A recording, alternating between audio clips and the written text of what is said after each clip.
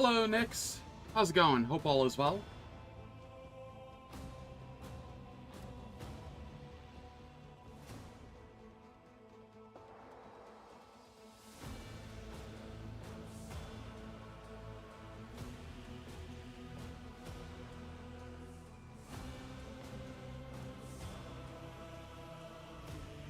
Very nice. Gotta be honest, forgot it was Friday.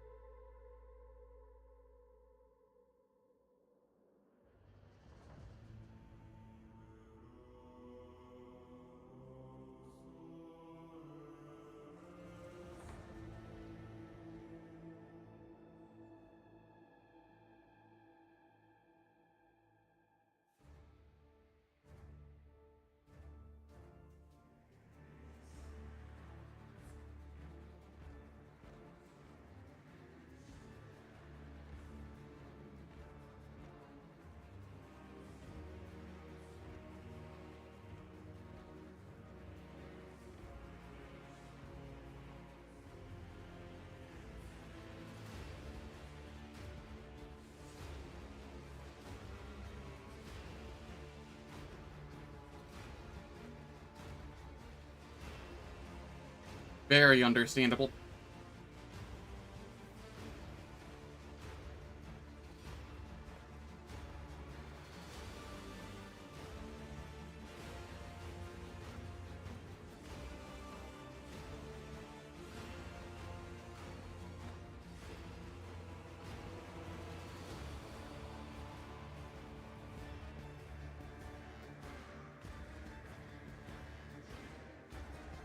Damn, that is a slow card.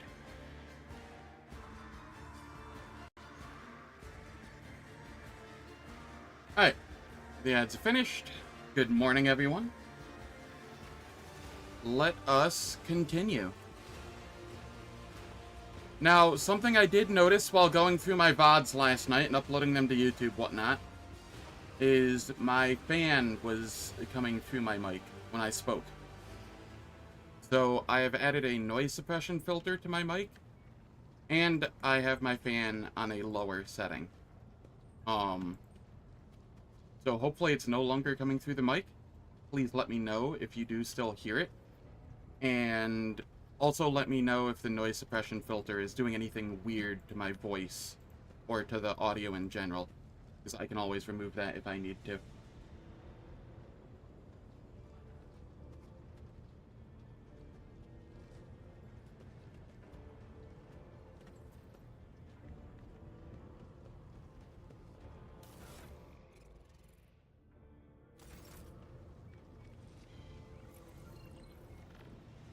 That is fair. It was very loud. I don't know how more people didn't mention it to me.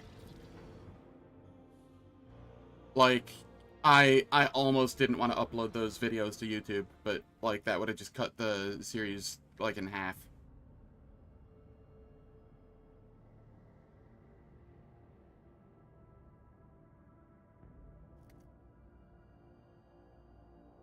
Then again, I place, like, a super heavy emphasis on video and audio quality for my streams. So it probably bothers me, like, way more than it bothers most people. That is fair. That is fair.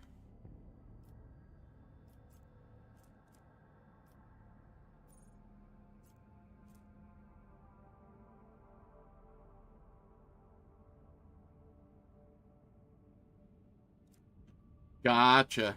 Yeah. I want to do it once because I haven't done it before.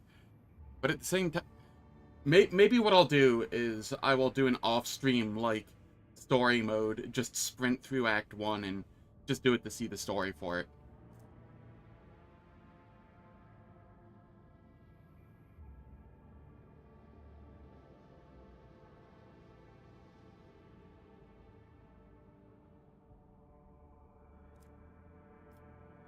What planet am I on? Why am I over here?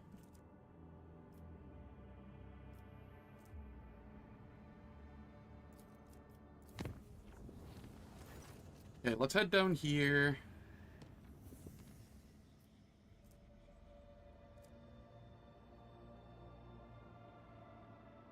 Sounds good.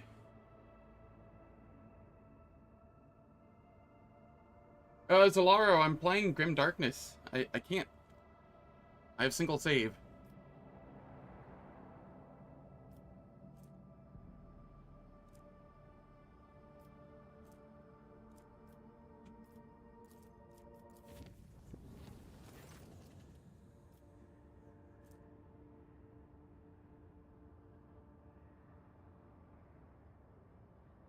Sanctify all chambers of the void ship one more time.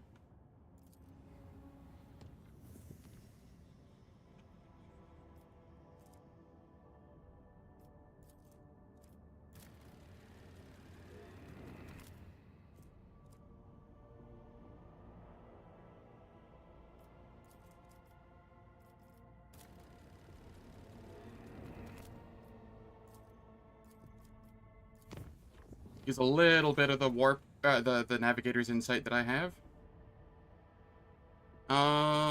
Proctor Anthers interfering with the crew and demanding to see all the archival records of fugitive criminals we have ever received from the Imperial Navy. Matter is urgent.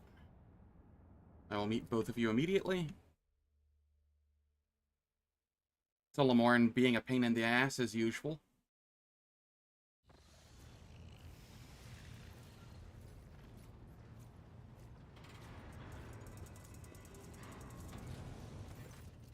As much as I like the Overseer archetype from Lex Imperialis, and like the first part of the quests, like getting the extra escort ship and doing that quest, whatnot,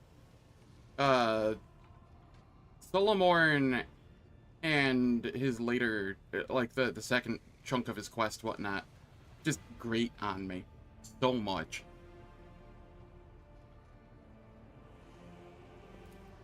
Okay, Big Dis, what's wrong with your hand?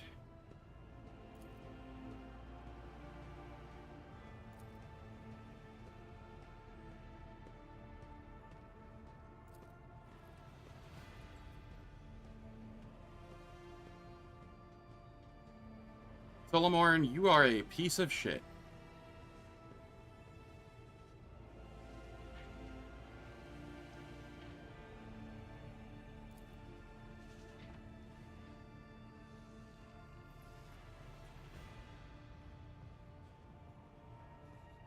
Following him all over the bridge. I'd studied the archives, found mention of a ritual to establish contact that involves an offering and physical interaction with the beast. A bit shocked, but friend, it's a relief and a pleasure to make your acquaintance. Holy shit, that was loud. How's it going, Kurotori? Hope all is well. Long time no see, and thank you for the sub. Let me nuke the volume on that.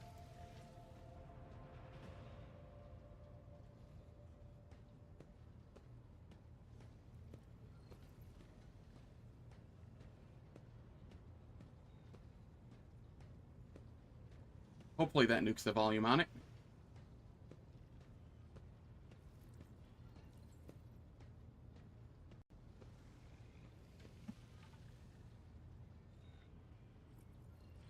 You have been missed as well.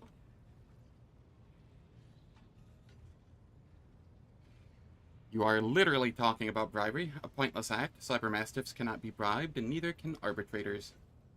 Be silent, both of you. Solomorn, stop interrupting at once. Why are you sabotaging the work of the crew? Compelled to intervene as Kaledo had intercepted a suspicious signal. The encrypted message contained the words heresy and fugitive. I managed to trace the signal back to the Voxmaster's workstation.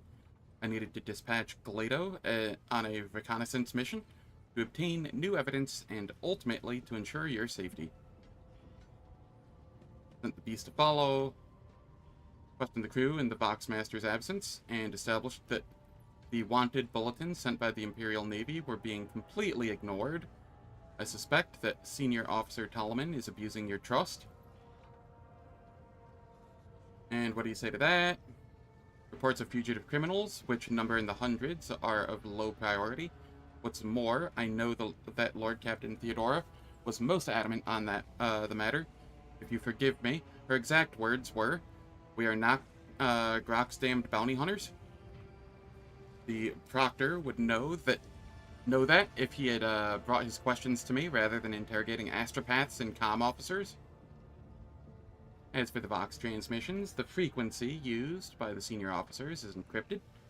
I informed the staff of the situation regarding the Voidsman, who was earlier brought before you on the bridge for trial.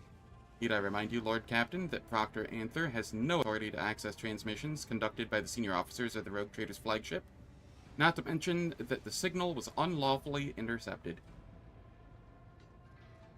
Solomorn, what are you, were you aware that, let's go with one first. No, Lord Captain. He was not on the list of wanted criminals in the Cronus Expanse. I assume it is because of the relative insignificance of the heresies he was accused of by the Calixian authorities. Perhaps Proctor Anther had information to which the Imperial Navy does not have access. What are you suggesting, Solomorn? Your flagship is untouchable for external inspections because of its high status, and criminals are taking advantage of that. So you need an internal audit. I need to pull up the archives of wanted bulletins and double-check the crew records. That is the only way to identify and eliminate potential threats to you. This is madness for a ship whose officer corps alone comprises hundreds of people. The work hours that would be required for such an audit. I've listened to you, and I'm ready to make a decision.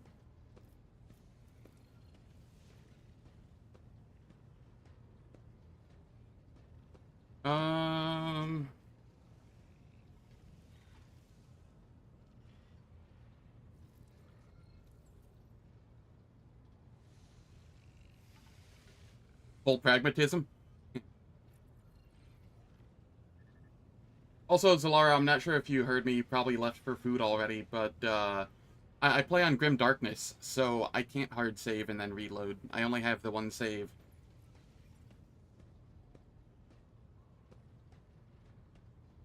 "100% criminals on my ship, me being the biggest."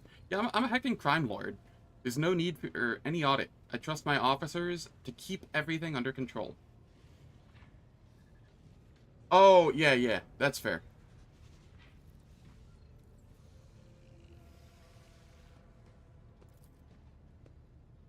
Thank you, Lord Captain. As you command, Rogue Trader.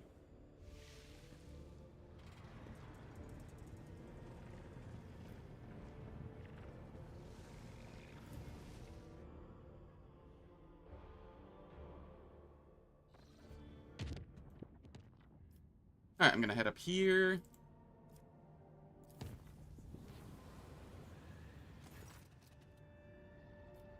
Call upon the navigator to steer the ship back on course, as is the navigator's duty.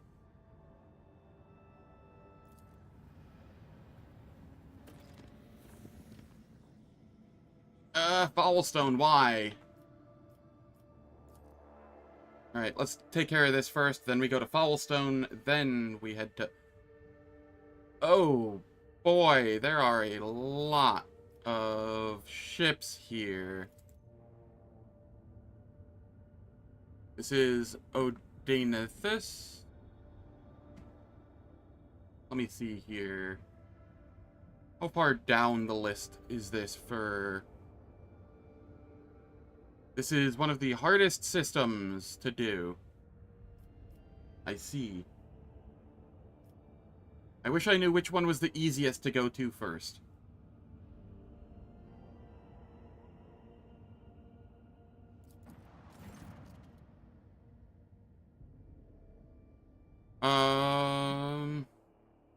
Let us try. Let us try.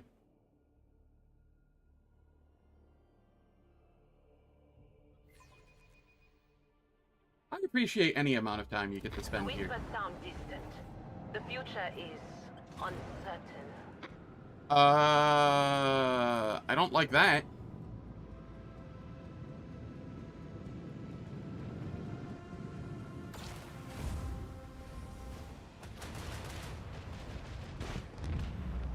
Okay, I really don't like this.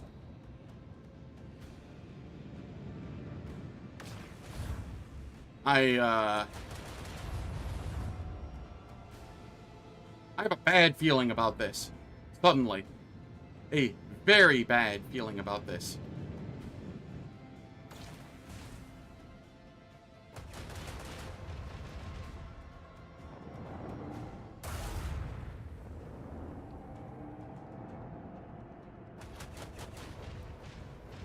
Sounds good, Kuro.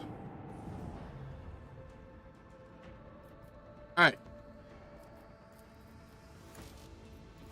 We are throwing this here. This here. Why am I not able to... Great. Alright.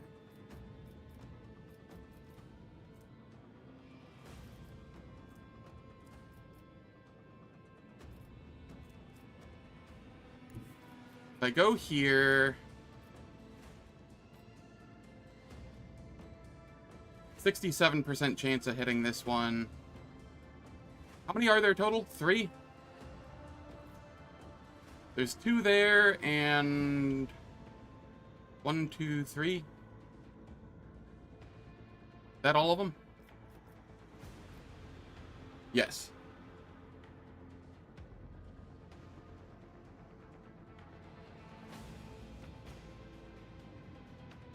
Alright, I can head here and fire.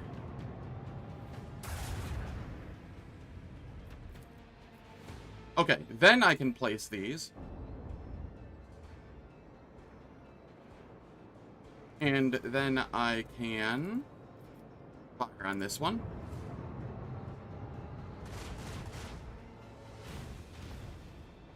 Apparently miss. Fire on this one. Likely miss.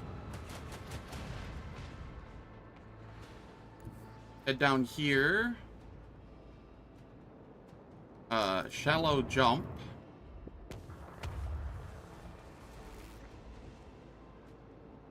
Which way is that facing?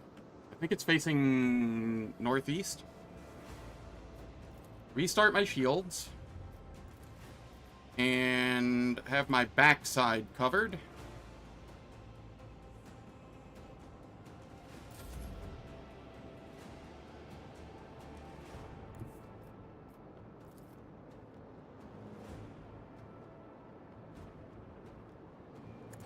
Okay, we come over here. Get some good damage in. And then move over here. More showing up? I don't like this. I don't like this one bit.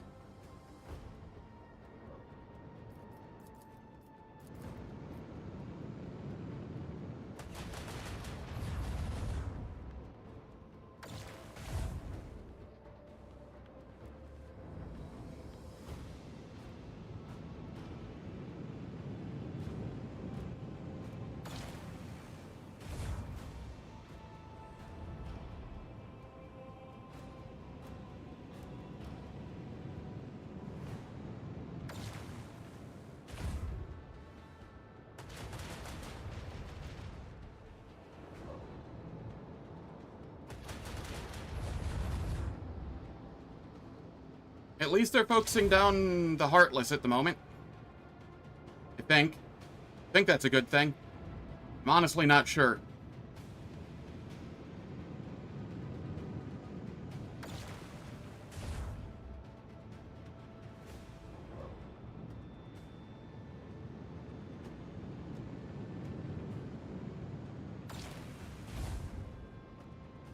They are really focusing it down.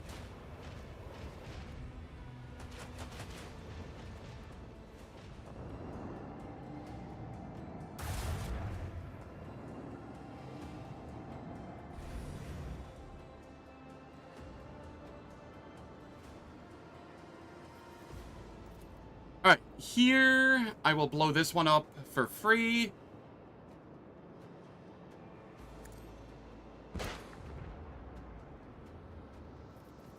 I will then use focused efforts for the warp channeler.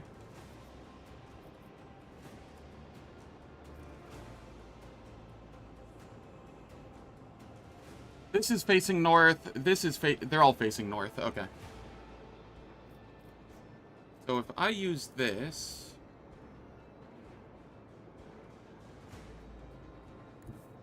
I can come here.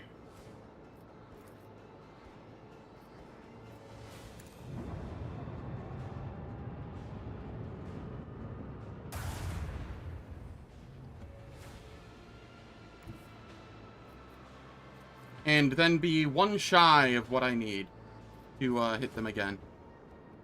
That is fine.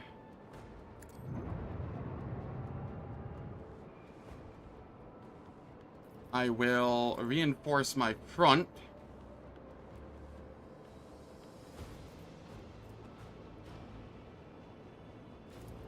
I can do extra damage with this.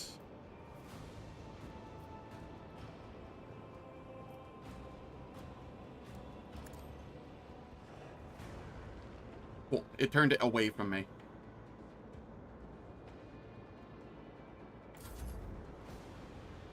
Fury interceptors. If we go here, we can get some good damage in there.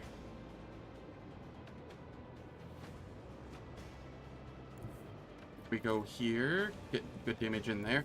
Alright, let us try and take this one out.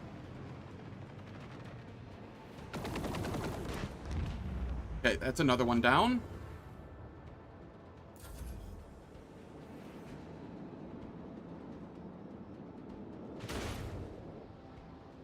Very nice.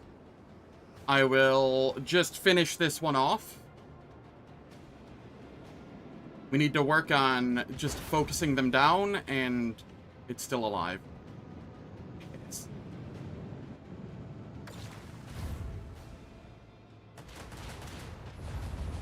Why is that attacking my side? It was in front of me. I'm not happy about that.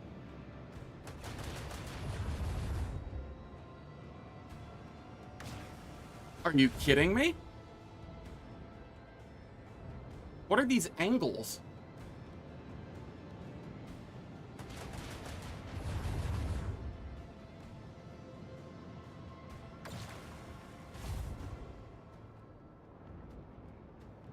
Okay, that at least hit the front.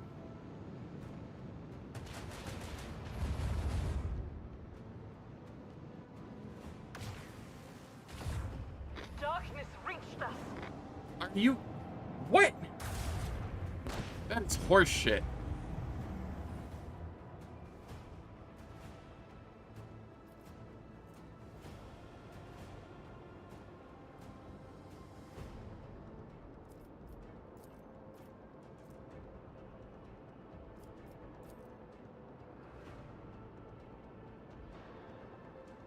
Yeah, I think so.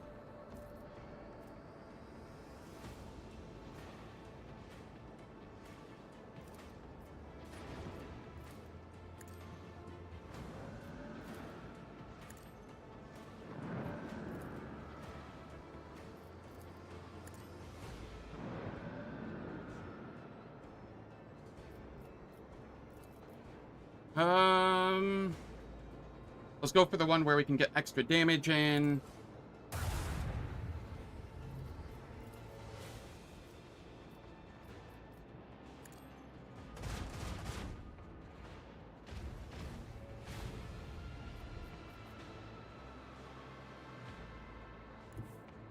Okay. We throw this here.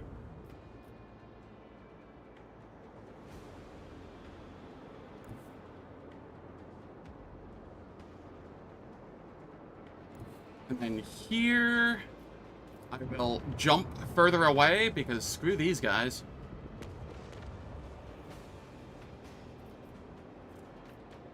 And I will have my... I can't have my back. Okay.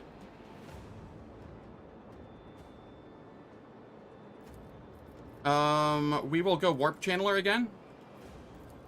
And then I can potentially get this one to blow up. There we are. Get the Fury Interceptor down here.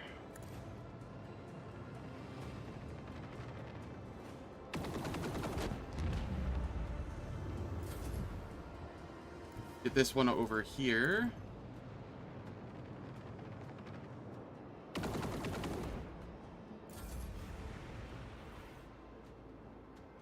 I'm not fond of that. I'm not fond of that at all.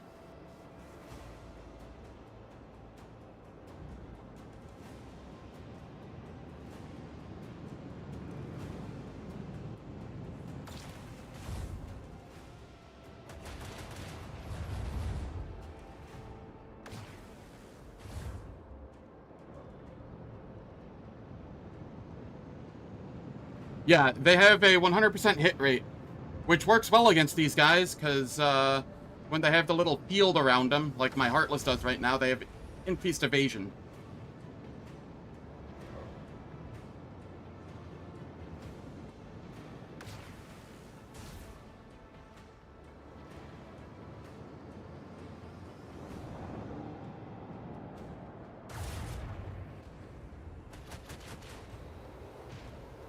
I just need one to land. There we go. Thank you.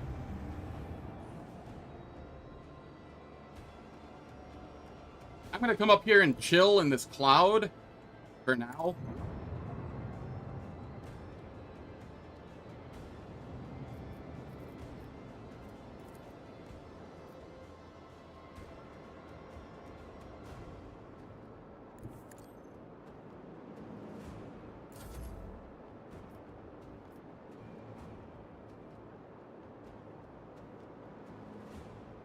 Oh, 1 second.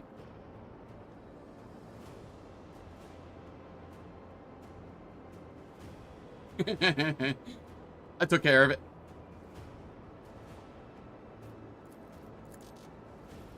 I can also go more missiles. My Fury Interceptor needs to come back to refill. That's fine.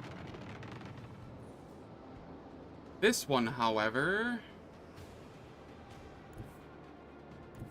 can come over here.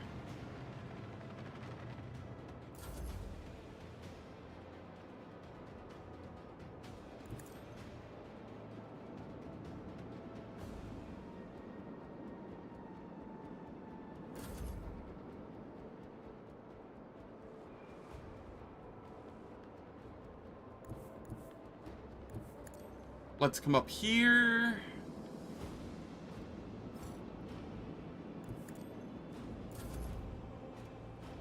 And then we'll head over here.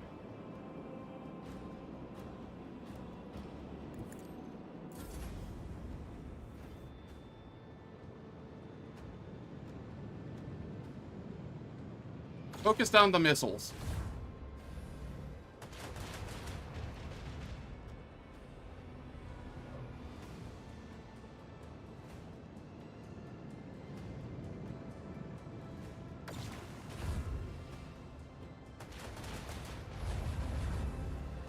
Ow.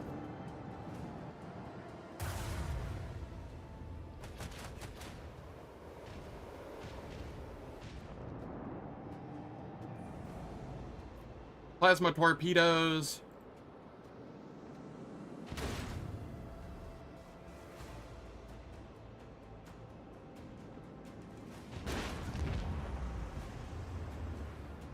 Then we come down here and blow these ones up.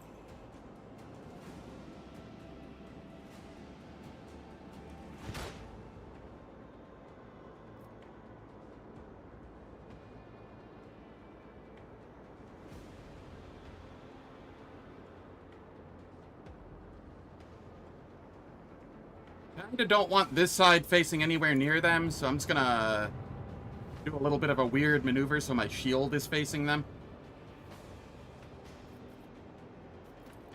I will Warp Channeler once again. and use Warp Wave on the one with more HP, because it'll still get them.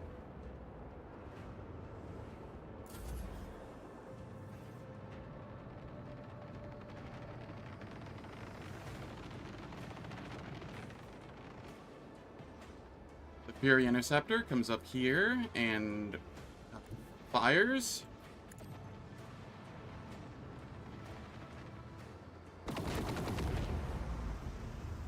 My premonitions never fail me. Oh, God, why?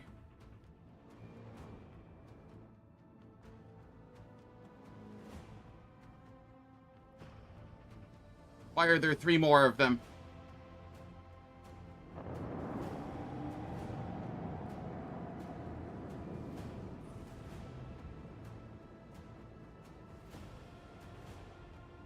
And they're forever away.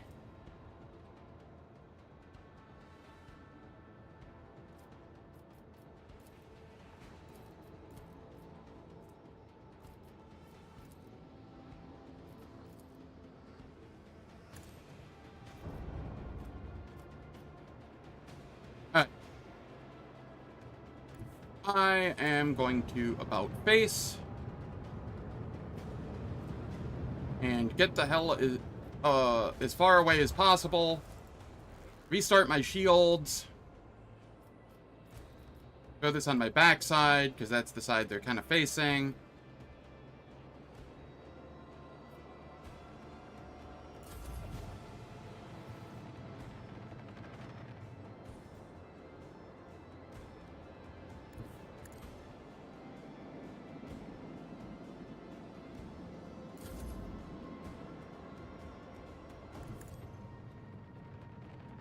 Go, my interceptors.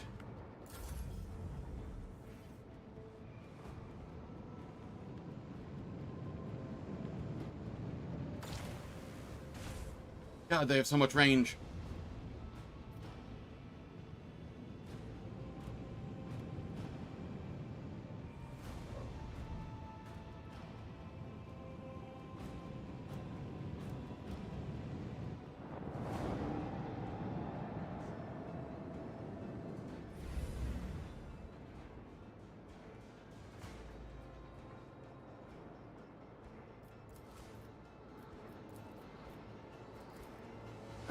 I will throw this way.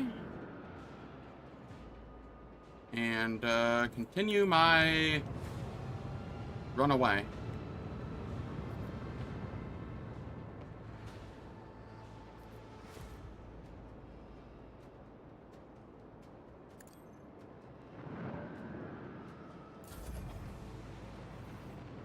This'll be fine.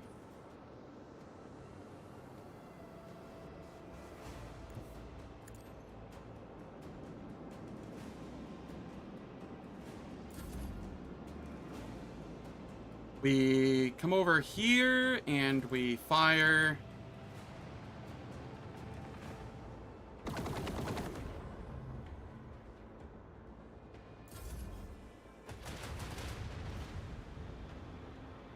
That is expected. I'm okay with that, though.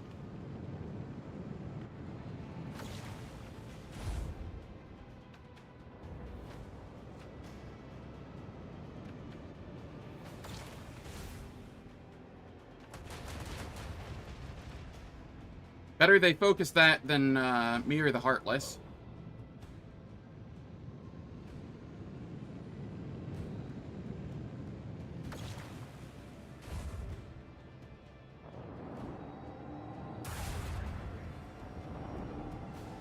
Go, Heartless.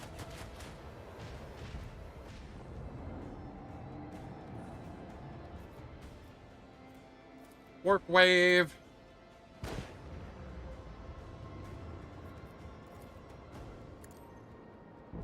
We throw that there. And I continue my more or less retreat. Why call it anything other than what it actually is?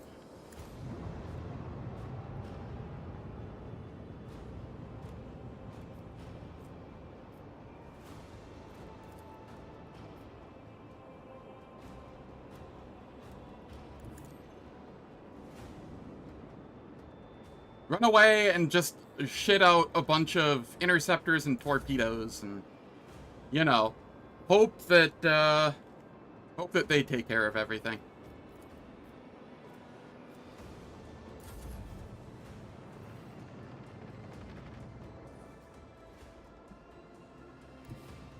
Okay, I can come over here and blow up.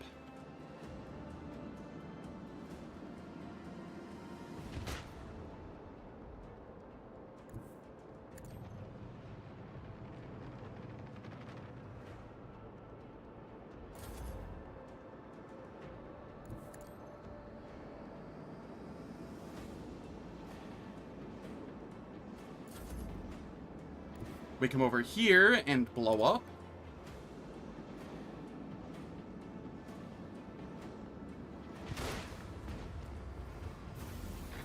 Oh, sick. Congratulations, Lord Captain. I swear there was one ship remaining, but, you know what? I'll take it. I will take it.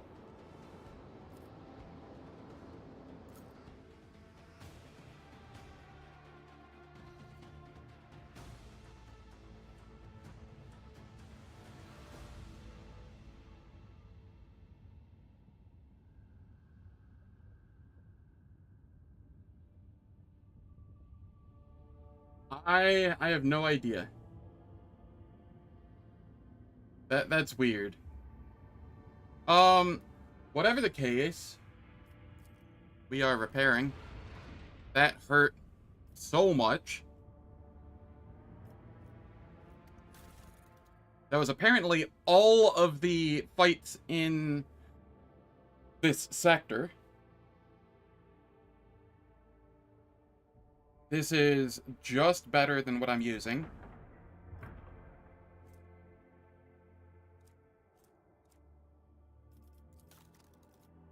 Over here, I will grab, do I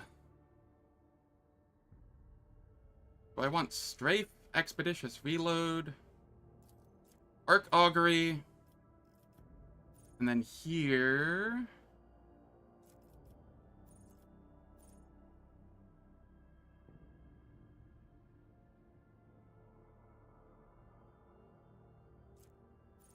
let's see.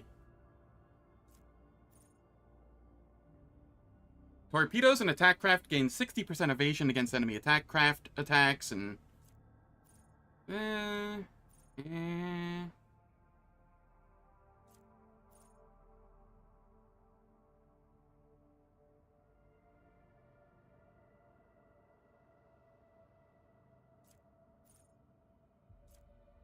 I think I go start silent.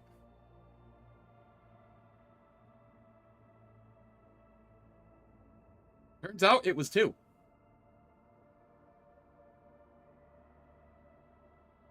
Nice clip, though.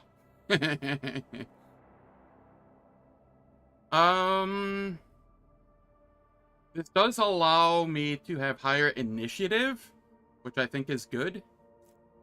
So I will probably go with that. Yeah, let's go with higher initiative. That sounds like a good plan. Then we go to the posts.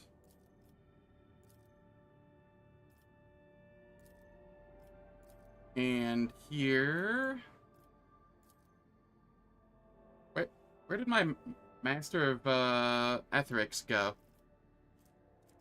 I swear I keep putting Idira... No, she's Warp Channeler. Who do I keep putting there?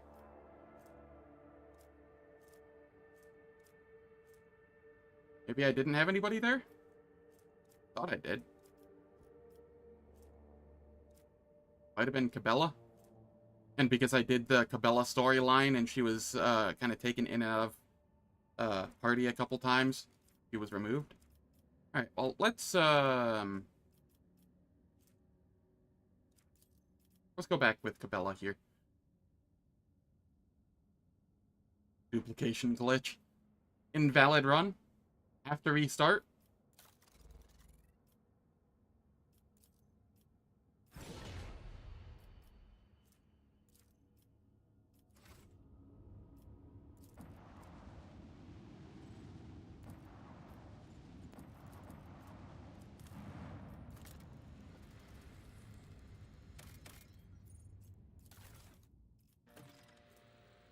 Flamers, we don't need those.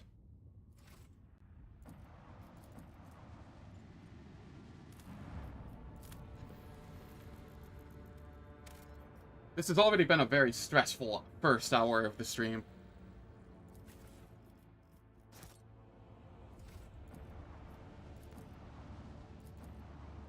But if I could take that fight...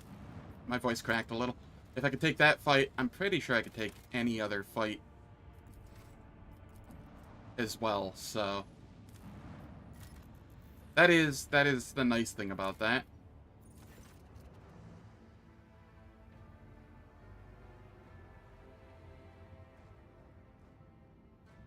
Overconfidence yet again. I thought I'd be able to take him one at a time, not all in one protracted combat. That was... ouch. The scouting team sent to the colony world returns with a decrepit, shaggy, foul-smelling vagrant in tow. The old man hastened toward the enforcers as soon as he saw the dynasty's colors and implored them to take him to Master Voigtveer or Lady Theodora. Questioned the vagrant. During his interrogation, the old man says he is a loyal servant of the House von Valencius. 4 decades ago, he was sent on an important mission to the system by a Master of Whispers Voigtveer. It took him 20 years to complete the mission. He spent the next 20 waiting for his masters to collect him. The vagrant was an ambitious, young spy when he left the ship, and coming aboard again has made him very emotional. Check the vagrant for evidence of treason. The investigation found no wrongdoing the old man could be held accountable for. His body bears no signs of worshipping the archenemy. He has confessed to no crime and seems quite shocked at the news of Lady Theodora's death and Voigtveer's treachery. The harsh interrogation techniques have taken an almost fatal toll on his failing health, yet forced no admission of guilt from him. Establish the nature of his mission. Vagrant only agrees to share the details of his assignment with the rogue trader himself. If his claims are to be believed, he was sent to recover documentary evidence of House Winterscale's debt liabilities to House von Valencius. Those priceless papers had been stolen by hired agents of the Cold Trade on Caligos Winterscale's orders. However, instead of being destroyed as he wanted them to be, they were hidden away for purposes of blackmail. The old man describes a long journey full of perilous adventures that eventually brought him into possession of the documents, which he then proudly presents to you. Astonishingly enough, the papers turn out to be genuine.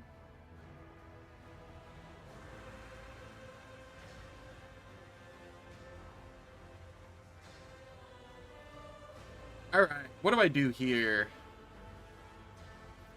Do I promote him as a loyal servant? Or promote his, the loyal servant and assign him to an important position?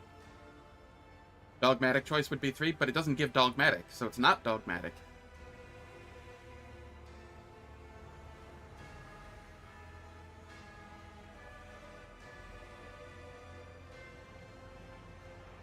Lavish riches upon the I know what you're saying, though. I know. I'm just being a smart ass because I can.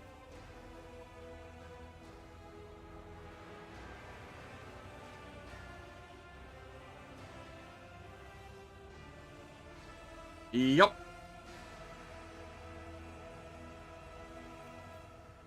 I'm gonna lavish riches upon the faithful servant and bestow some unchallenging yet honorable duty upon him.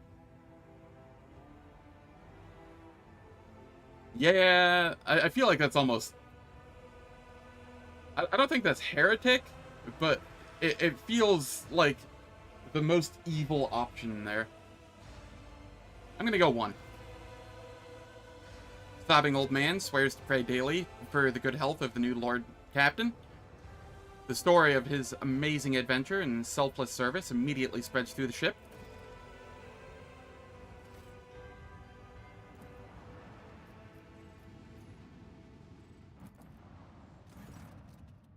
The Augur crew picks up a heavily damaged Xenos void ship among the countless rock masses of the asteroid belt. An Eldari vessel beyond a doubt. According to the Von Valencius archives, about 100 standard years ago, the Imperial Navy set up a barrier in this system against pirates and the enemies of humanity. Countless primed mines are still scattered among the wreckage. The Vox Master manages to tune the ship's systems to an unconventional frequency, and the bridge suddenly fills with chime-like Xenos voices. Drawn out and mournful, they sing in an unknown tongue, but every officer on the bridge can sense that this is a dirge. Answering the call, Irliet jumps to the cogitators, startling the officers on the bridge with her sudden jolt. In the hopes of understanding the Monkey technology and figuring out how to help her kin, the Eldari runs in circles around, blinking vid screens, but the mysteries of the machine god elude the Xenos. Then she turns to the Lord Captain, powerless.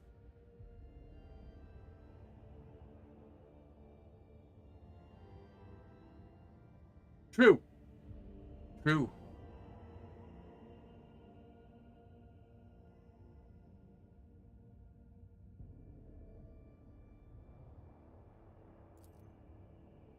Irliet is asking the Elentok to help her kin who have found themselves in a trap sprung by fate. The Eldari are worn out and weak. Their song is a cry of despair, and that cry is fading.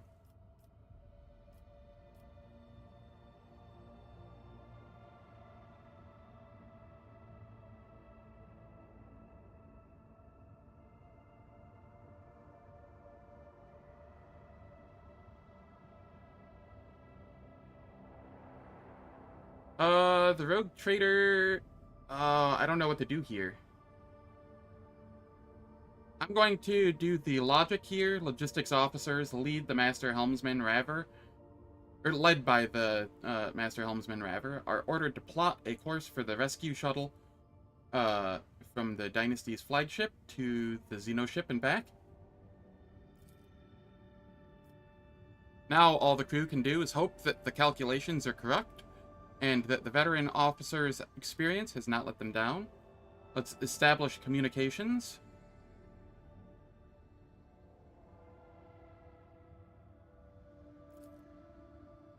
However, the Xenos do not respond to the incoming signals. After several attempts, the frequency tuned by the Vox Master gets lost, and the mournful song fades away.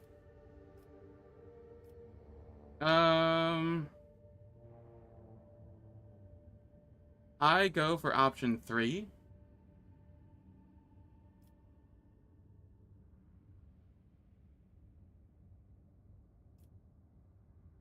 Ooh, 2 or 3? Let's clear the minefield without harming the Xenoship.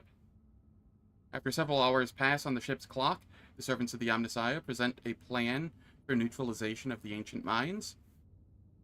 Ballistic skill failed. Wow, that's an insane test. The tech priests warn that in solving this kind of problem, it is impossible to account for every possibility. We send a shuttle with an experienced pilot and scouts in hopes that the smaller vessel can bypass the ancient mines. The shuttle enters the asteroid field. The pilot proceeds with caution, confidently avoiding the chunks of rock and nearly imperceptible mines. However, when the shuttle reaches the Xenoship, the rescue team's report catches the bridge crew off guard. The vessel's starboard side has been breached by the macro weapons of an unknown Imperial void ship. There are no survivors. Shielding her eyes, Irliet closes them and clutches the spirit stone at her breast. Coming to, the Eldari does not speak for a time. With notes of sadness in her voice, carefully picking her words, she concedes that the Elentok did all they could to save her kin, and yet it is the Monki who are responsible for the loss of the Eldari void ship. Saddened by the pain and hatred that humans have wrought upon her kind, Irliet quietly leaves the bridge. We tried. We really tried.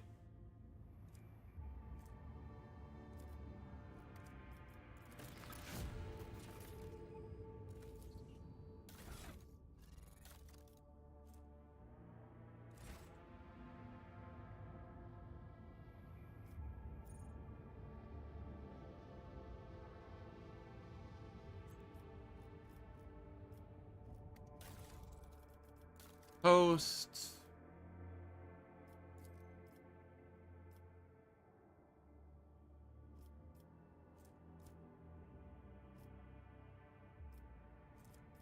Let's put me here because...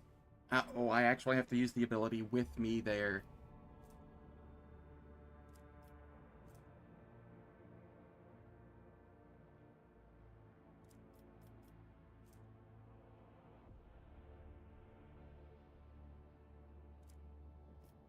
That's fine.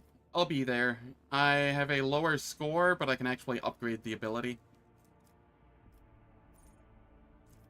So that's fine. It'll be fine.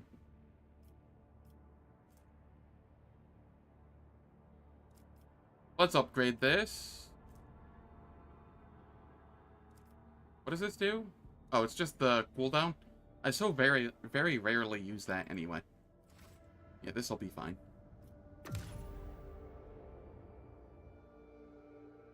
Now I need to head to... Cobblestone? Yes.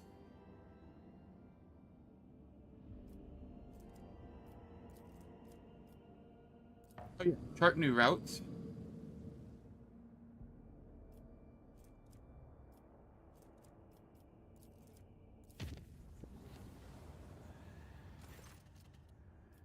Order that the monsters be banished with faith and prayer.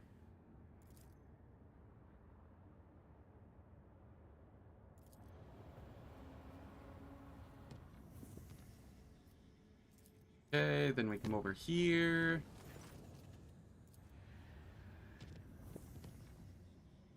And then we come down here.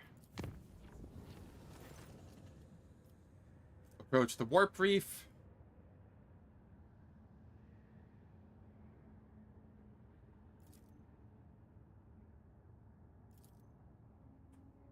Six Navigator Insight and 20 XP.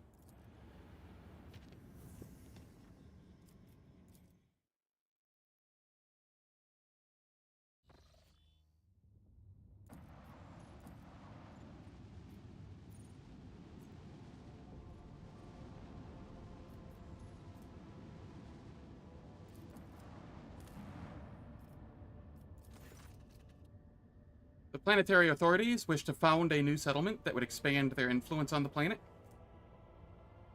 Efficiency +2, I'm already capped on that. Efficiency +3. Efficiency +3.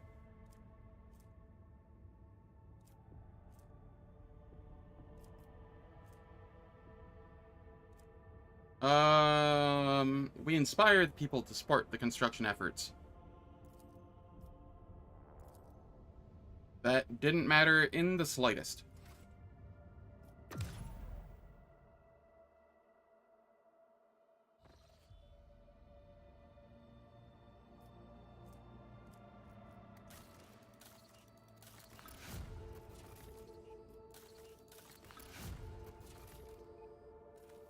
There we go. Just get our repeatable things.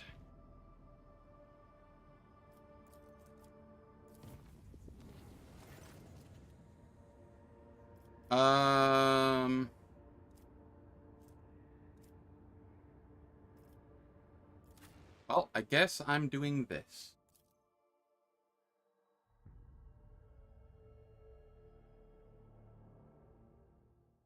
However, we will be doing this fight after ads.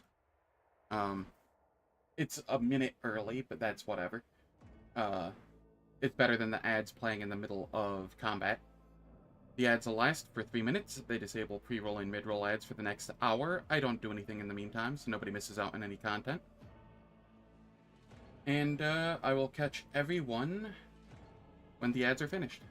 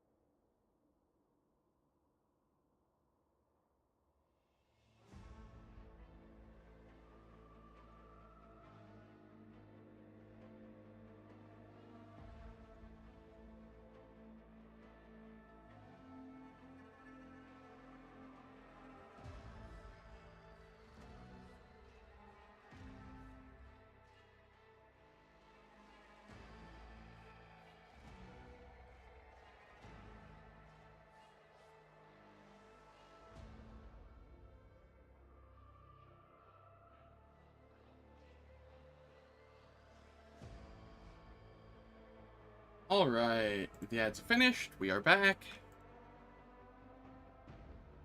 Victory awaits. Let us do this encounter.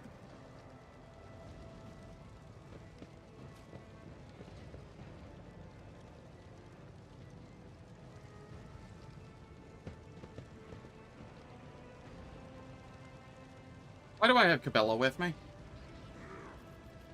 What torment? They say a little bit of humility never hurts anyone. I help others better themselves by I won't heed your cries of mercy.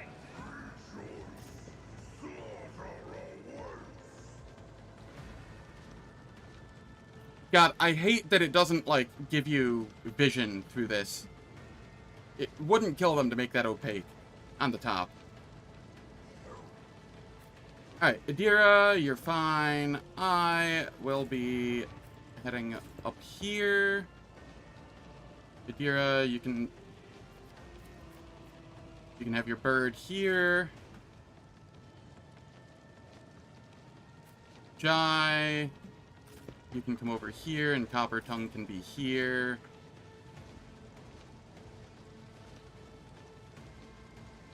Abelard, front and center as usual. Pibbles, you can just be wherever. And Yogan, you can be wherever. Executing command. Astute observation.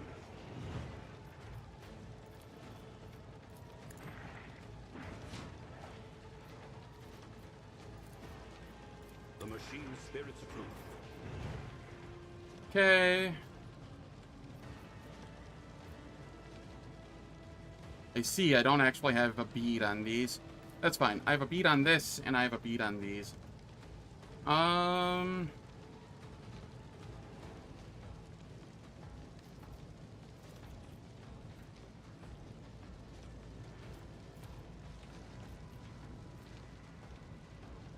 Let's call the bold here. And then throw exploits there. Already done. Tour fire plan. Nothing I can't do. Alright, and then over here, we claim the bounty on this dude. All too easy. The value has been lost. Alright. There we are. I apparently gained movement points from that.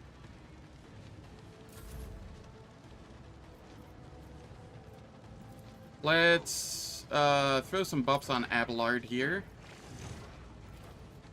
Lucius, I'm relying on you.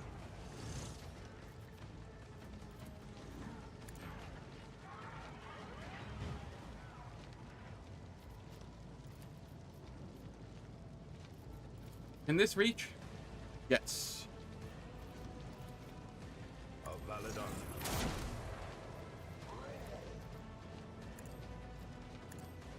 Executing command. Get a little damage in there.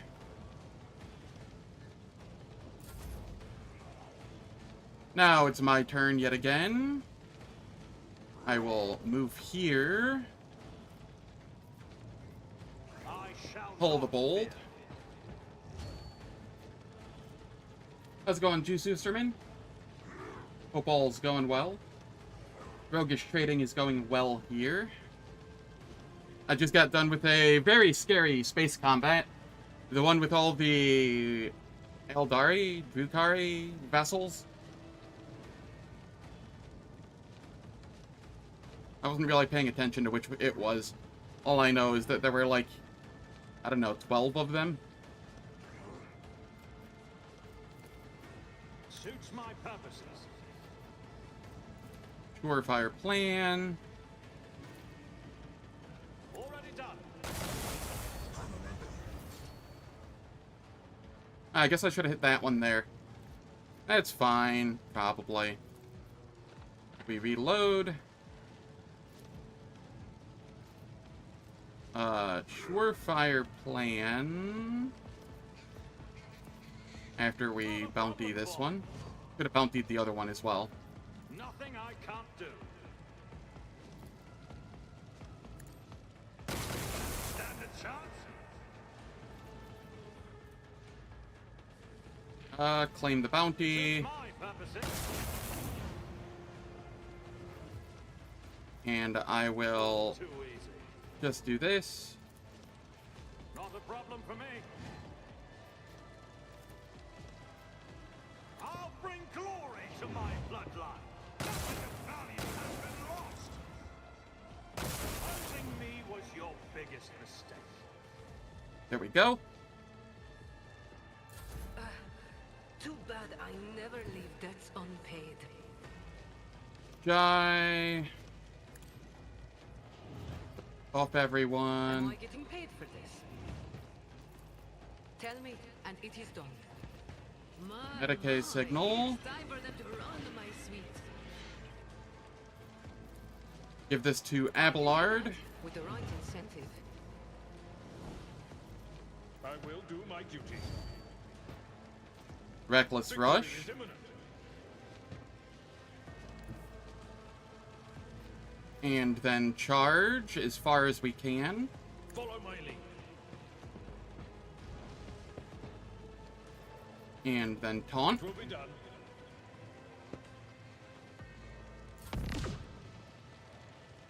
Tibbles, you're just gonna chill.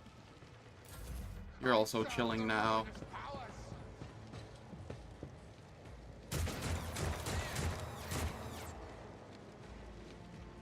I bring ruin.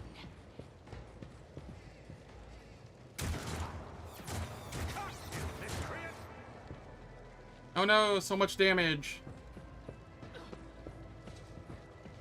You didn't actually get... Oh, you did get taunted. You just decided to, Huh. Hold up here.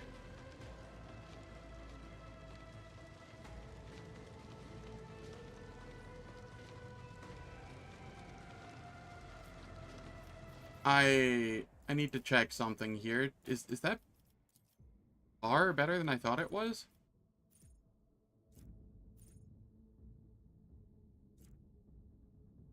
Where do I take Galvanic Field? Or the upgrade to it? Here? Whenever an enemy attacks an ally affected by Galvanic Field, they suffer... Oh, I thought that was just in melee. No, that's just whenever. That is disgusting. Okay.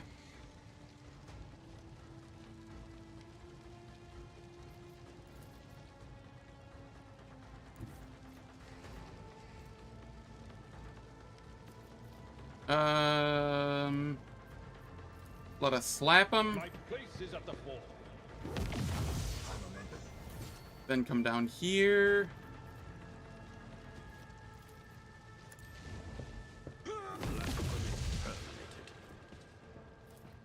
We are the spearhead of the Imperium. Burst fire into this? Yeah, pretty much.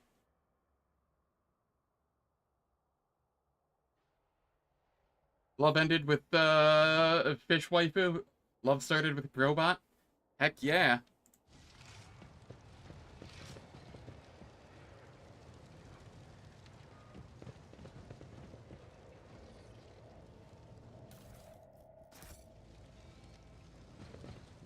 Follow my lead.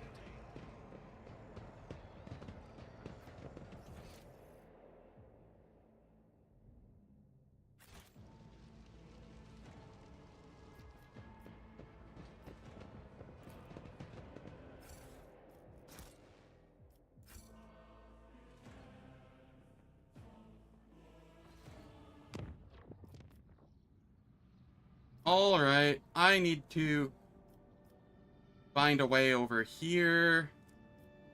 And I think the only way is really from here, but I will just, do this.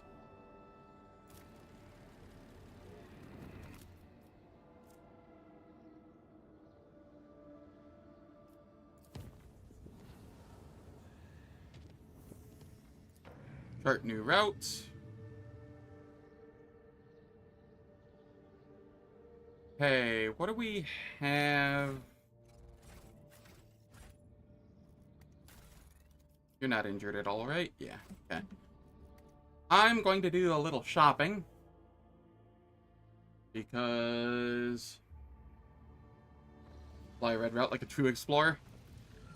The orange route gave me a space marine the other day. I'm afraid to fly a red route. Have you recovered from the Nemesis attack yet? Okay. Drusians.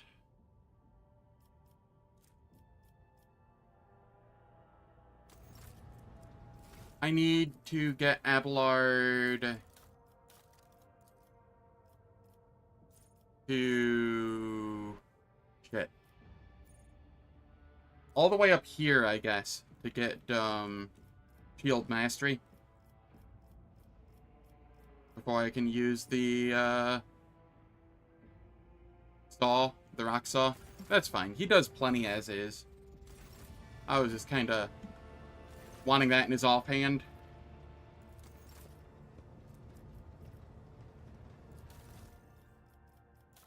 Reputation, cost, holy gifts.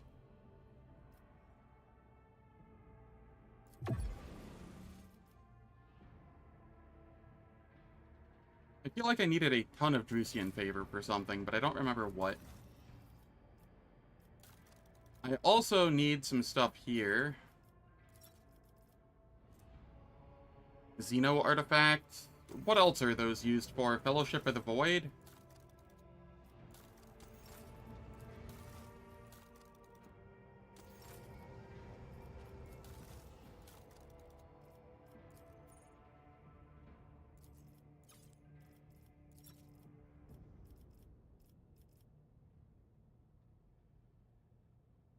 Yeah, that's fine. Okay, we get these. Which... Let us check this out. What did we get? Enhances the installed power shield generator. Shield strength on each side of the flagship is increased by 20%. I think I like that more than the flak ammo at this point. The flak ammo was okay for a while, but I don't think it's needed anymore. In before that, gets me killed. I also dislike the bombers compared to the regular interceptors, because the bombers can miss, whereas the interceptors cannot.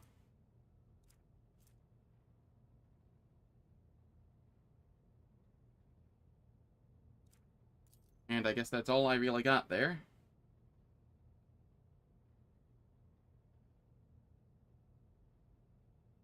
Oh, heck yeah. Very nice. Development, posts, all features. Yeah, that's fine. I will upgrade this once more, because you can downgrade and get all of your scrap back if needed.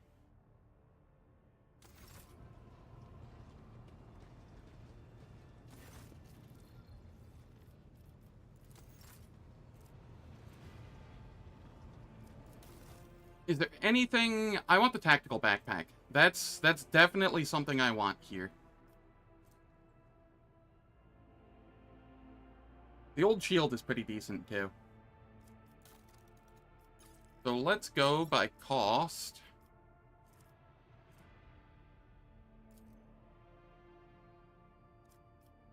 I have so many armor kits. Let's just give you some of those.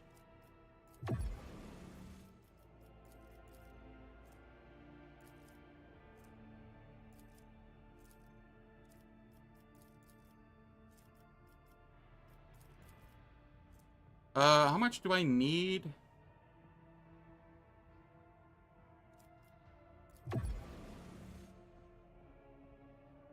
$500? I don't have a... I'll throw a single Xeno artifact there. No, I won't. We'll just do this. That's fine. Now we get the tactical backpack.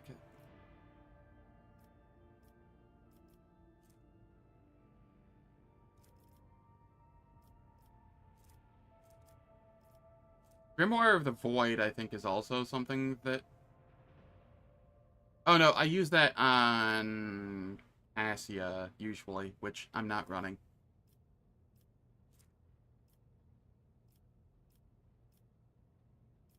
Okay, this is fine. We come over here.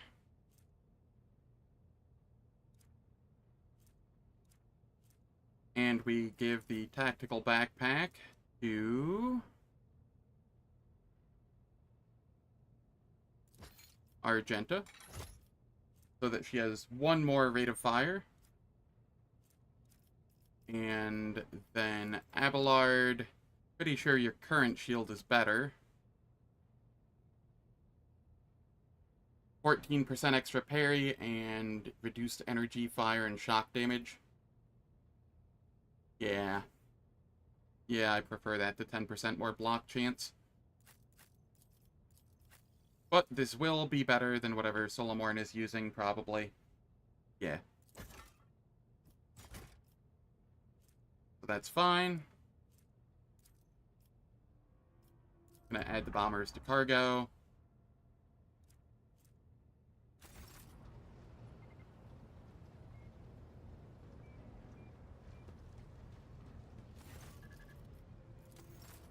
Is there anything I want from here immediately? Invigorating Resolve is good. The heavy plasma gun might be good.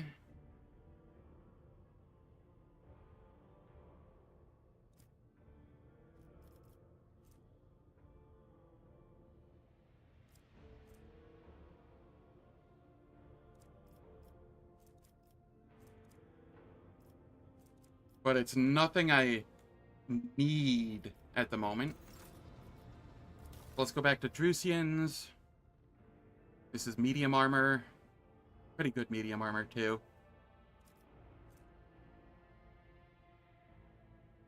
The wearer can use shield swing with their shield against multiple enemies in the area.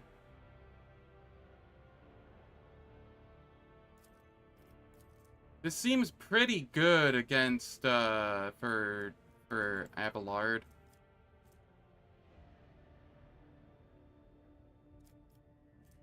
Death World War Boots.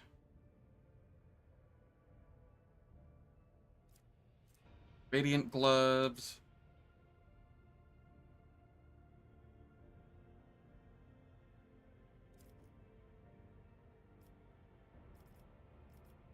Hand of the Righteous. Alright, is there anything we want from this? We'll grab those, because we can.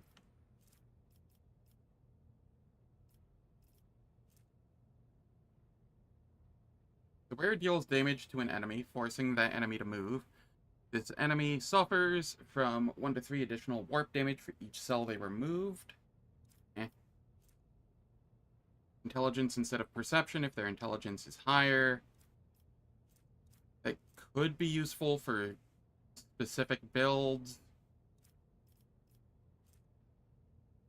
If the wearer inflicts the bleeding, burning, or toxin. Okay, this is good.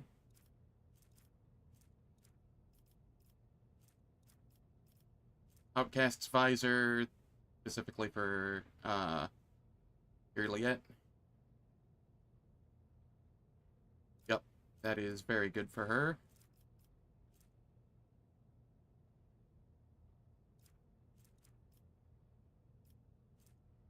Tactical boots. Yes, they do. You need that heavy bolter? Yeah, it's juicy. Very juicy.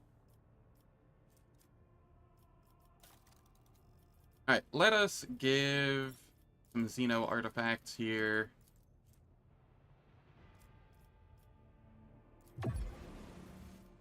God, that doesn't even get us where we wanted to be. Let's go uniform kits. I have a bunch of those.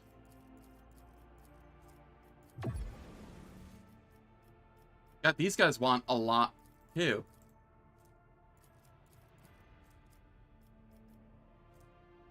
Ranged weapons.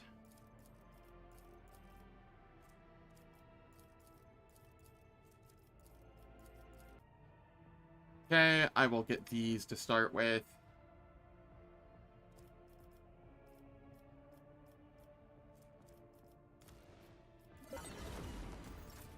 We will get more later, probably. But this is good enough for now. I don't have anybody that uses tactical advantage. This also seems kind of whatever. Could be okay on Jai, though. She's not wearing boots.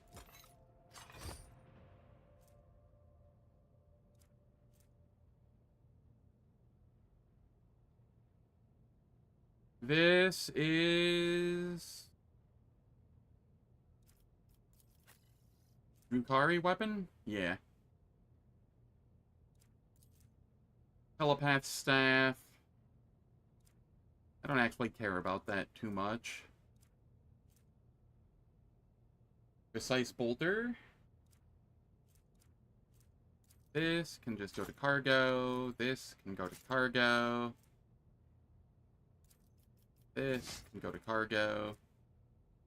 Alright, there we are.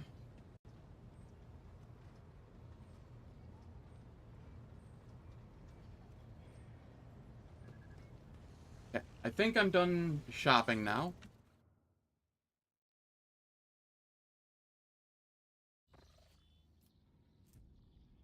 No, one more thing I want to do so that I don't forget when I make Planetfall. I want to do it while it's directly on my mind, because I will forget otherwise.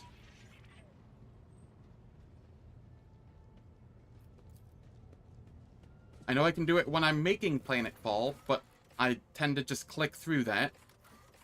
And I'm very bad about that. We don't want kibbles, we want Argenta.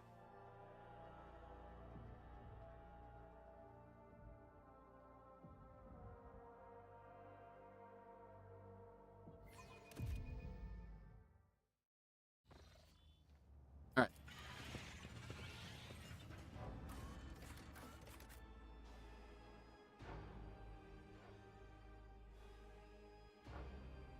Telepath staff debuff is pretty good. You used it on occasion by Adira. Yeah, but I actually enjoy... I don't have many action points left on her most of the time, I feel. Now.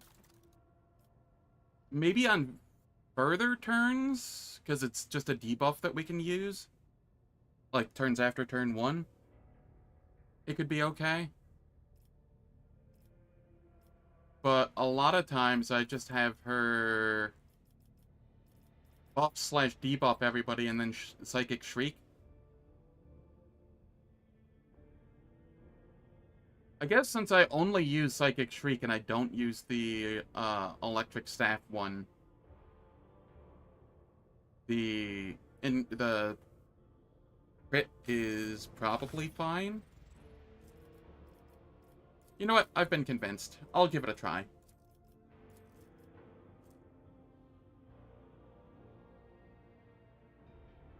Oh no, this isn't what I thought it was. I thought it was, the one that guarantees a crit.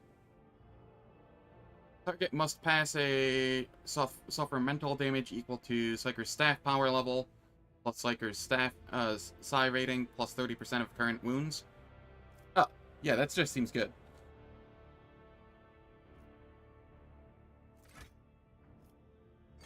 That just seems good.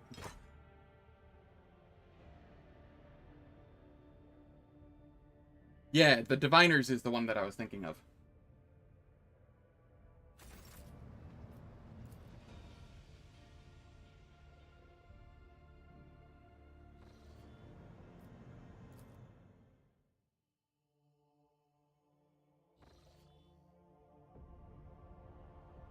We've received a Voxcast from Thesara. The signal quality is rather poor, but the meaning is clear. The world is expecting your lordship's arrival. Great festivities have been arranged, and a delegation led by the planetary governor is ready to give you a welcome worthy of an honored guest. Oh, I'm really not looking forward to this.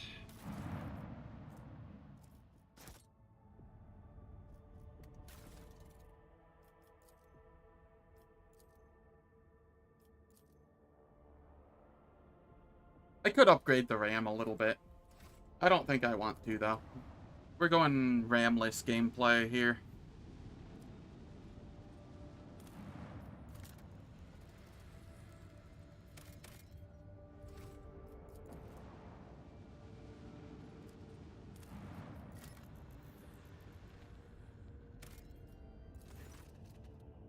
Amid the lifeless rocks and lava lakes, the ship's augurs have detected something resembling buildings. There's something off with their outlines, but their presence in and of itself suggests there may be some valuables to uncover among the ruins. Send a scouting team. Scouts are able to discern the symbols of the Imperium on the buildings, deformed and fused together by high temperatures. The ore mining structures tell a sad story centuries ago. The planet and all its riches perished beneath the radiance of the system's expanding sun.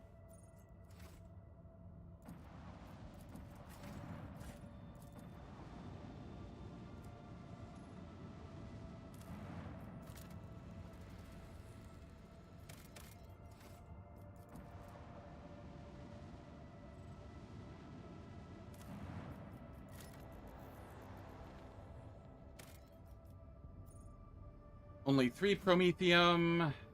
I know there's a 7 out there somewhere. I don't wanna.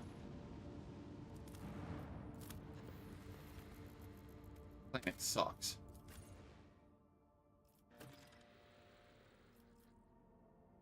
Oh, fuck me. Solomorn is forced to be in party, isn't he? So I don't even get Argenta as well. Alright, let's make sure you have all the gear that I can possibly put on you.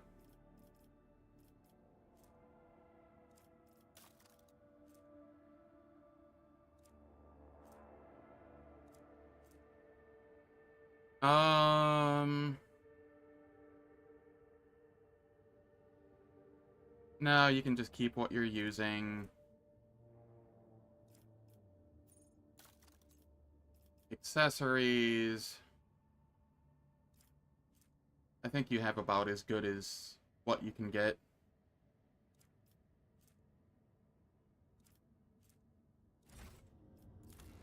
Oh.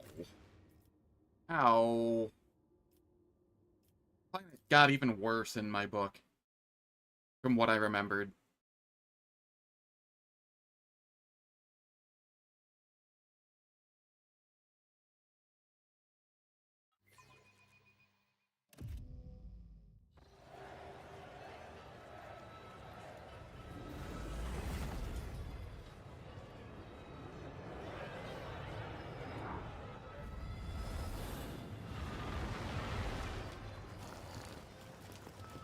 I do apologize ahead of time. I will be bitching and moaning for, like, the next however long I'm on this planet.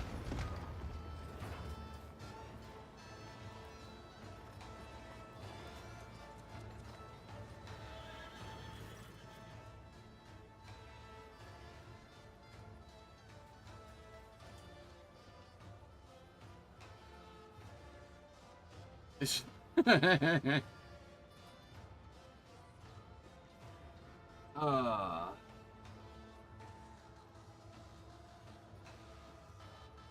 Okay, I thank you for the courteous welcome, Governor. However, we have come here to address a grave concern. It would be my pleasure to discuss whatever topic you have in mind.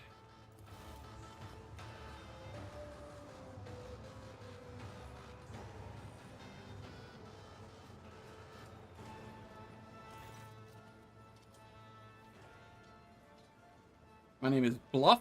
I am Lord Ruoldo's good mood. I tickle his governorship with well-spouted jests and itty-bitty gossip.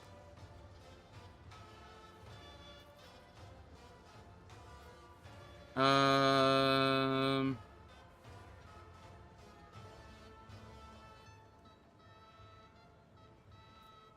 your place, peasant.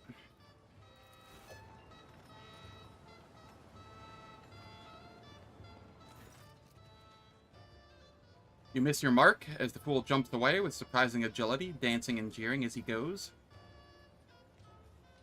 The governor leans down from his horse and grabs the fool's hand. Having wrenched the key from Bluff's grasp, Rualdo raises his hand to strike, and the fool quickly backs off. Finally, the governor offers the gift to you with a reverential bow. I don't want it.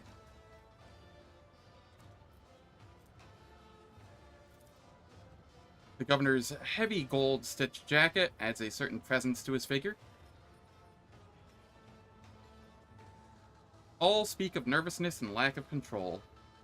What happened to your face, Rualdo?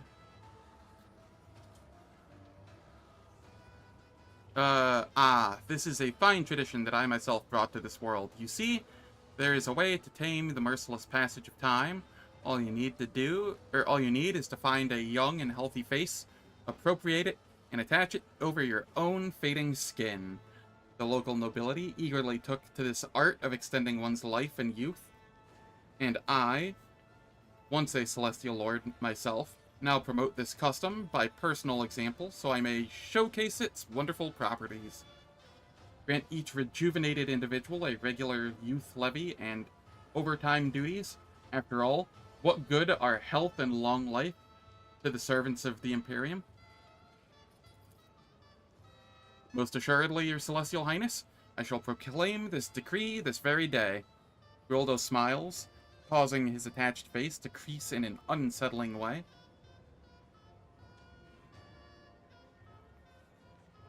Celestial highness, what kind of address is that?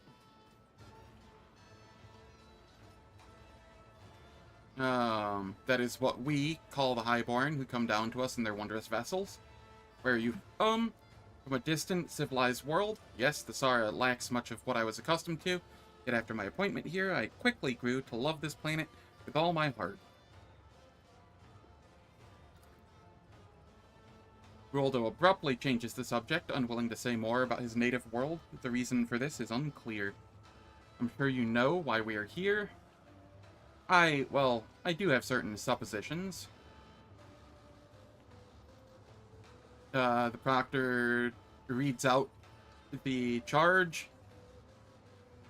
Most flattered by your attention, esteemed judicator, and this opportunity to serve the Imperium with even greater dedication than before. I believe there was something else the esteemed governor wished to say.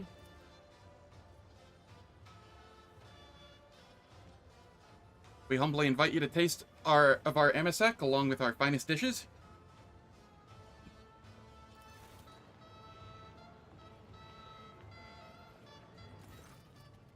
When do you put several bolts into this man's skull?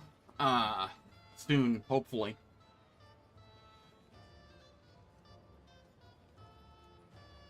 Maeve, my celestial lord, at your service. Based on my experience, I would say we've been assigned a spy under the pretense of generosity, but this is a good thing. Just pretend that you're having a good, that you are giving a good friend a tour of the place.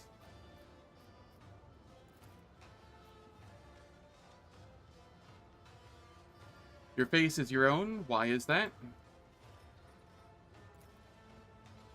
You mentioned entertainment. Tell me more.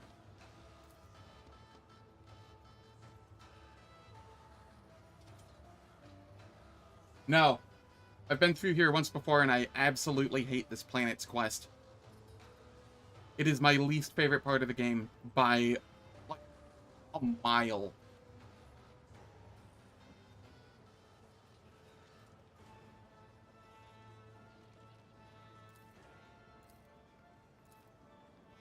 What an exquisite necklace. I think it would look better around the neck of your celestial lord. Oh, wait, Aogun. I'm surprised they're still functioning. Talking about the servitors. Aogun's facial muscles twitch as if the manipulus is making a titanic effort not to grimace in disgust. Perhaps the air here is conducive to the slow decay of the organic matter. Or perhaps even servitors possess something akin to a will to live. What's this, what's that, Nuncius? The janitor turns to his servo skull. No, this particular phenomenon does not seem anything like a machine miracle at all.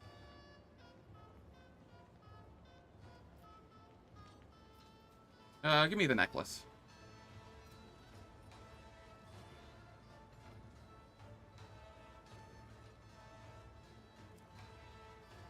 Good way to farm XP. If we ever want.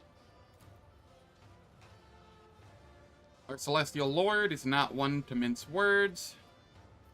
Very well, I'd like to see what this place has to offer.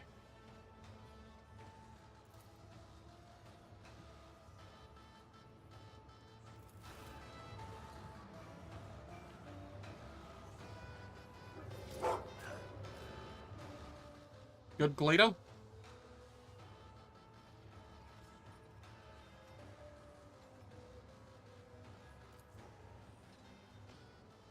How's it going, Yesto? I hope all is well. Surprised to see you in Twitch today. Closest we get to summoning, yeah. Feudal worlds are rarely known for their bureaucratic precision. Can't wait to meet some kindred spirits. Just professional intuition. Shall we go? Let's go then. We must not miss the biggest local spectacle. If it will help with the investigation, we should not dally. We have plenty of time. First, I will inspect every nook and cranny of this place.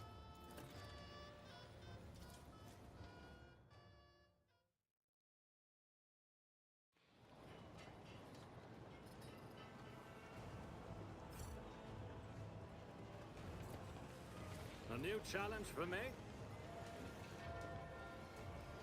We have goods here.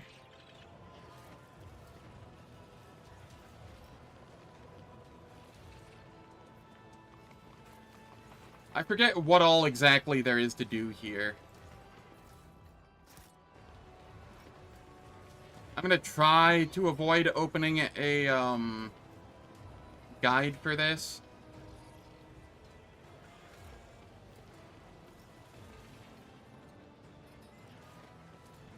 But I also kind of don't want to miss out on anything. Must be my smuggler's instincts.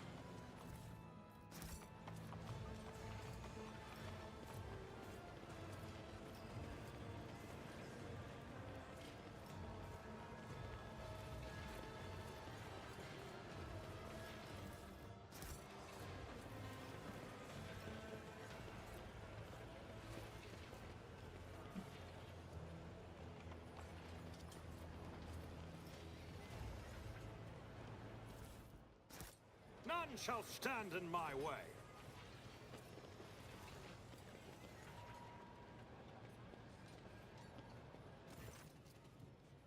As you approach, the nobles bow gracefully. Their sewn-on faces are wrapped tightly around their skulls. Oh, Celestial Lord, grace us with your regard. When my brother and I heard of your arrival, we immediately sought to surprise you with an exceptional gift. The ancient scrolls tell of wonder, a mechanical sage by the name of Kachikor. It knows the answers to all questions, can make other machines do its bidding, and may even predict the future. Box in front of you, presumably the Kachikor they speak of, exudes a strong odor of ritual oils.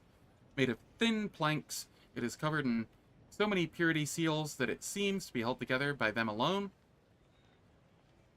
A stack of flimsy rough paper lies atop it, and there is a mica panel with malachite buttons attached to the front. A thin slit is visible among the buttons. Sometimes, when information reaches the more backward worlds, it undergoes strange metamorphosis in the minds of unfortunate and regrettably parochial lay people. Have mercy, Lord Captain. They probably have been trying to please you. Eogan gleefully throws his hands in the air. Nuncius, witness the act of creating a primitive technological idol. Please record everything carefully. This is a unique opportunity to observe how a culture deprived of the Omnissiah's light attempts to interpret his design. Listen to the sounds inside the box. There's a barely audible breathing coming from the box. Whoever's inside wants very much not to be noticed. Blado stalks toward the box and bares his fangs, while Solomorn frowns grimly at the device. Really? Then again, what else could you expect from this ignorant world? Something I wish to ask this Kajikor. Answer... Kajikor, answer only yes or no. Is your next answer going to be no?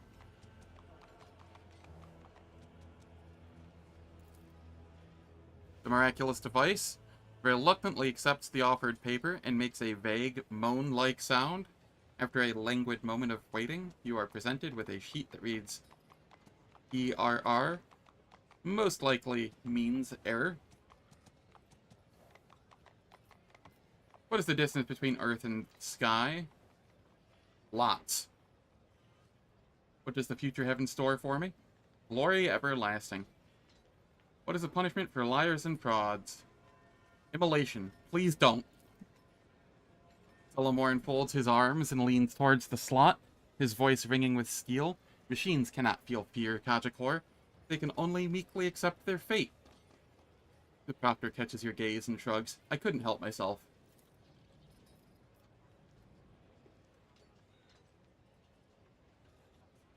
As you wish, I do not hesitate to pose more questions. Unseal the box and let this poor soul out at once.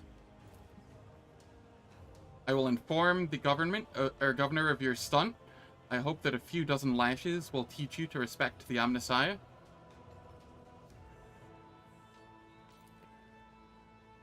We dare not defy the Celestial Lord. I'll lay claim to the stars.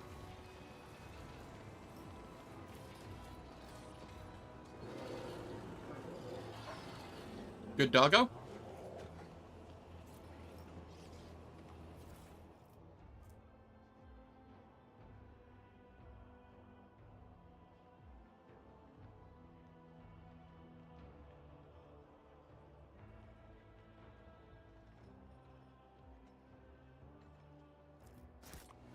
That is interesting. All creatures that enter the area... It is about as good... No, it's just worse. I can use it in the offhand, though, to have a debuff ready, if needed. So that's something. Victory awaits. Nuncius solved this conundrum.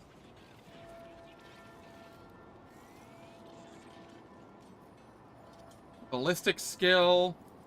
I did fine. Forged shells and casings. These do not belong on a feudal world. But there is no doubt as to what they are.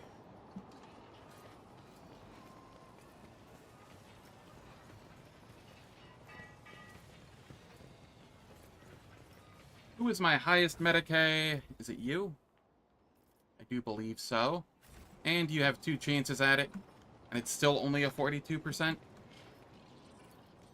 A minor setback. Well, we tried.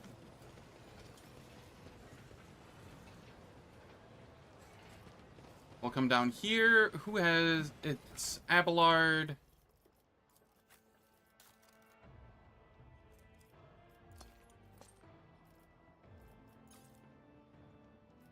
No sorting. Abelard, you can...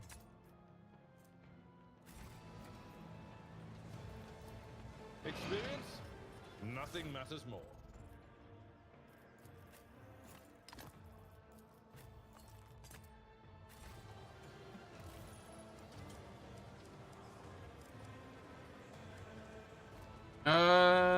Okay, we only needed the 1 roll, but it's still better to have the backup roll. Follow my lead. You know what? Actually, you can have that again.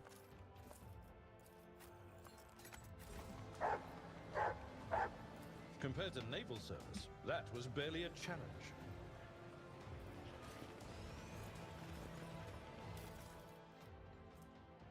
A Cyber Raven.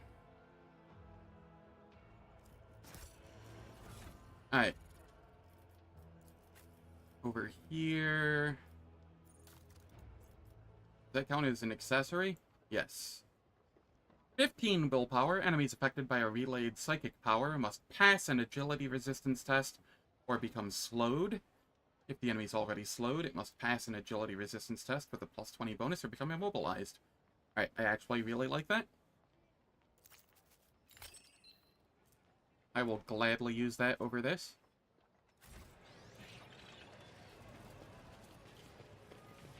An expected result.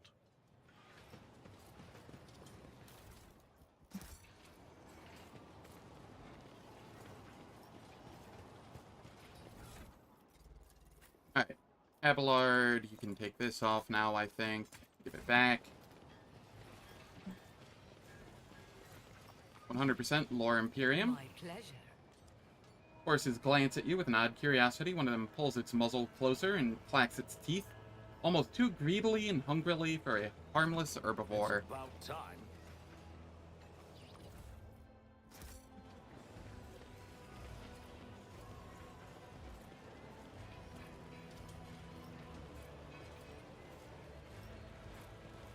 What to do? Loot items and suffer through.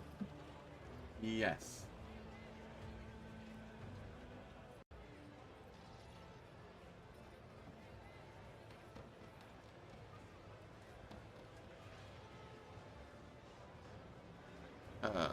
That's not where I want to go.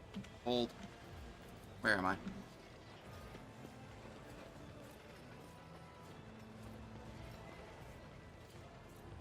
There was something up this way, if I recall. Stand in my way. This ocular implant was a worthwhile investment. Wisdom is a catalyst for knowledge. I possess both.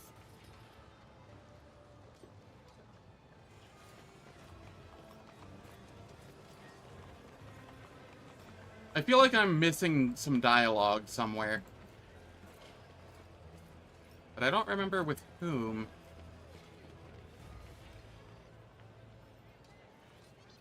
Yeah. The one saving I'll grace lay of this claim place to is the its loot. stars.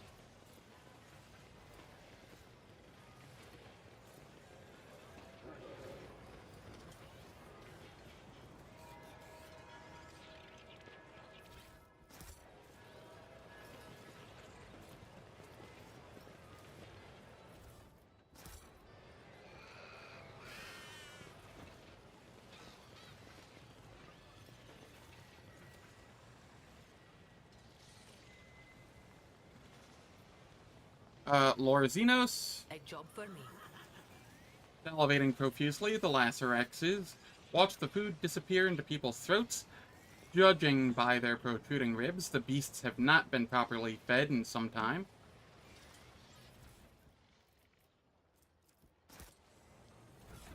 Is this better than what we are using? 150% more damage, but no weapon skill. Whenever its protected ally dodges or parries an attack, gains 10 temporary wounds and deals 12% more damage for 1 round. Protect can be used multiple times per turn, but each subsequent use in a round increases its cost by 1 AP. Nah. I'm good without.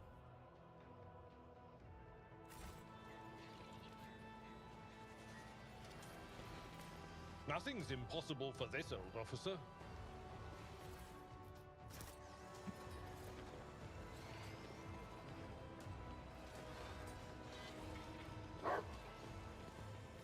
I won't tolerate weakness. Judging by deep scratches made, there used to be a makeshift bridge here.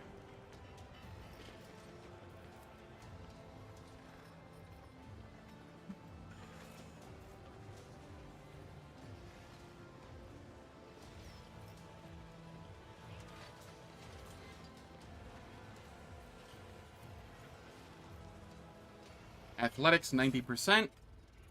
Do not wish to fail this.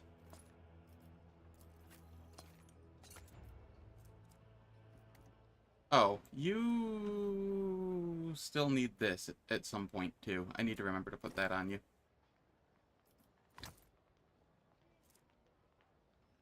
Where did that go? Up here? Okay, that's where I want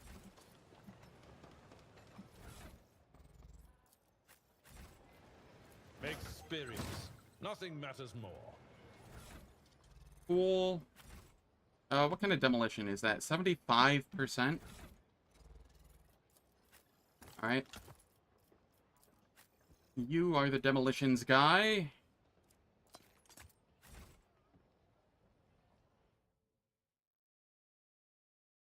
Don't ask why I'm saving. New challenge for me. Just have it. Was insulting.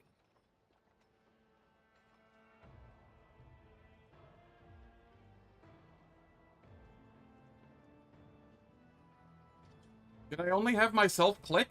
Somehow?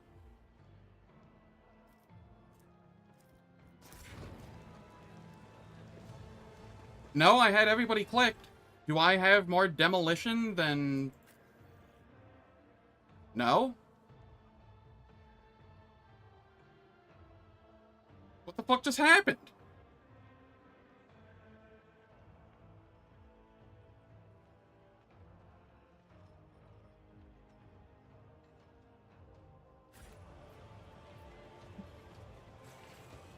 Follow my lead.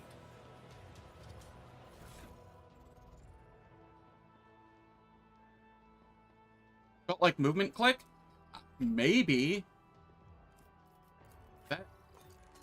What the fuck, game?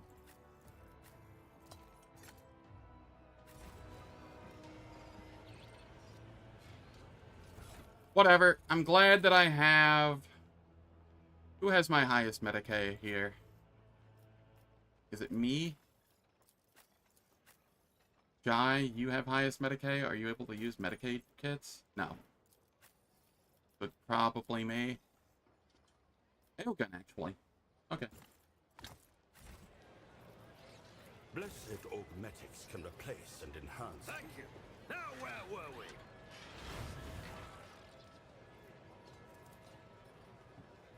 I have mastered the mending of flesh and metal. Back into the fray.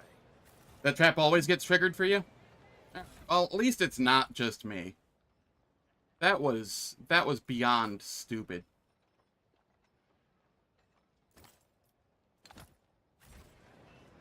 Victory awaits. More reasons to hate this place. You never once triggered that trap? Huh. Well, I have no idea. Compared to naval service, that was barely a challenge.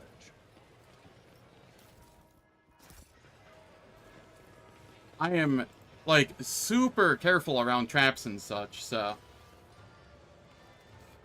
Oh, your only playthrough is before the DLCs. Right. You know, fair.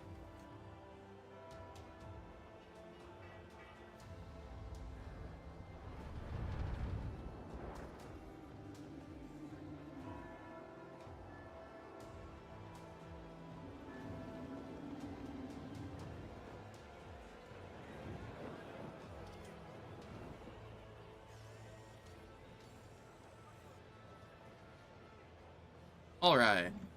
It's about time.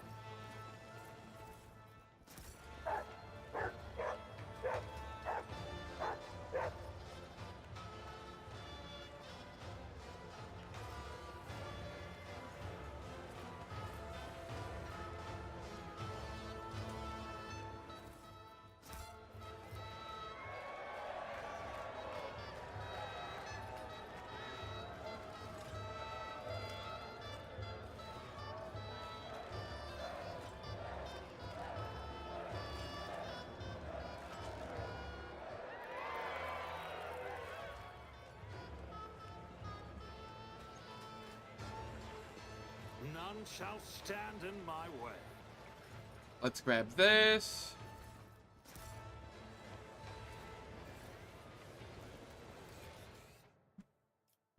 Nope.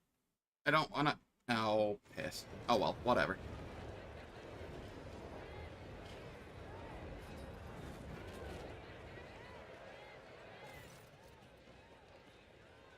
The very messengers of the sky have come to decide our fate. We are honored, your celestial highness.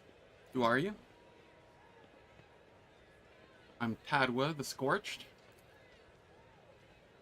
What is this structure? This instrument of punishment is a personification of the great Phasmophorius, the martyred. Who's inside right now?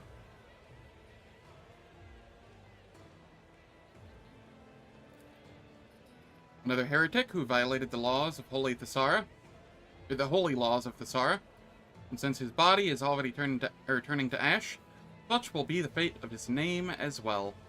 Be scattered to the winds, that it may never again defile the lips of another, or of any who live upon our sacred world.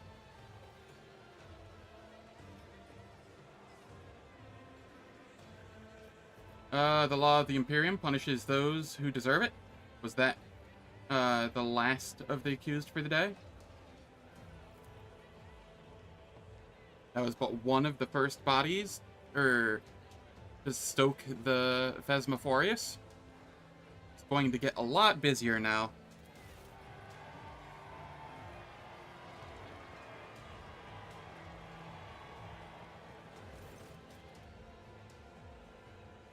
Two people, or something resembling people, are pushed onto the stage. The degree of their guilt may vary, but they both deserve to enter the blazing bowels of the Phasmophorius.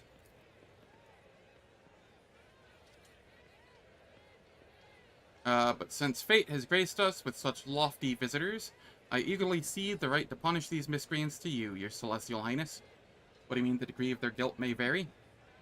One of them, despite being one of the highest lords of Thessara, spat on our world's customs by refusing to alter his destiny. The other did change his fate, even though he was just a lowborn wallowing in the mud. What Alexa's name did I just hear? I normally have no trouble passing judgment, but in this case, I don't even know where to start. What was the opulently dressed mutant's crime? He was hiding in his manor to conceal his deformities, but had trouble keeping his mouth shut. He spread corruption among the minds of the courtiers, cast aspersions on the traditions of the world, was insolent, swore profanely. Luckily he has no heirs. What did the mutant in the guard's uniform do? A thief, a brigand, and a murderer. You praise the low-born mutant despite the vicious acts he committed? They're both mutants and have thereby violated his law. Yet, when one finds a spark of nobility in an abject commoner, one cannot help but feel a grain of respect for them. Forge a new destiny? Even you, a degenerate, should know that man is bound to serve the God Emperor's plan from birth. Even on a planet forgotten by all, humanity continues to seek freedom and to honor the Emperor in their own way. Humans need to believe in something in order to live. What do you say, Maeve? Which of these, I'm ready to announce my decision.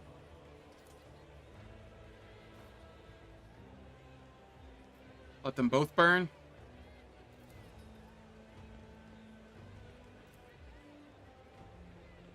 Let this whole planet burn.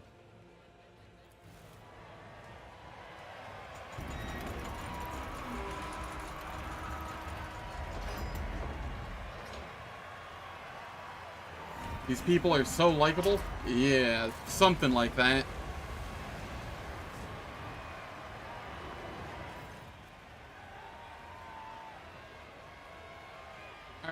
Ads are about to start. I can't really do anything about it. They last for 3 minutes. They disable pre-roll and mid-roll ads for the next hour. I don't do anything in the meantime, so nobody misses any content. And I will catch everyone after the ads.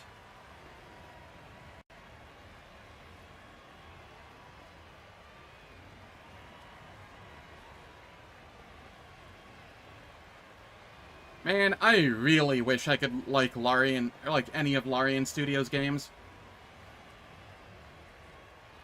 The closest I come is Baldur's Gate 3.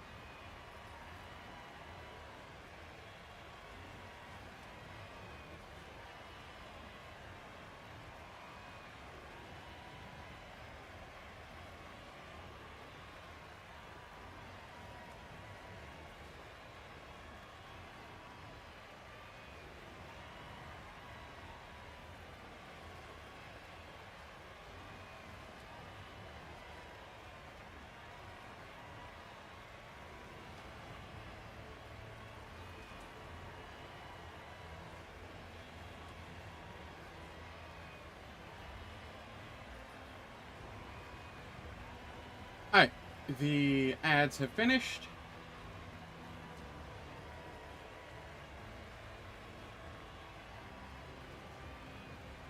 I know Original Sin 1 and 2, I know Baldur's Gate 3, I know Divinity 1, 2, and I think there was another one as well. I don't know if it was a 3 or if it was some, like, I don't recall.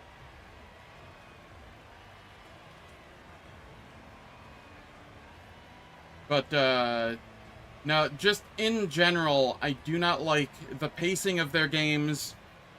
I do not like... The characters all feel very shallow compared to, like, characters from Baldur's Gate 1, 2, Neverwinter Nights 1, 2, Owlcats games. Like, there's very little you do that affects the gameplay at all for anything. Like, reactivity is very low. The difference in Act 3 for Baldur's Gate 3, for example, between having saved or gone like a pure good route and having murder hoboed both the goblins and druids and then the tieflings and the absolutists in Act 2 is relatively minimal.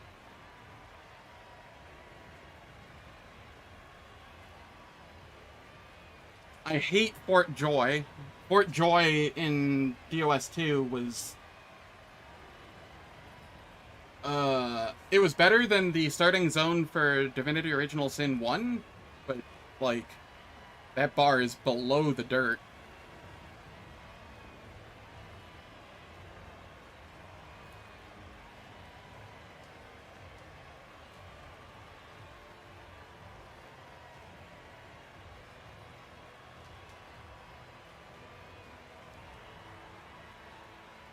And now, my favorite word, next. Don't get me wrong, they are good games. They are not good CRPGs, if that makes sense.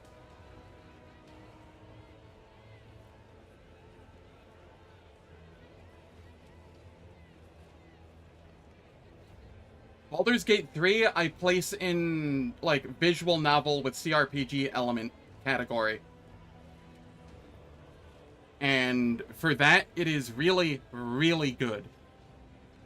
But as a pure CRPG, it falls very short.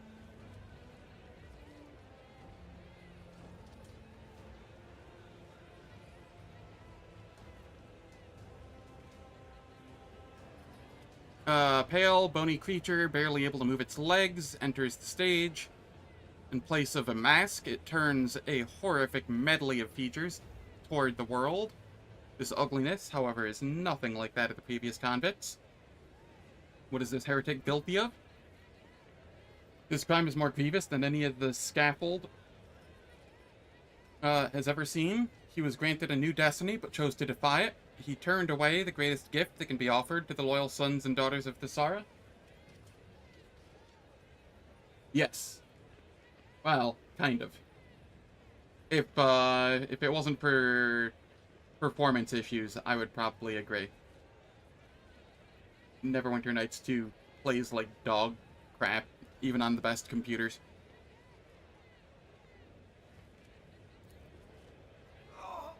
Shut up. Shut up before it gets in. I won't give up. I won't give it up. I won't. We didn't come here for you to stay quiet. Squeal now, squeal louder. A windowless, doorless house. The master is gone and only beasts remain.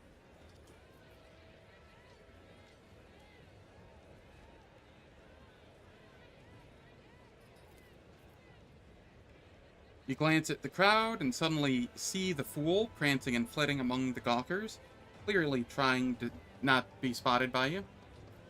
Shoot bluff for his insolence.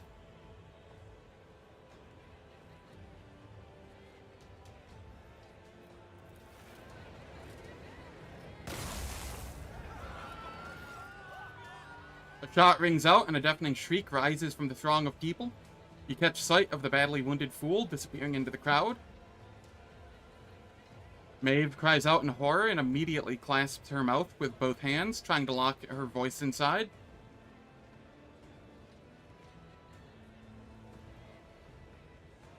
What happened to his face? Is he another mutant?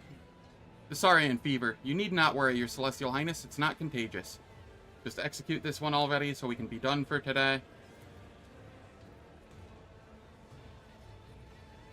The face, pretty strong, shining. Gnarled claw pointing at you. Give it here. Give it to me now instead of the one I bear. Take mine. It's not mine.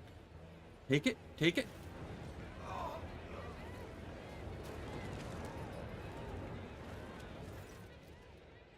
Madman raises his crooked fingers to his face and sinks his nails into sagging flesh. Falling to his knees, he frantically scratches his own eyes out, smearing blood and clear ichor across his face before collapsing dead on the platform. Sudden rumble draws your attention like a rock fall tumbling down a slope. The thudding of feet and mad screams overwhelm you. After a moment, you see the source of the commotion. A throng of mutants is charging straight at you.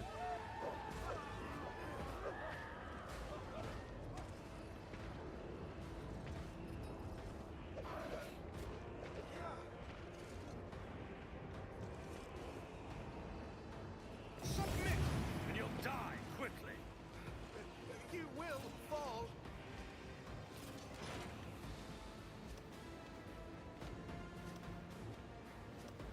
These are all very thick mutants.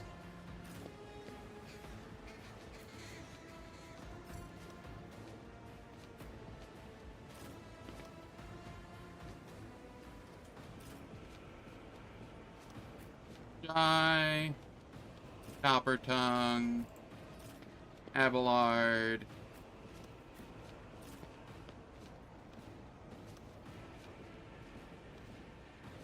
Yeah, this will be fine.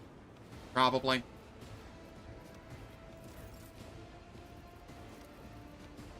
Astute observation. We buff. I'm the last one.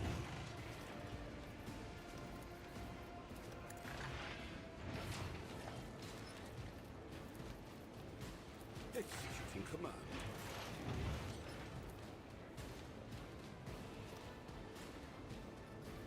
Okay, Call the Bold.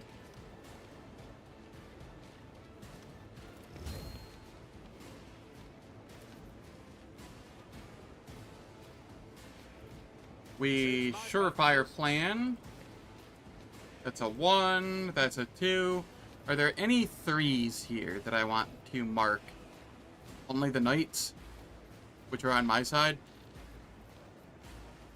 Oh, wait, hold up. Desperate mutant. I cannot actually reach that one. I don't think. Negative.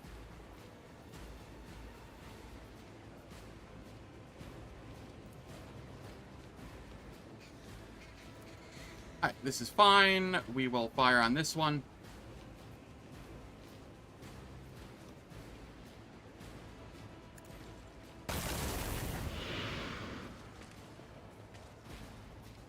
And then Absolutely not.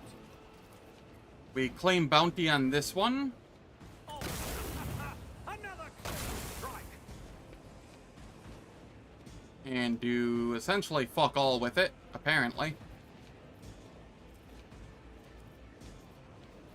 Cool. 4 HP. That's embarrassing.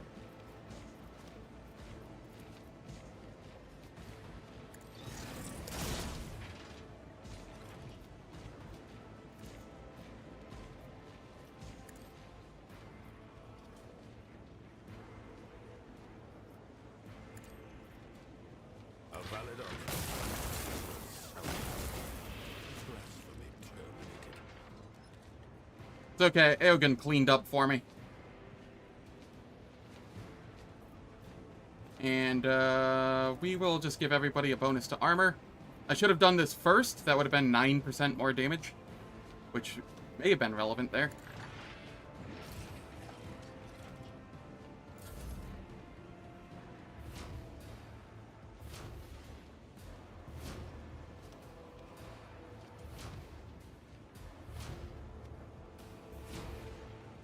Emperor, protect me. Quick. This way.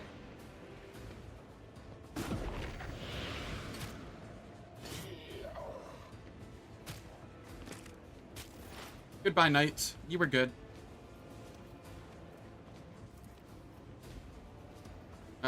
We warp speed here. Was that you? Or I'm actually gonna move the bird up a little.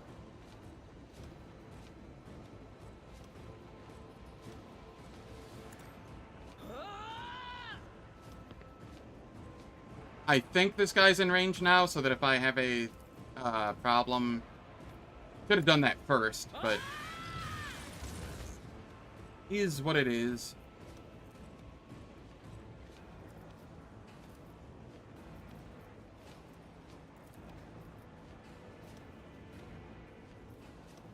Why does it say 0%?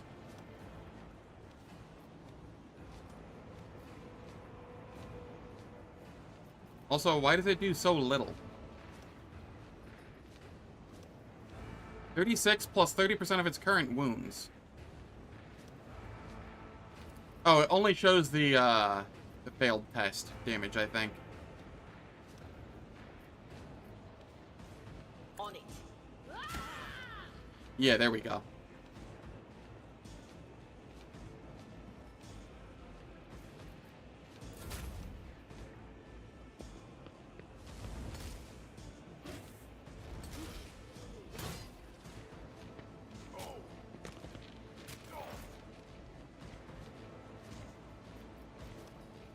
Alright. I will perfect spot. Thing I can't do.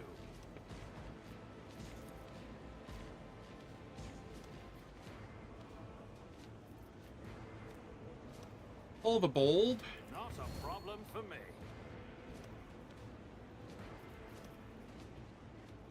I shouldn't have perfect spotted yet. I should have gone over here first. Let's see how they That's fine. respond to this. I'll just live without the perfect spot.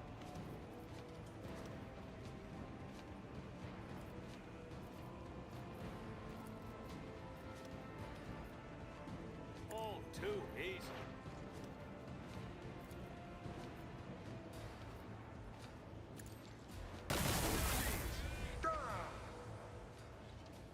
Okay. And then over here, we will deal damage to both.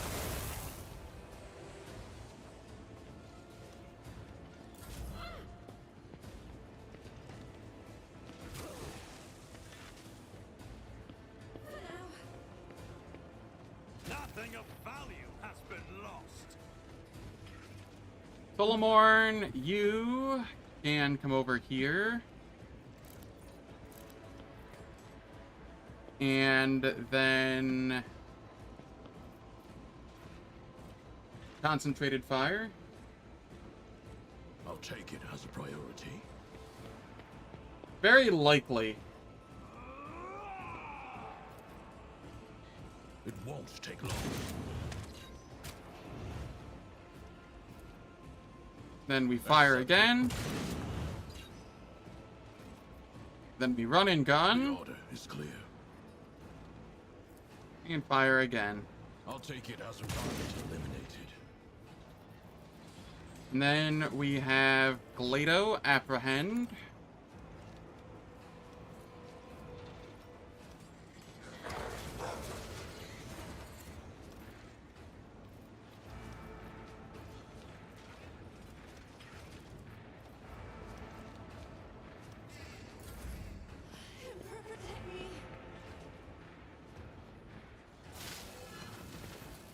Emperor, protect me.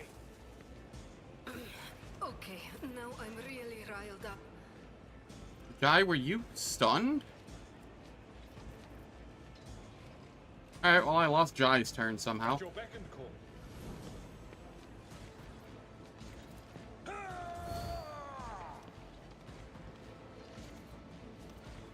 Reckless Rush. Indeed. Let's move over here. Slap this one. It will be done.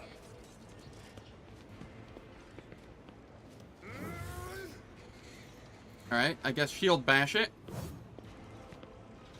Okay. Wildfire. Victory is imminent. It will be done. That didn't even get the kill that time. Fine. Indeed.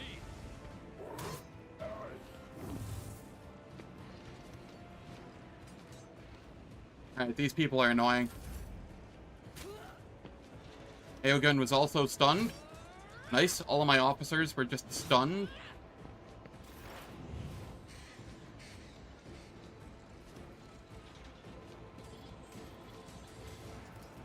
Relocate to here.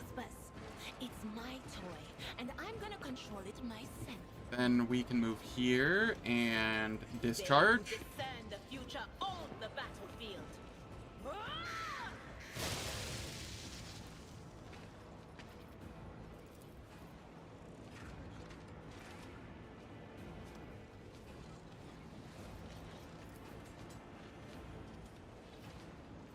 And let's see. Here we can do this. And then Visions of Death. Anything else? They saved. Yeah, I feel like I'm just gonna be using Psychic Shriek a lot here.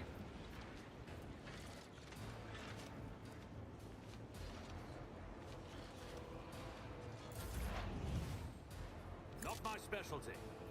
Nothing I We can't reload.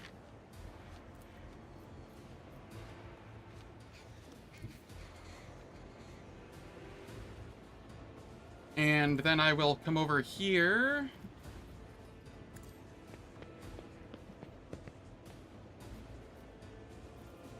Suits my Perfect purpose. spot.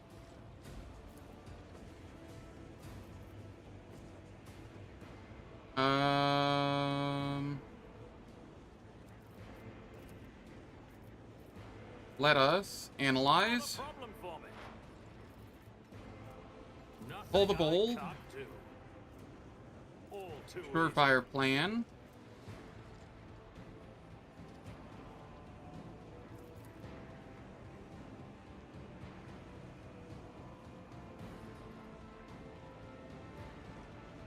easy. Nothing I can't. Okay, then I claim the bounty. Nothing.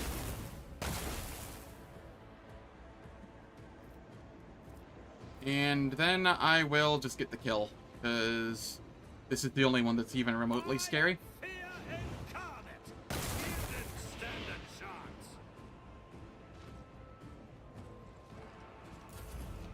Don't touch me. My ears are ringing. Solomorn, Moving into position. you can just move over here.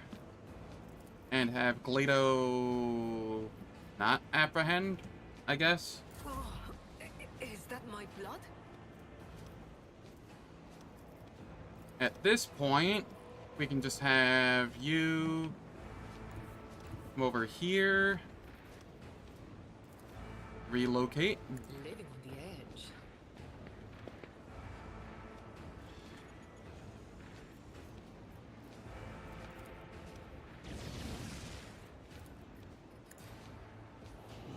We buff.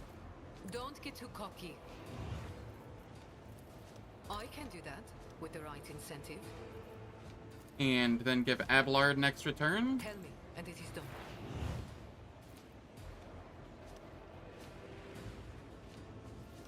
We Reckless At Rush. your beck and call. It will be done.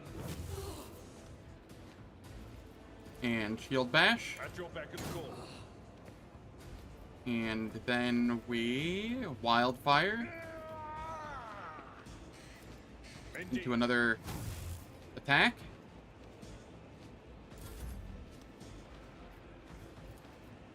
But of course.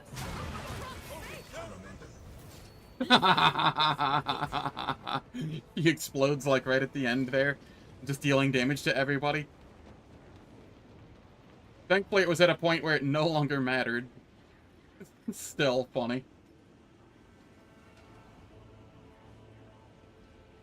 Your Celestial Highness, apologies for my late arrival. I wasted a great deal of time in idle squabbles with that oaf of a treasurer as he was looking over the shipment chronicle.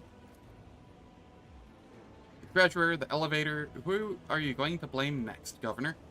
Are you the ruler of this world or a casual onlooker?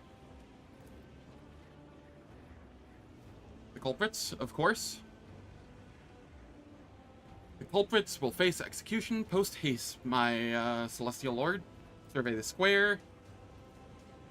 Find those responsible and bring them to me. The condemned mutants broke loose and attacked the townsfolk. It has been a long, long time since anything like that happened. They must have sniffed out that today was a special day. The commander was responsible for guarding them. He got careless. I'm Lucra, commander of the fortress. I can attest that the ungodly mutants were restrained properly. As the Phasmophorius, the smoke whipped the brutes into a frenzy. Does look stereotypically incompetent. Yeah.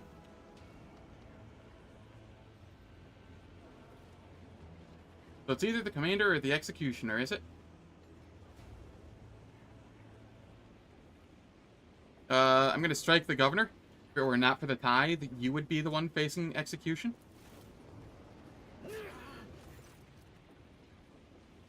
Ruldo, the governor, staggers back from the blow, barely managing to stay on his feet. A trickle of blood runs down his lip, and he spits out a few rotten teeth onto the stones.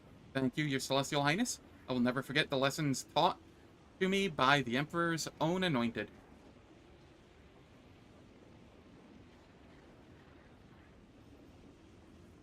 I don't believe it does. Fiji, who is not here at the moment, he's probably asleep, tried a different order the other day from his normal, and he said that nothing changed. So...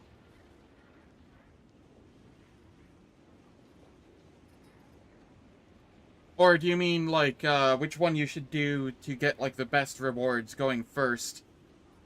Like, for further planets, whatnot. If that's the case, I recommend going Foulstone first, so you can get the St. Cognatius' scriptures for the advantage on skill checks. Other than that, it doesn't really matter.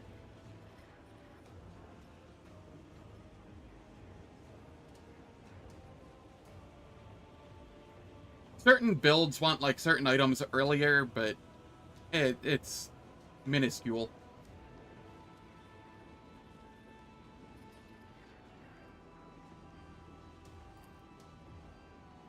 I swear on my life that my knights and I did everything we could to keep you safe. Who could have foreseen that the Phasmophorius would start driving the mutants mad with its smoke? The Phasmophorius does not taunt heretics, it fills them with terror. To shift the blame for your own failure into a sacred weapon of justice is a heinous crime in and of itself.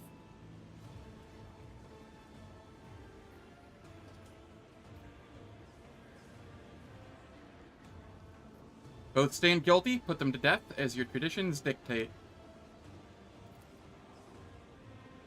So the one who served the Phasmophorius with rigor and zeal must now enter its fiery embrace.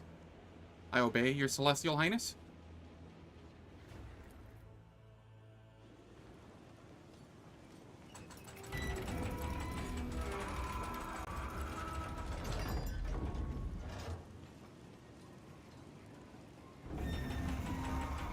Zalara, was that an autocorrect or something? That's a weird one.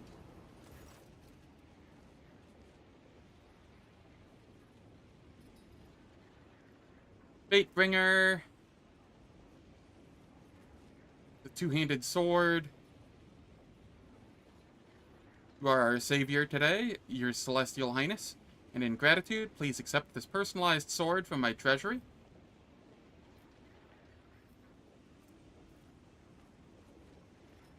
Make note of this attempted bribery. I have no need of your gifts. Is that all? I expect subsequent gifts to be better.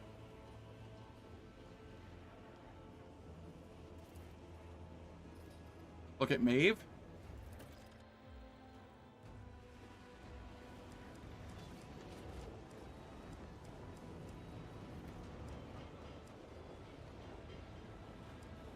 I like how Look at Maeve just finishes the dialogue. I'll lay claim to the stars. Trivial, as I prognosticated.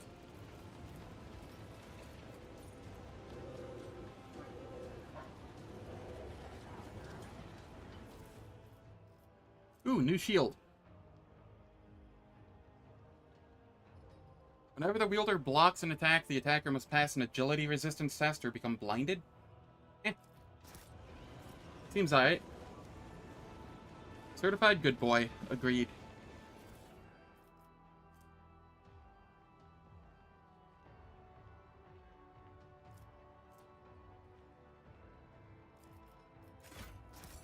I won't tolerate weakness.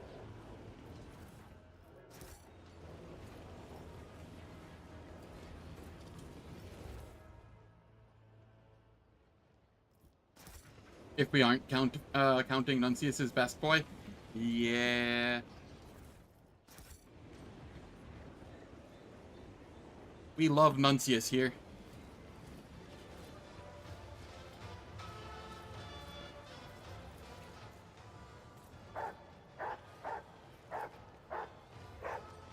Follow my lead.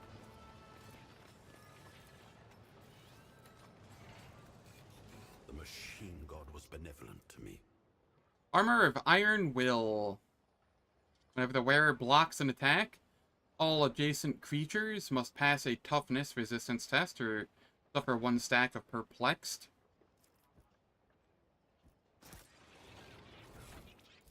Solomorn, what are you wearing? I don't think anybody's gonna use that. Nuncius solved this conundrum. You know, that is fair.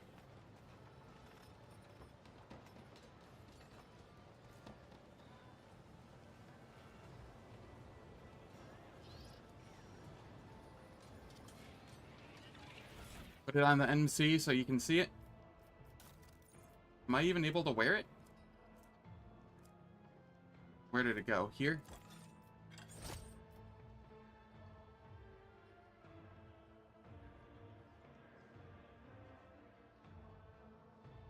Looks pretty decent.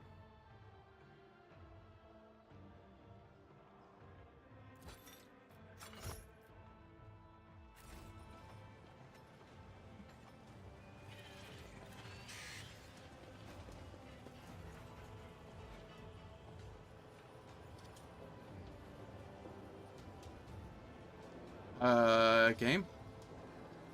I have the, prologue area bug again. Where, it just takes 45 seconds for the animation to start. Cool. Victory awaits. I don't know. There have been a couple where there have been, like, 60s or whatnot. This helps a lot, though. This definitely helps a lot. Just having advantage on skill checks. For when I need it.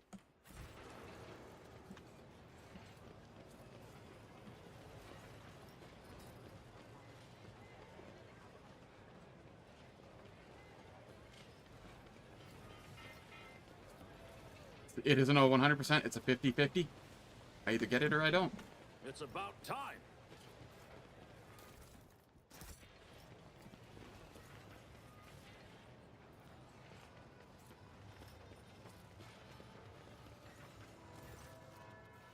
I'm here to look at the sculpture. What has my destiny got to do with it?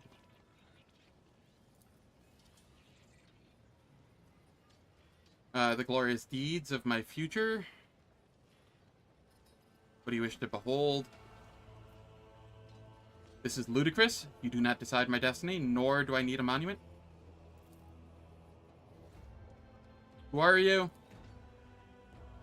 I do not quite understand. Are you a psyker?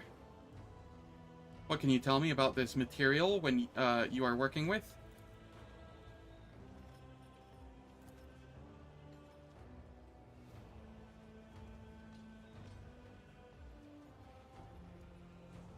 Your hand augmetics are most impressive. Such implants are impossible to come by in a feudal world. Where did you get them?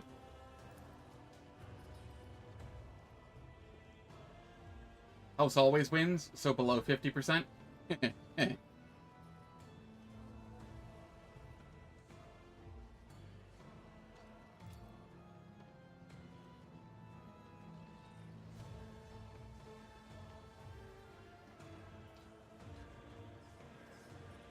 The sculptor's mechanical arms are pierced by sticky tubes. This man appears to belong to a rare variety of psychers, biomancers, capable of recovering even from otherwise deadly wounds and diseases. Did you capture the governor's destiny in Sculpture 2?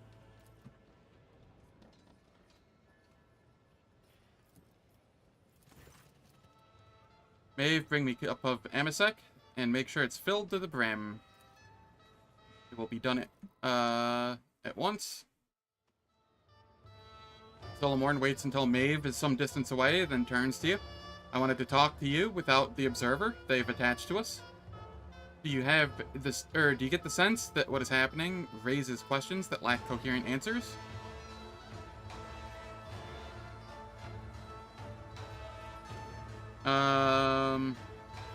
I'm uneasy as well, on account of certain unusual circumstances.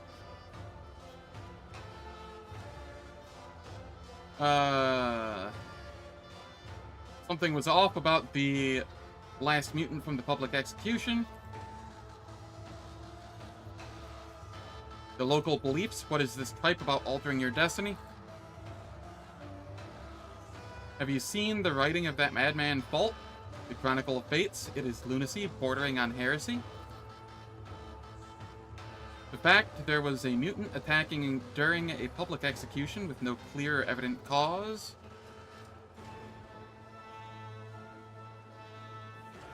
I do not like the way the governor is using every means possible to stall our inquiry into the tithe. The governor barely manages to stay in his saddle, which is odd for a local nobleman. What is your conclusion? I have a theory, but I would like to hear yours first, lest my opinions influence your reasoning. One for sure. 2, also accurate. 3, also accurate.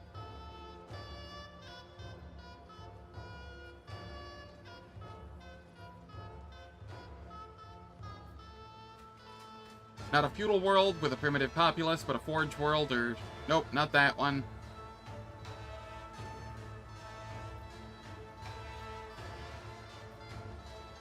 Not quite all of the above. Not 4 and not 5.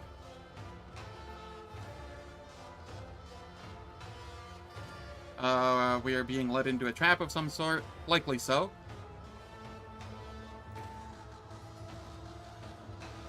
Not about the tithe. That is merely a pretext to keep us here long enough. But what for? We should play along for now, let them think we've taken the bait, while we wait for an opportunity to seize control of the situation. For that, we need to agree on a signal to launch our coordinated attack. My words will be, the Emperor knows. Understood.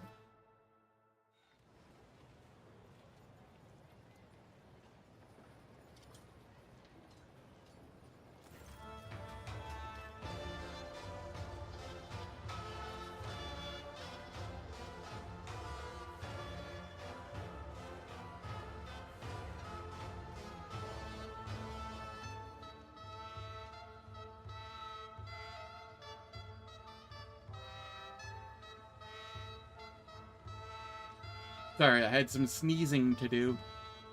Rescue this Pearl Gore,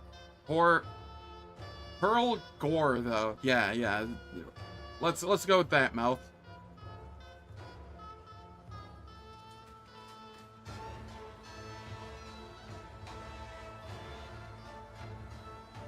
Your Amasek, my lord. I haven't spilled a drop.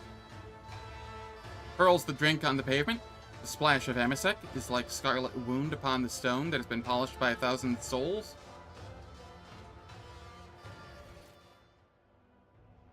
A new challenge. I have missed things here. Where?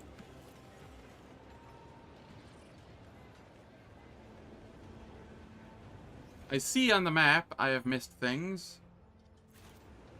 Knights. Where are the knights? What?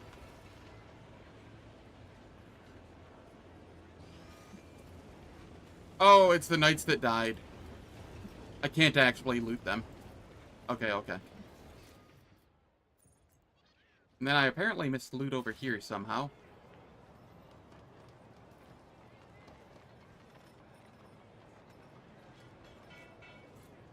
We're gonna drink that?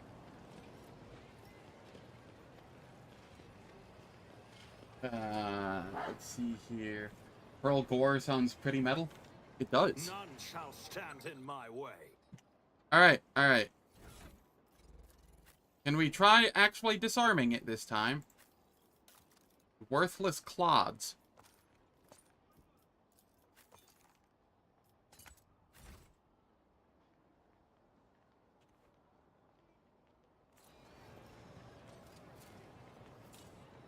Check. Done.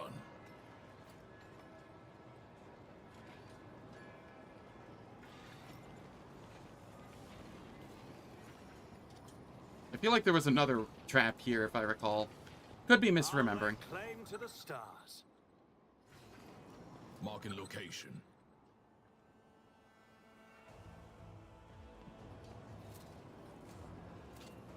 Assignment completed. Easy.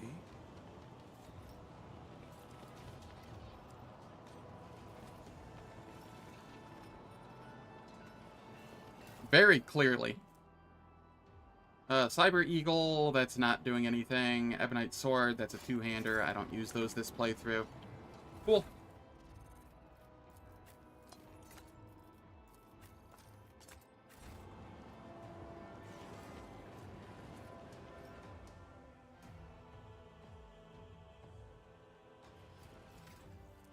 I'm very close to level 32.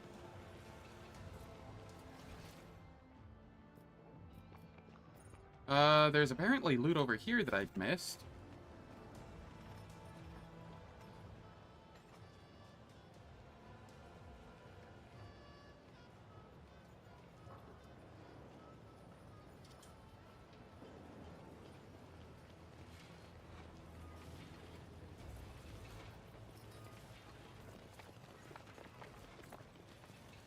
All right.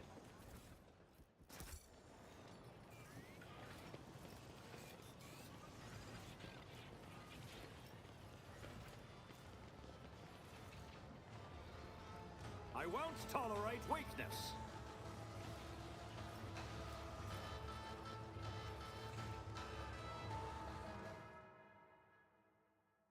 Okay, I think I've done everything here. I think. Gonna have to be good enough. It's a very nervous day, Your Celestial Highness. But when I feel nervous, I eat and drink and eat again.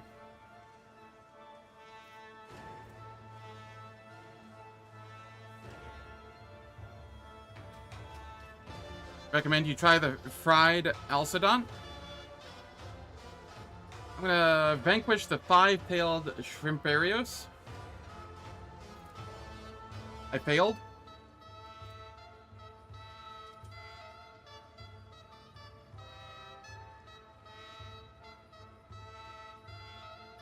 Reduces my agility and perception in the next combat.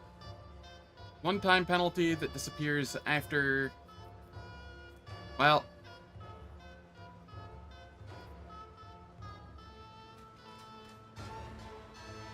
The only dish I want is called the Warp Damned Tithe, and I want it served to me this instant. Everything is prepared, my lord. All records of deliveries and contributions.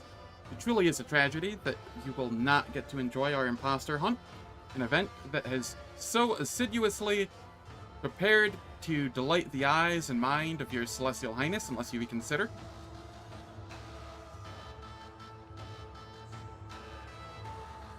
You failed Grimdark, instead they vanquish you. Yeah. Let's see here. What's this hunt you mentioned? They explained the hunt. I suppose I found all of the imposters. What happens next?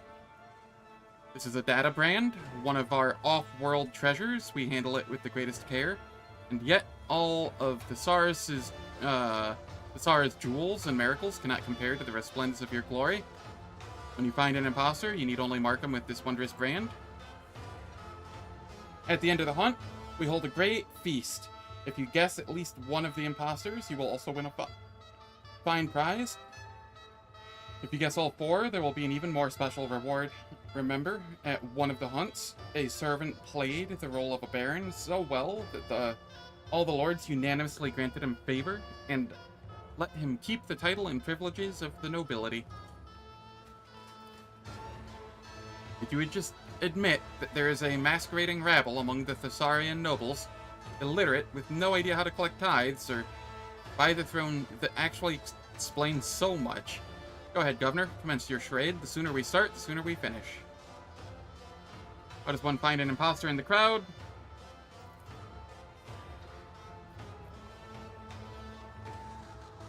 Solomore, I will participate in the hunt.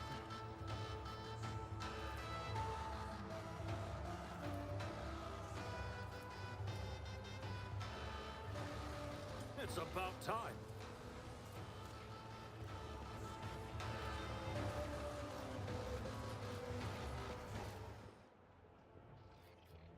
Alright, we have some people over here.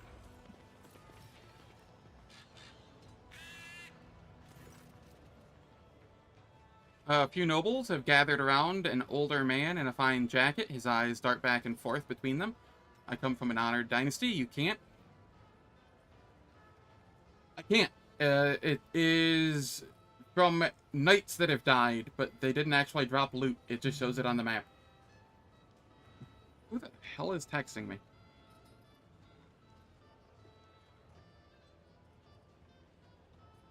Spam text and wrong number at the same time. Cool.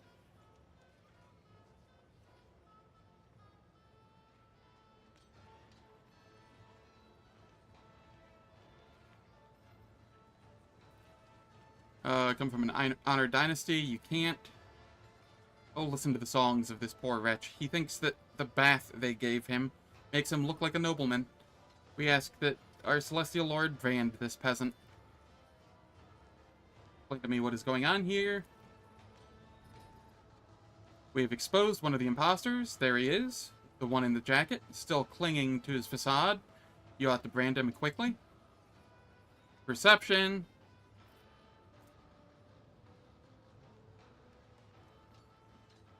Look closely at the man. The old man is terrified. His hands are clutching an expensive cane bearing an intricate family coat of arms. Address the young woman. Why are you standing up for him? 116 persuasion, 66% chance. Jesus. I'm just a commoner in a fancy dress, my lord. This man is my master. I know I'm supposed to be playing the part of a rich girl, but I've served many lords, you see, and Sir Timaeus is the only one who treats his servants with gentleness. I want to protect him from these cruel people. Address the man. What can you say in your defense?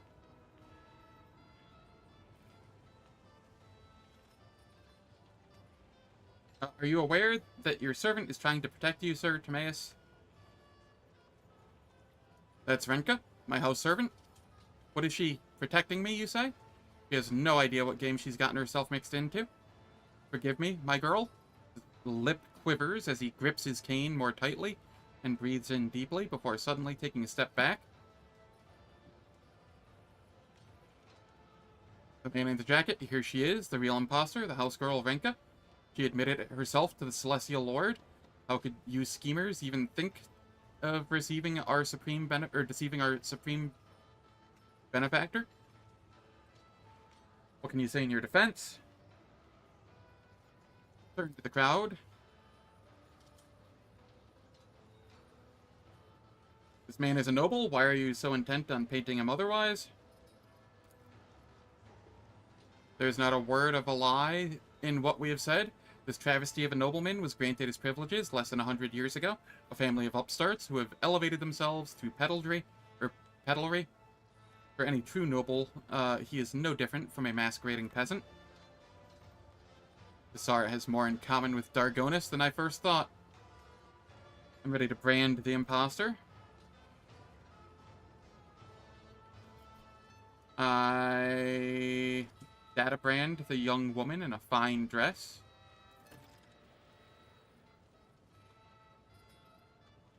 The young woman's face turns pale as marble behind her half-mask. She casts a seething look at the man in the jacket, then lowers her eyes. The man, meanwhile, sighs with relief and says, "Thank you. I knew no intrigue could fool the Celestial Lord."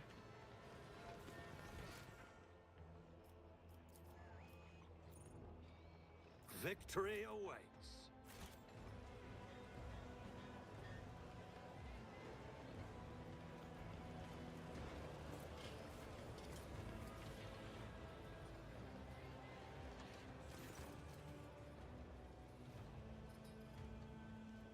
The two men in clergy robes are bickering loudly. The older of the pair is eating with great appetite, while the younger one watches him in disgust.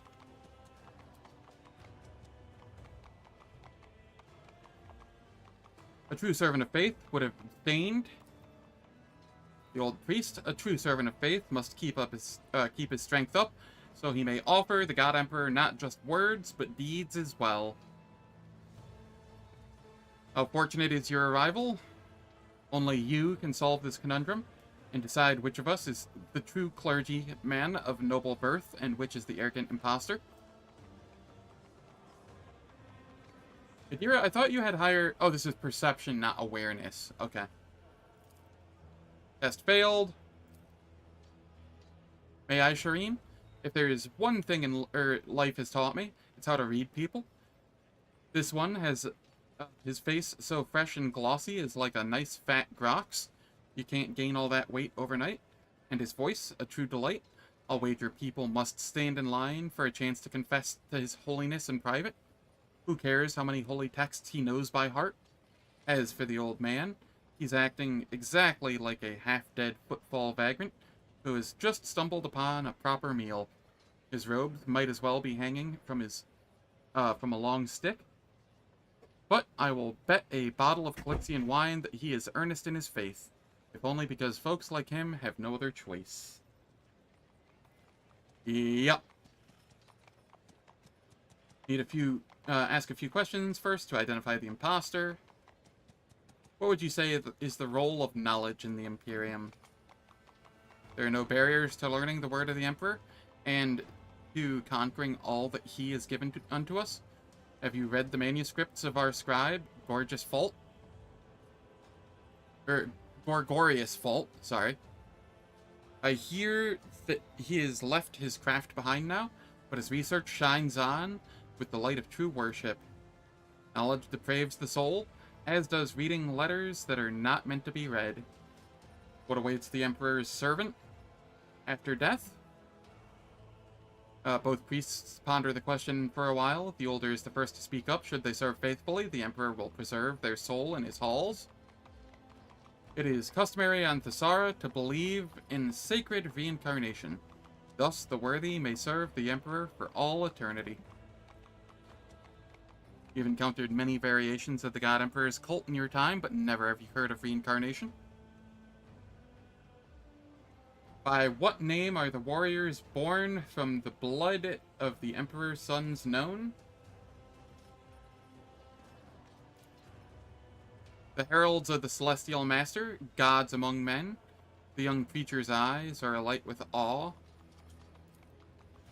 The Emperor's angels, they descend upon the land to smite down his enemies. You see respect in the old man's eyes, and fear. I don't know which one is the imposter. Sorry. I know which one is the imposter, but I don't know which one I'm supposed to choose. Because they're both an imposter in their own way. The young priest is an imposter priest of man. The old priest is an imposter priest of Thesara. And I'm not sure which I'm supposed to be choosing. I'm guessing priest of Thesara?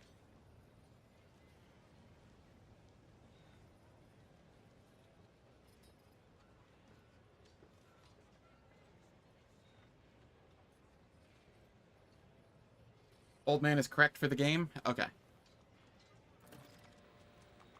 My blood may be fouler than coal, but at least I've earned my robes.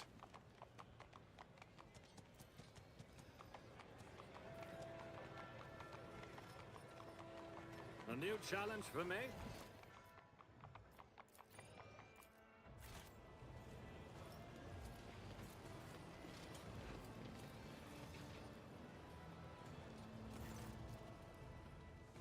Your Highness, save me! Do not interfere, outsider. This man deserves to be punished along with all of Thesara's rotten elite. They see people as just things to be worn. Let him look me in the eye and find out what it feels like to be cut to pieces. Intervene and free the victim. You capture the scissors and deftly plunge them into the attacker's knee. Sensing the his tormentor's grip weakening, the victim slips free and hides behind you. This madman bribed the guards so that they would ignore my cries. I'm sure they'll be singing a different tune when they find out the Celestial Lord had to intervene personally. Tell me about Thesara's rotten elite. They're parasites.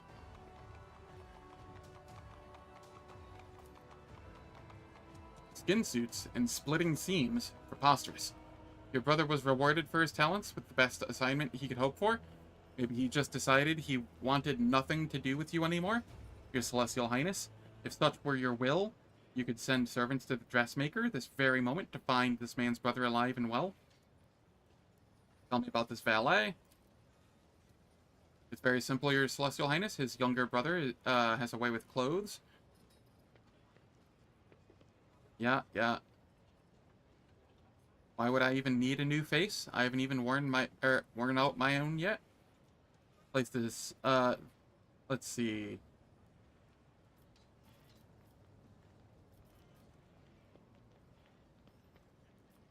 I will place the imposter brand on the vigilante.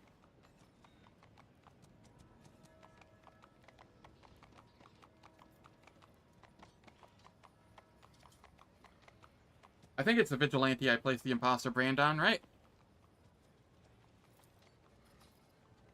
Play your games all you want. My mission will not change. Thank you for intervening, Your Celestial Highness.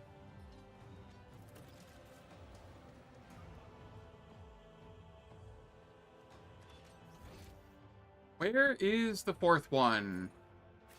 None shall stand in my way.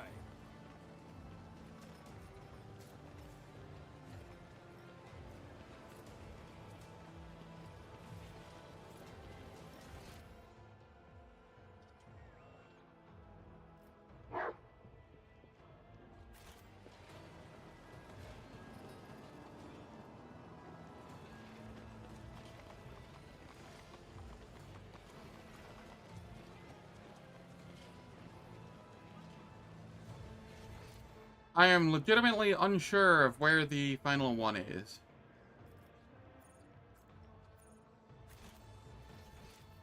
It would make it more enjoyable.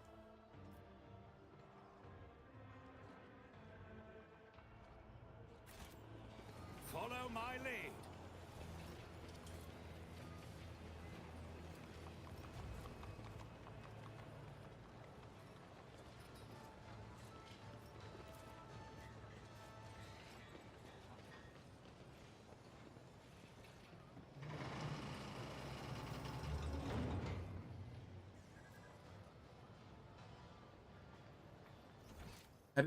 Edidka? Oh, that would be the person. Thank you.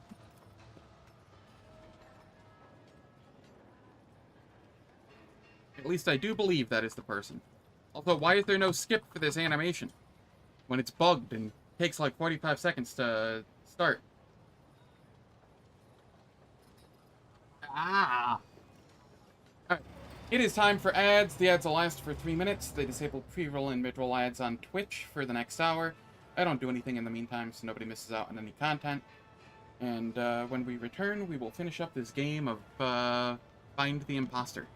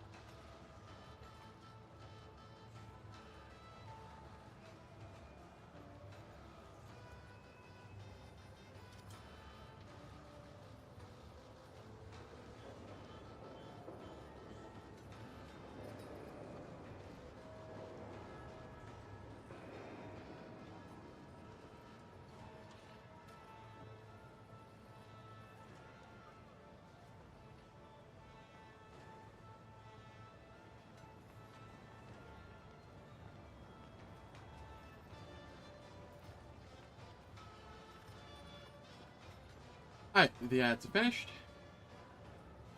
Let us continue. The elevator is just very rusty, then why does it go up just fine? It's just coming down that takes forever. And yeah, as long as the density is filled with good stuff and not just dense for the sake of content bloat, I can agree with that.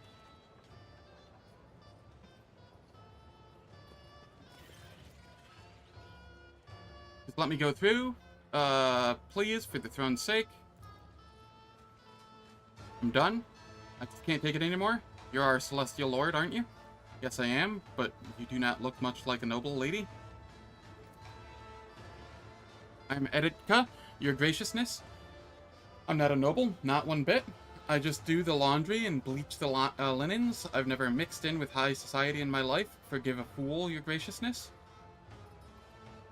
Why are you telling me this? According to the rules, you're meant to pose as a noble, then you get a reward. I don't want no reward, my lord. I want to go back, or get back home. Why are you trying to escape? I want to get away before they start putting those brands on us. For the tricksters, I'm no kind of trickster.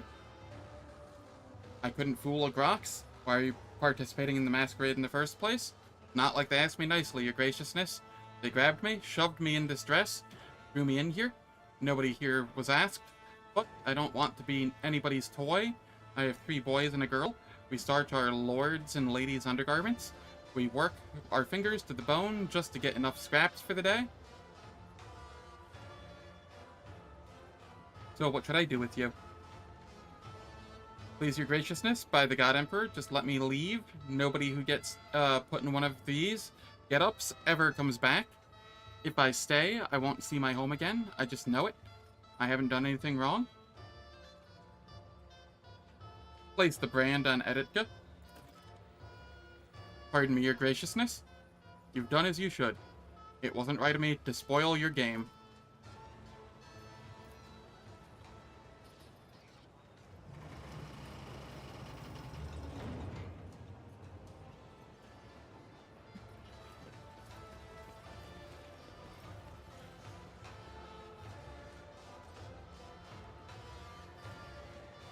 I'll lay claim to the stars. I do believe that's everybody, right?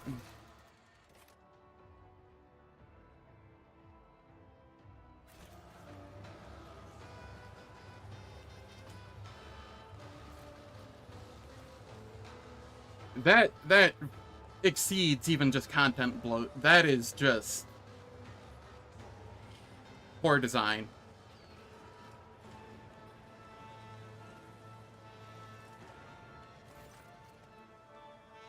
Down, Gara. Bad beast. Very bad.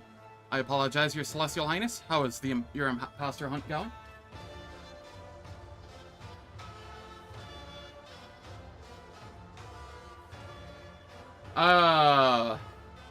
Yeah, about that. Maybe. These horses are not normal horses.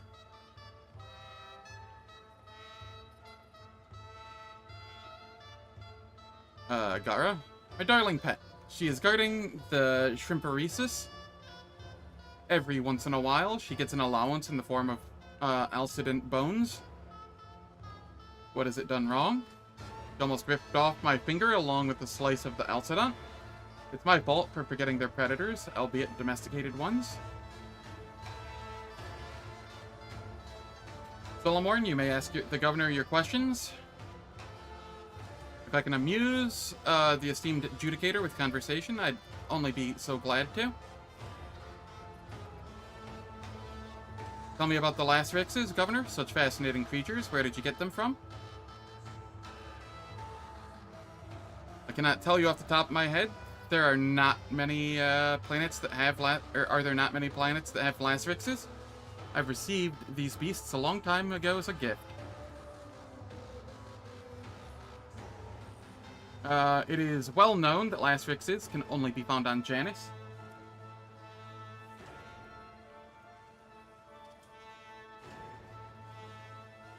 Oh, there's definitely something organic in them. You right.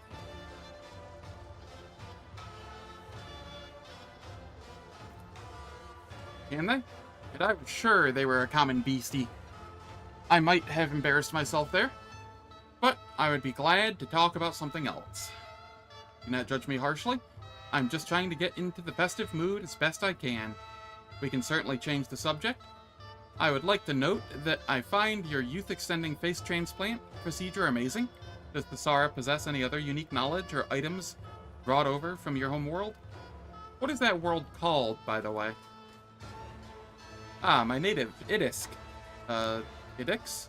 Unfortunately, I have not introduced much from it beyond the art of changing faces, but perhaps the Celestial Lord has taken a liking to some of Cesar's original creations.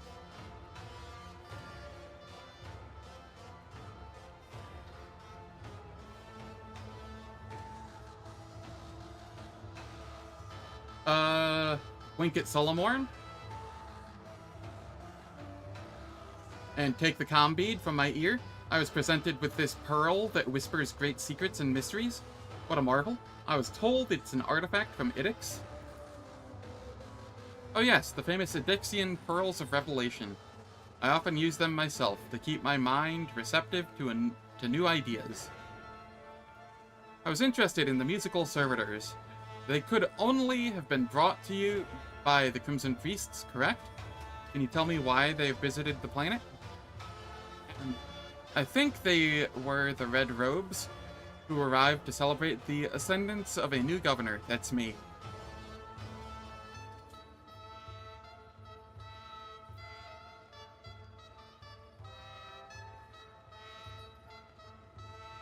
Why would servants of the Omnissiah care who had taken the throne? Your answers are rather reticent and tentative, Ruoldo. Almost as if you were merely a chance passerby and not the governor. My celestial lord, I ask that you do not insult me so. I may not be used to having such lofty conversations, but believe me, I'm definitely the governor of Thessara. I would never question your title, governor, and the rogue trader hardly wishes to offend you either. Thank you for the conversation, governor. I've learned everything I wanted to know.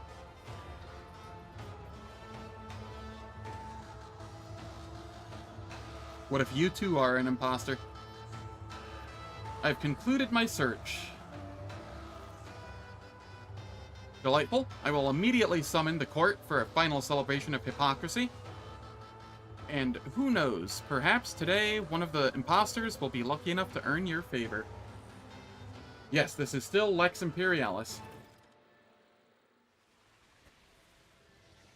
It has lots of content in it. It's just not as good as the content from Void Shadows.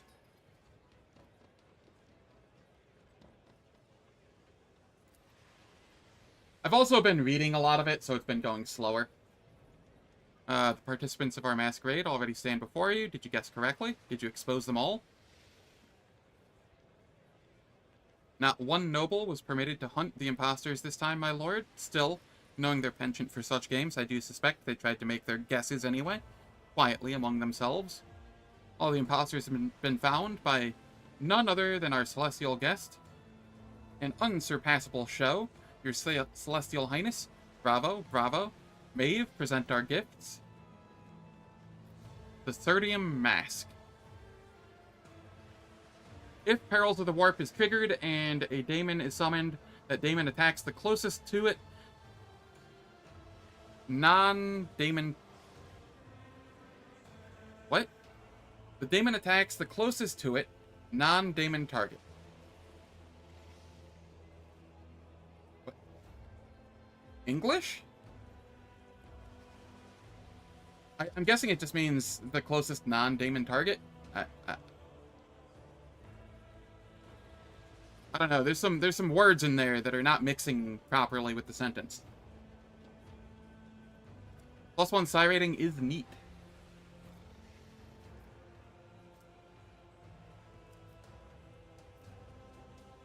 Would you like to say a few words of guidance to our beautiful world?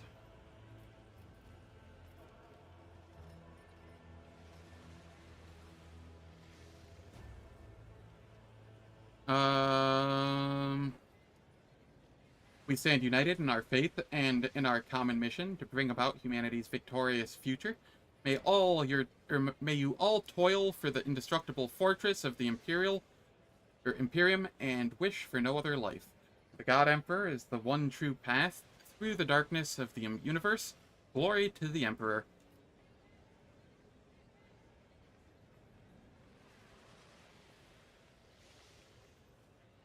To its closest non-demon target. Okay, okay. So, a couple of the words are rearranged, and the its is missing an S. Understood.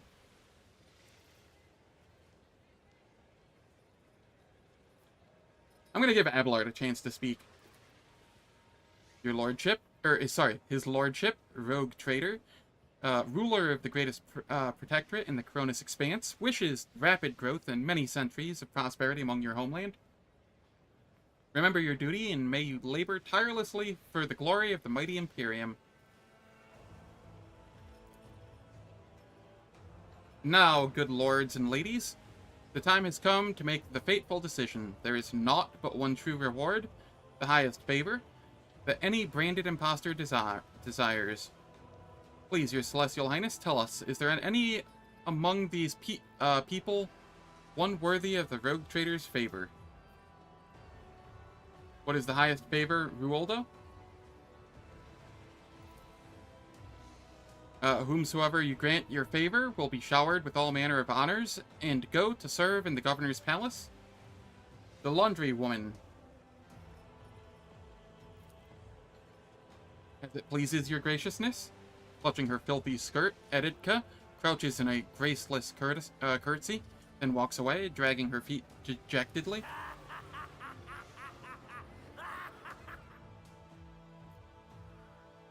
You hear venomous laughter from among the crowd and recognize Bluff's voice. As the square drowns in the clamor and applause of gawkers who were spectating the game, you look around for the court fool but cannot spot him anywhere. Such is His Celestial Highness's brilliant decision, which for some may have been fateful indeed. And finally, the hour you've all been waiting for, concluding part of our conclusion. The great feast. Lazarus's dinner is served.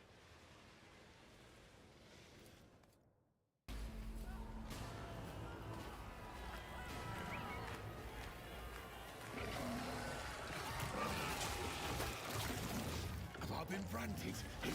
He tricks me! Gotta stop! I'm the master!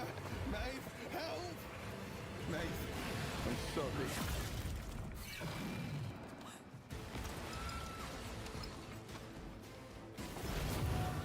Someone's in trouble. I have been ambushed, and of course, one is directly on me. Thanks. And it's Gara of all of them. How kind of the game.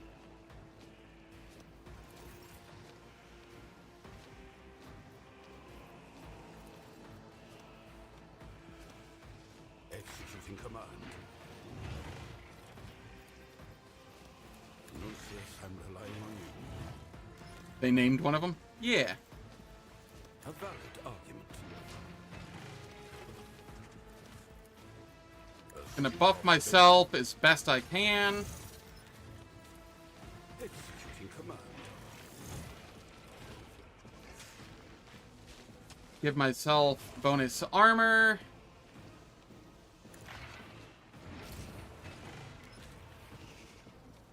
True.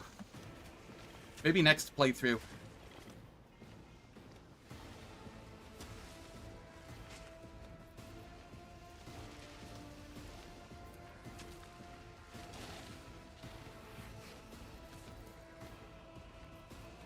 Abelard.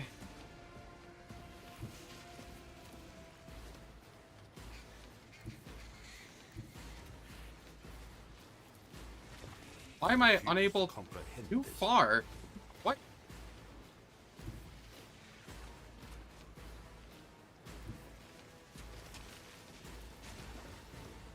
Lucius is skeptical about this. 4 cell radius. 1, 2, 3. Shit. Alright. Solomorn then.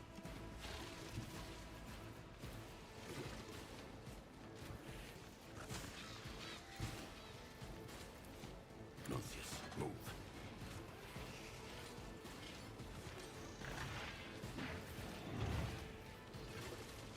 Alright.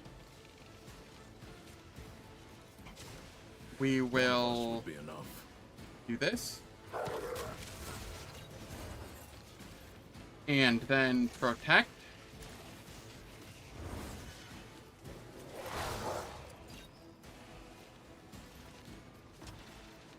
And I probably should have forceful pledged first. That's fine.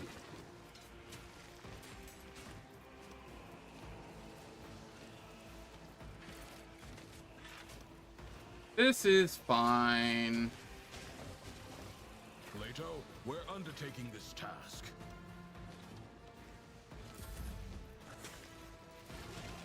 Then we go zappy zappy.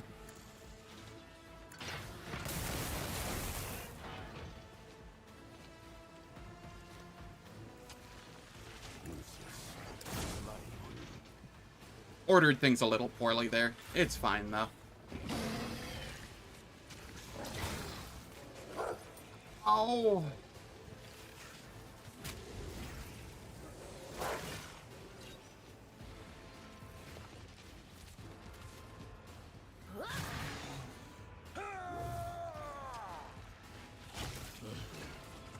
Arbitrators are made of plasteel. Can they not just all attack me?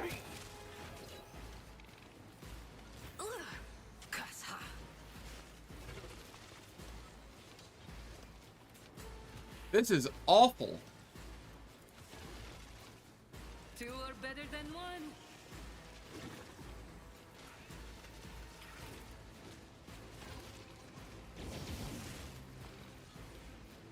Medicaid signal. More pleasures to give than to follow. I can do that with the right incentive. Am I getting paid for this?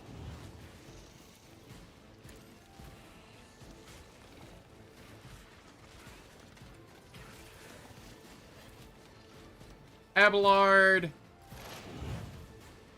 It will be done. Buff everyone.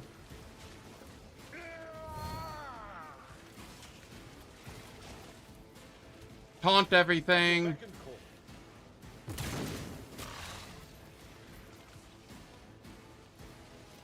Alright. Let's see. It will be done. Reckless Rush.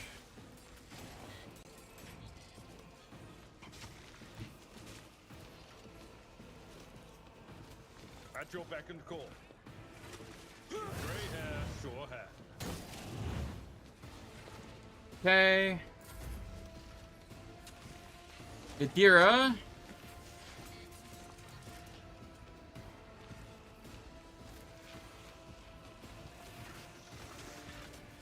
Let's have you relocate here. What you can do. Warp speed. Uh-huh. Uh-huh. Uh-huh. Yep. Yep. All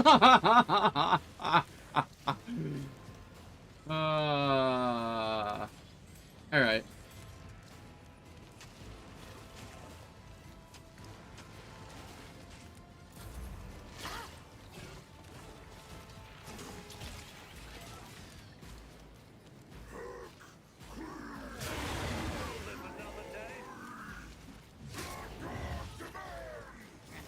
You miscreant!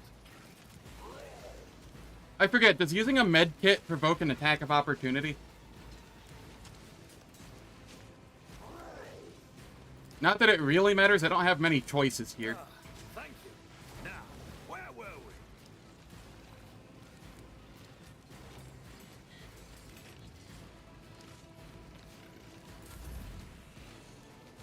Alright, Solomorn. I need you to come up here.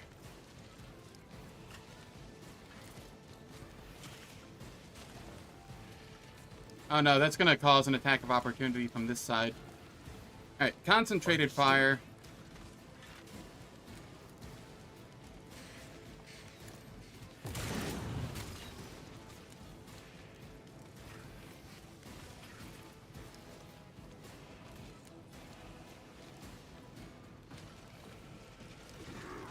Advanced tracking.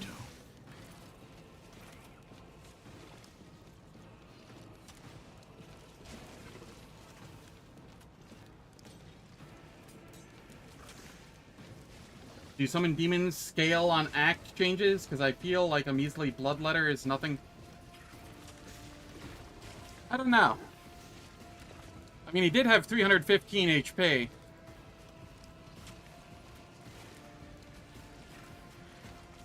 It won't take long. Run and gun.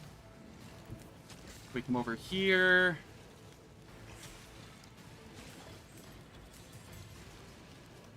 Hold the formation. Get a dodge, okay. And then we protect. One of us would be enough.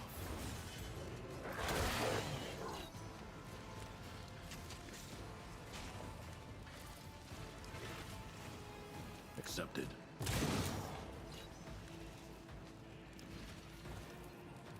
I'll take it as a priority. Duty go hand in hand. Alright, we use this again. Yeah, that's fair. Then, yeah, it's probably scaling with level. Endure.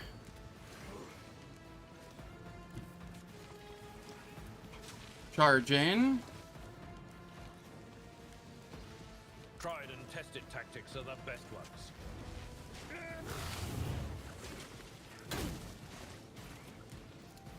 Taunt this way to get all of them, or at least all but one of them taunted on Abelard.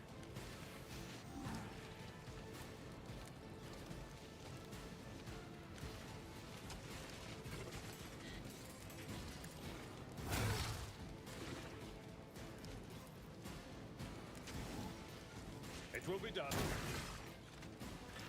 And then Wildfire. You slap him again.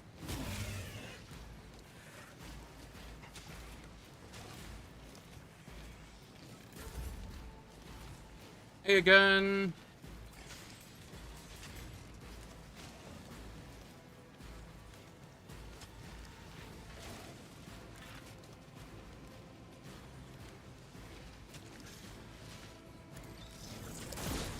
We AoE on them. That actually got them off of me. Very nice. That means I can actually...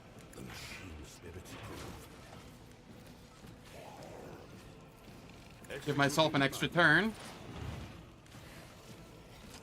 Suits my purposes. Cole.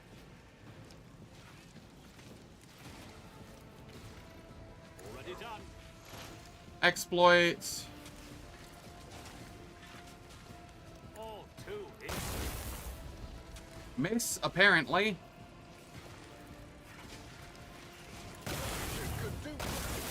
But not by much. Okay, I'm gonna place a bounty on this one. A bounty on this one. And a bounty on this. I'm going to reload so that I have the ammo for what I'm about to do. And I will wild hunt. I'll bring. Fight like this. But not by Your much. biggest mistake.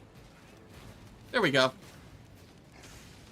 Now, even if they take out the main character, everything will be fine, probably. I have sufficiently hurt most things in the group.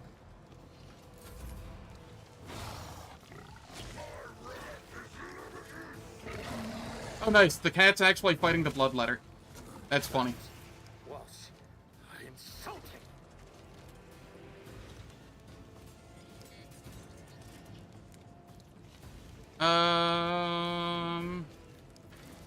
Let us...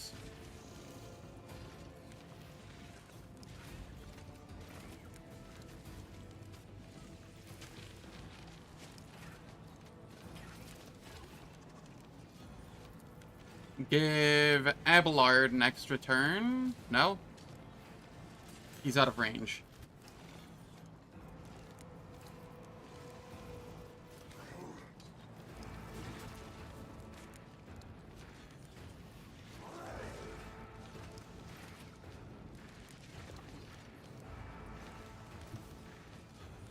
Let's move one tile this way and then fire. My back.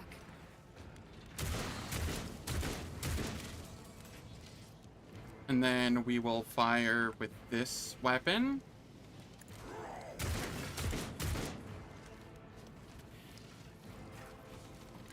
And can't give anybody an extra turn? Are they I'd just like too to, far? but I can't. Target can't act. Oh. Oh no, I don't like that.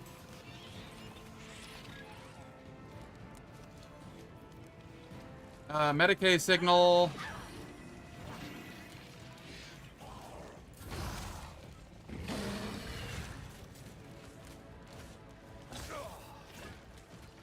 That's right. Attack Abelard.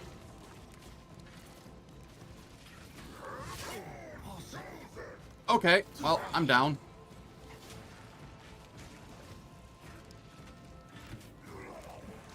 We will come over here.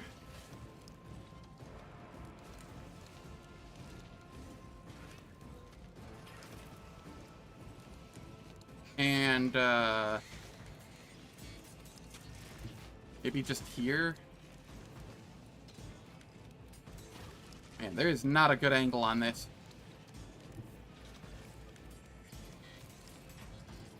Concentrated fire. The order's clear. Apprehend. Leto, we're undertaking this task.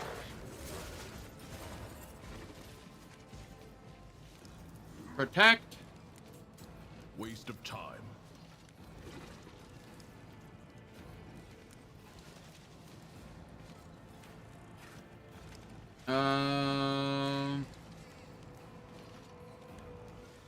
That would be funny. That would be very funny.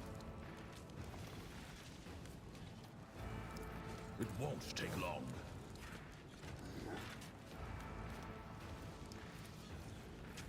Let's test our Apprehend skills, again. Leto. Just parried repeatedly.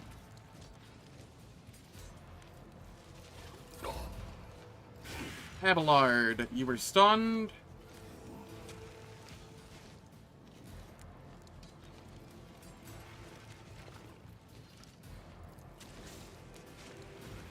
Does this only affect ranged attacks?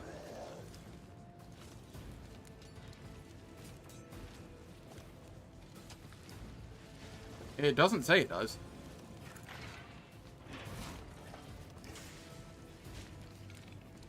We give the Galvanic Field to Abelard. We give Defend the Divine Work to Abelard.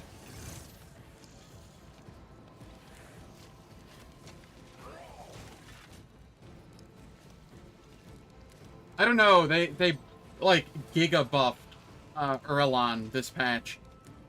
So maybe. Hard to really say.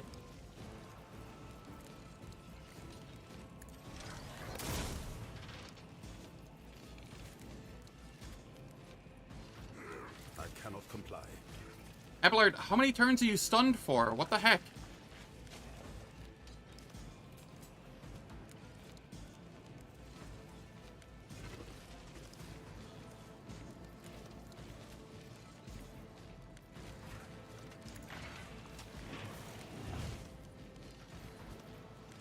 Concentrated fire.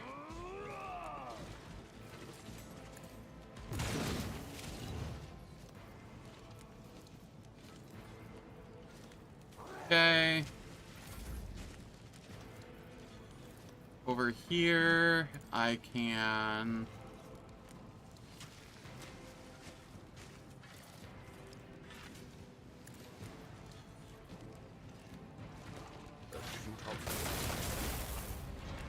get some damage in. Can't give Abelard another turn, and he's the only other one really here worth giving a turn to.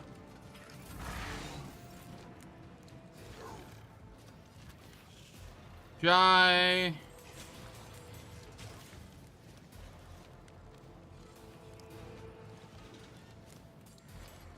Do me a favor, come down here. A moving target lives longer. Never cross the boundary. You've got a problem? I've got a problem.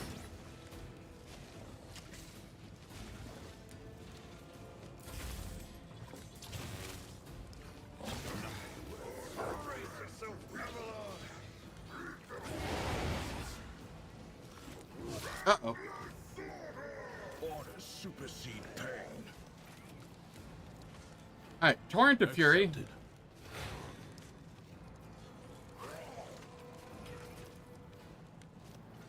I'll take Concentrated it. fire.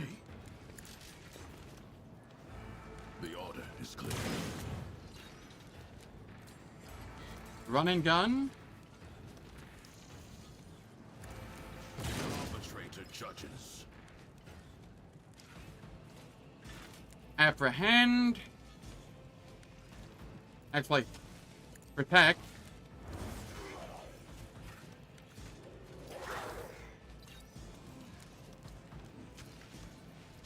And then apprehend. This would be enough.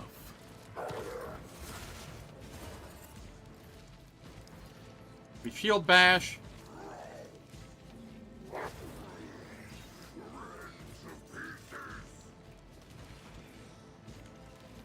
And then I will apprehend again. We're undertaking this task.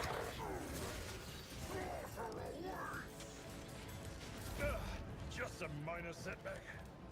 Alright, Abelard's fine. All good.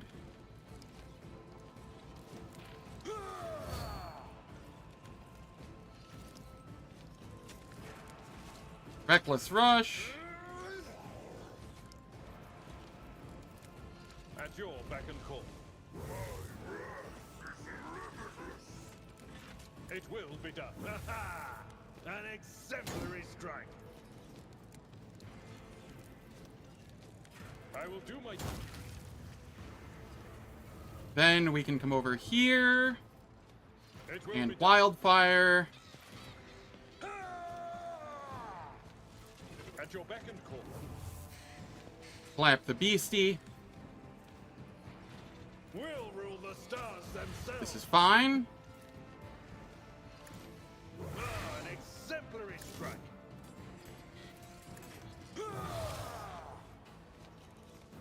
Not even close. Grey hair, sure hand. It will be done. I will do my duty. One fewer target. I am at your service. What happened was no accident, and if my suspicions are correct, Polito, analyze.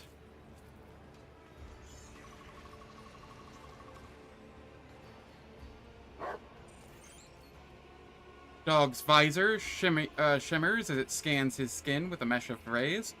Finally, there is a metallic click and the descending hum of cooling server motors.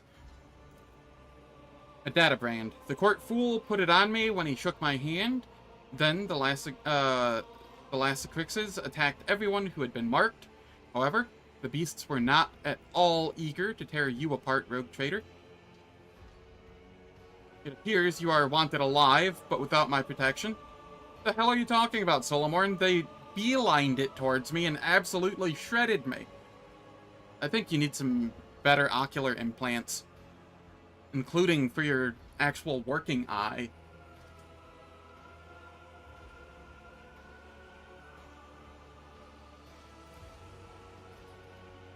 O God Emperor, forgive and protect his soul. Forgive and protect. Does that make Solomorn Shaggy? He is the most dull Shaggy I think I've ever met. He's also not nearly strong enough to be Shaggy.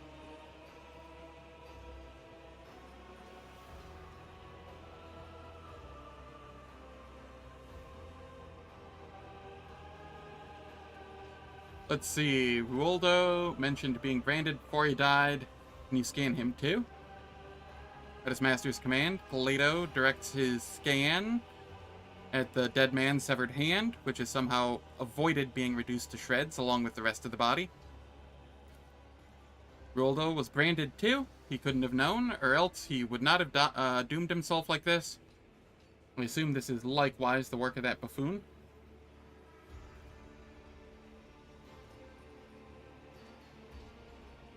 Exactly.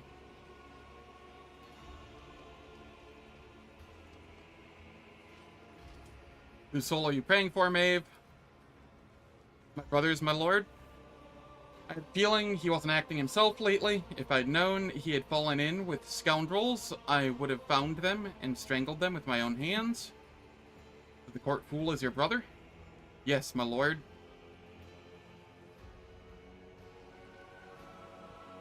Captain Shaggy from Velma TV show? Fair.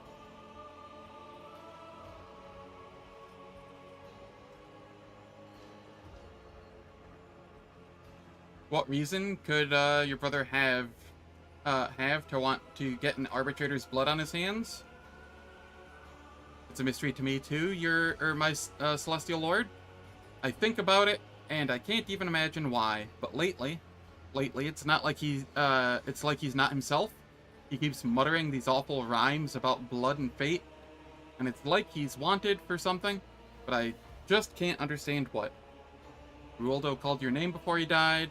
I have no idea what's going on. I'm so confused. Is this just a horrible nightmare? Could it be I'm just dreaming? For a second there, I thought... No, I'm sorry, it's impossible. You thought what? I thought it was my brother calling my name, not Lord Ruoldo. But Dane wasn't there. Meaning, I just imagined it in my fright. Maeve puts a handkerchief to her mouth and grows pale, most likely recalling the grotesque sight of the governor's violent demise. So, who is to be considered the governor now? If only I knew, my celestial lord, if only I knew. How do I know I can trust you, Maeve? I swear by the Emperor himself, I am unblemished before you in spirit and thought. That is what any cornered heretic would swear to try and save their life. But I really had nothing to do with any of it, my lord. All I was told to do was entertain our celestial guests and chaperone them to the castle for talks, and instead, there's just gore and death everywhere. I need to look around.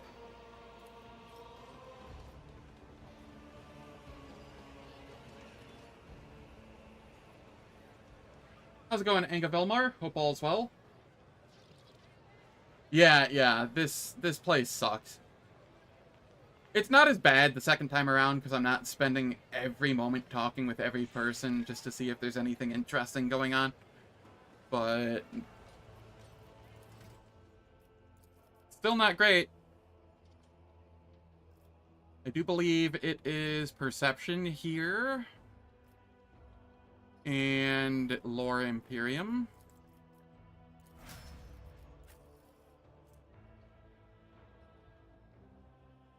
Still more fun than the Enigma in Wrath of the Righteous. Would you believe me if I told you in my almost 2,000 hours in Wrath of the Righteous, I still haven't finished Nenio's quest. I just never got around to it. The whole DLC is really on the low tier. I disagree. The class that it provides is really, really cool. And really versatile. The first part of the quest, where you board the ship and then you get like an extra escort, I really, really enjoy that. Those are both on the higher end, in my opinion. It's just, this part really drags it down.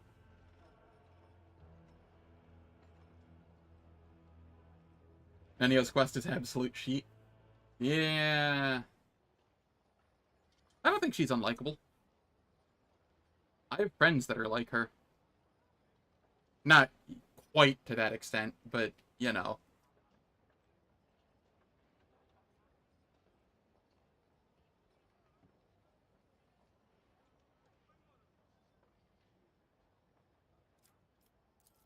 Alright, what do we have here? I think I need some perception so that we can actually land hits.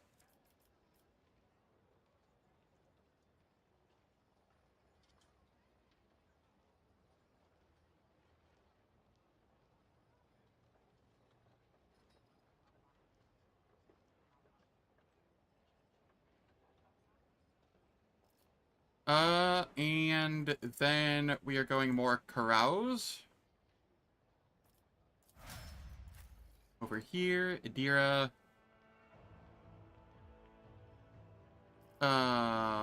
Ballistic skill. Now, that fight would have been absolutely free and not even an issue at all had Adira been able to get buffs off instead of blowing everybody up. Or blowing herself up and summoning a bloodletter. But even still, it wasn't that bad.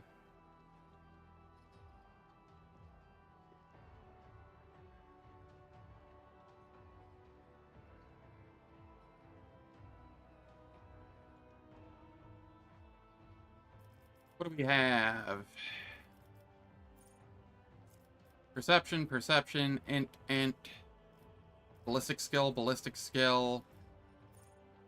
Lore warp. You are my lore warp person here, I believe. Awareness and lore warp are your claims to fame in this party.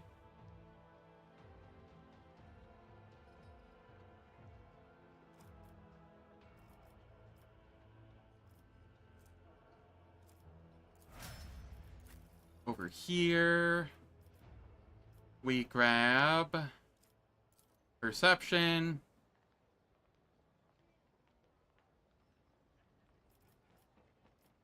And then Lore Xenos.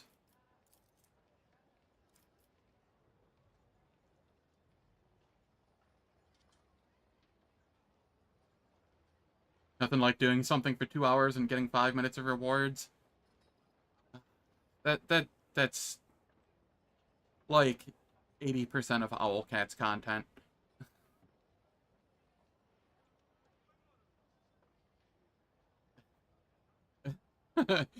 If you boil it down to that, that is like 80% of Owlcat's content.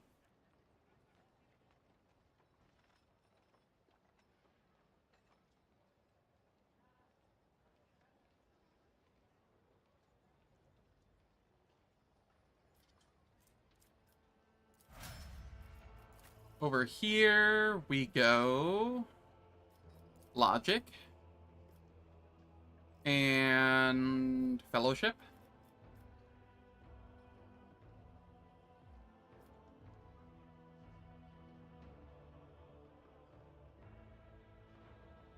We don't want the truth right now. We're complaining about a terrible quest. I'm just... When you boiled it down to doing something for 2 hours, getting 5 minutes of rewards, my immediate thought was the Siege on Dresden.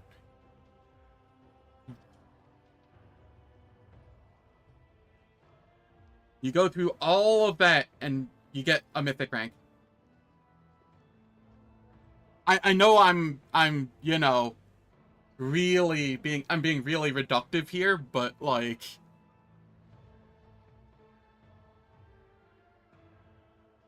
I don't know, like, there's 4 interesting fights there, 5, maybe, that I can think of. The rest is all just kind of trash mobs that you have to sift through. Tavern fight in Canabris. I actually like the tavern fight. It's nice and chill.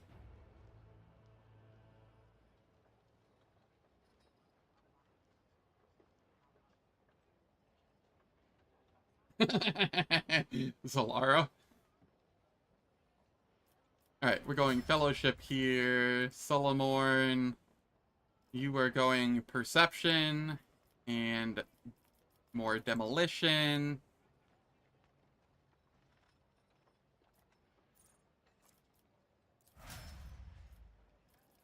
Alright.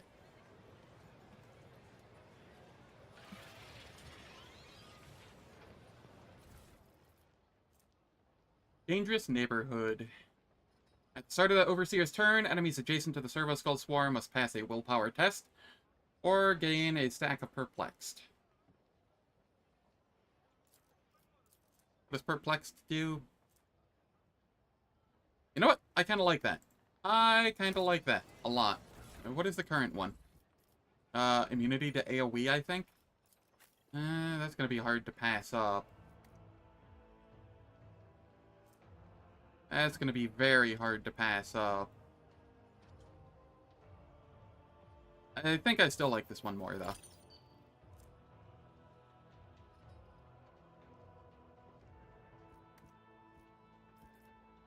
Adira, here, have a reward.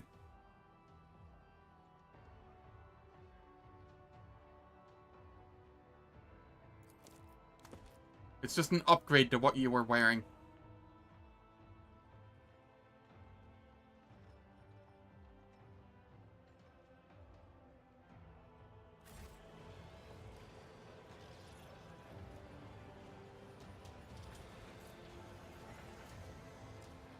I won't tolerate weakness.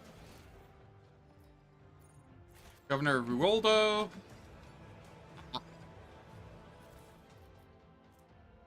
Synth feed.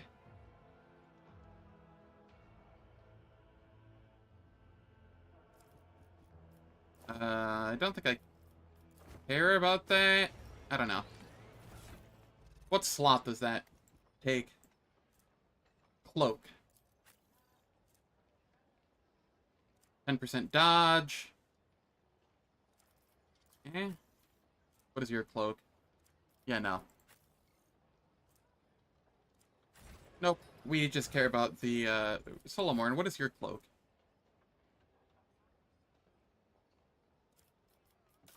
You know what? Sure, you can have that.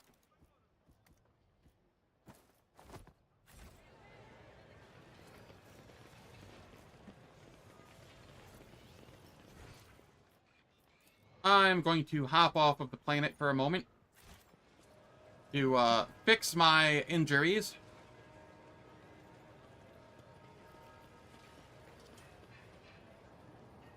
A new challenge for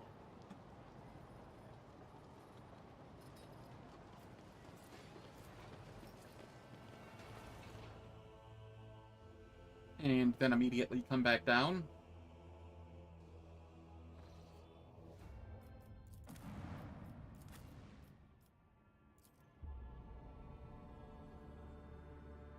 Vulcan, in response to what you just said, let me show you something that I have in my inventory.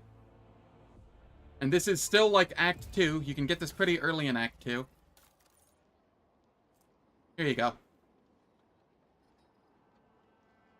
Just looking through the pirate gear. Like, meh, I don't need any of this. Then the tack pack. Yup. The tack pack is so good. But yeah, Falcon, like, middle of Act 2, early mid-Act 2, you can get these, which, then you don't have to go back to the ship, really. Yeah, it'd just be a rush to then.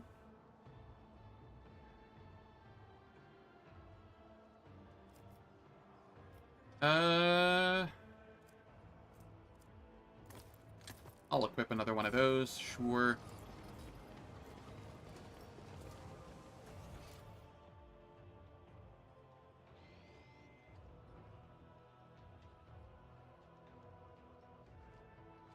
I don't know where I'm supposed to go. Is it maybe here?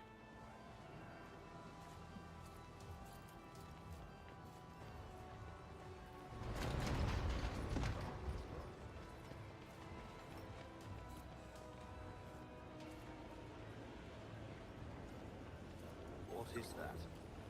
What? Somehow missed that before. That's fine.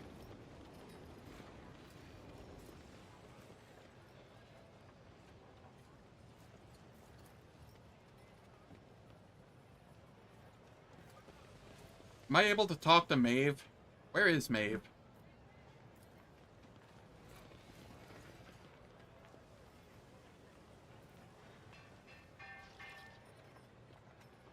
No, just clicking on her makes her run around. There we go. Take us to the castle.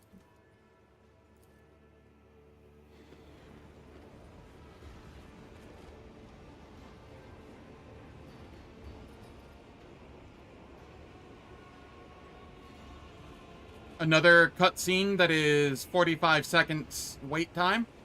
Cool.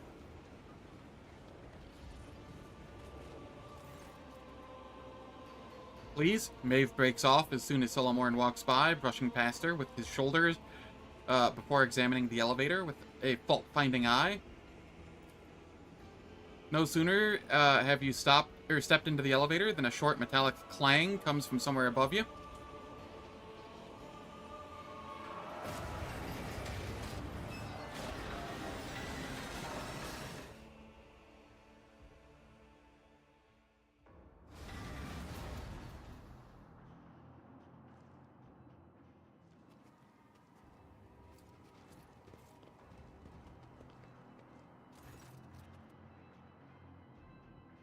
I hope you enjoyed my bloodthirsty menagerie. You instantly recognize the spiteful voice and the cocky smirk of the fool's mask. The arm that was mauled by the Cybermastiff at their first meeting hangs limply. He has not even bothered to bandage it. Finally get to have a big party on Darnkess. Very nice.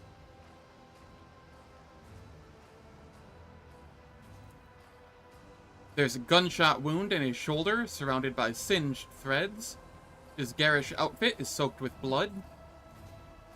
Still acting the buffoon. Some people never learn.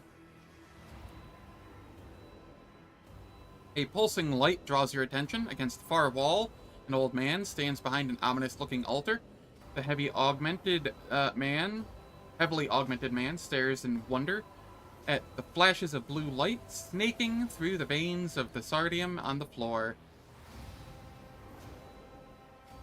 Perhaps you could start by explaining what this is all, or what that was all about. Told yourself, play Kingmaker today. Look how that turned out. Yeah. Can't blame you though. Kingmaker is... God, I really want to like it. It is the game that I want to like the most. Like, my desire to want to like it is very high. I just cannot like it. Because it is a buggy mess. And that is only partially Owlcat's fault.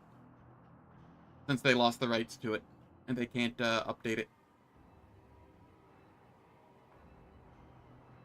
Perhaps you should start by explaining. Now, why so tense? I simply grew tired of you forever wandering about with your retinue. Never a chance for a quiet word face to face. Yet I see your fearsome guardian has managed to find his way here as well. And do pardon the less than gentle reception. These rain-worn mechanisms never fail to disappoint. Bodyguards for a private conversation, isn't that a bit much? Times are troubled, as you know. I want everything to go according to plan. The governor's dead. Was that your doing? Don't be ridiculous. I couldn't swallow a man whole, even if I wanted to.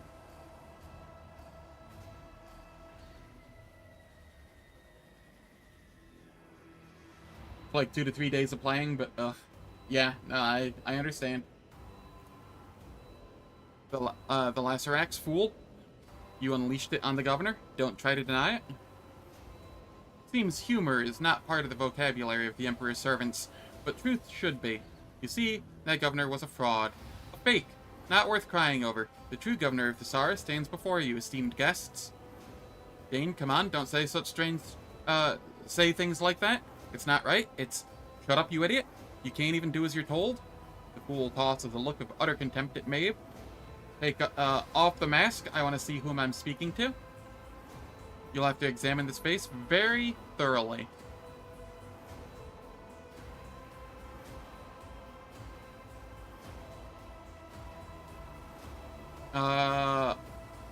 What was it that Maeve should have done, Bluff? Bring you here to the altar of change and not ask questions. So simple, but she couldn't even manage that. And I, according to your plan, was supposed to die. Solomorn raises his palm. The palm of his hand that holds the invisible mark of the data brand. I wish. Kind of, but I wish. Exactly, I don't need you. But don't worry, I've planned for this as well. Tavrisk, are you ready? Solomorn turns slightly away from the fool and makes a series of furtive hand signals, telling you to stall while the Cybermastiff gets into position.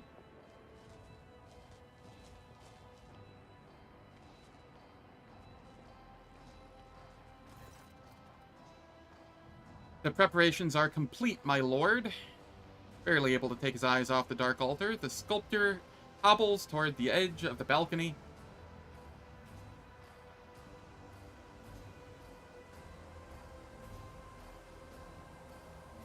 Before I continue here, it is time for ads. I do not want the next part to be interrupted by ads. So, I will let those play. They last for 3 minutes. They disable pre-roll and mid-roll ads on Twitch for the next hour. I don't do anything in the meantime, so nobody misses out on any content. And I will catch everyone when the ads finish.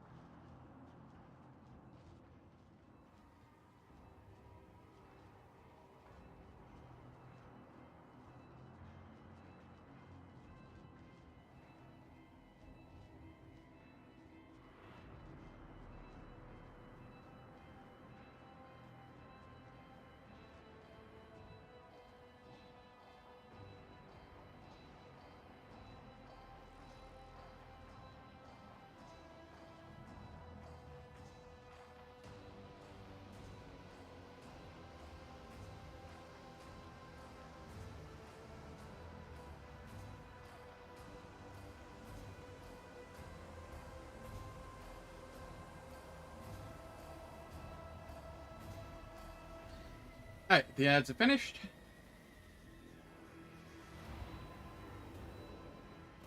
Thessara is not your homeworld, is that right? You've already found me out. That's right. I was born and raised on Iddix, the greatest world in all of the Imperium. I'll never forget that mix of plasteel and ferrocrete, the glitter of proud spires, and the eternal humiliation of my appointment. Why were you sent to Thessara? Serve the Imperium faithfully and honestly. Why else? Our all-knowing administratum benefits if the feudal throne is occupied by someone with an intelligence level higher than a Grox's. a golden shove for all my diligent service on Idix.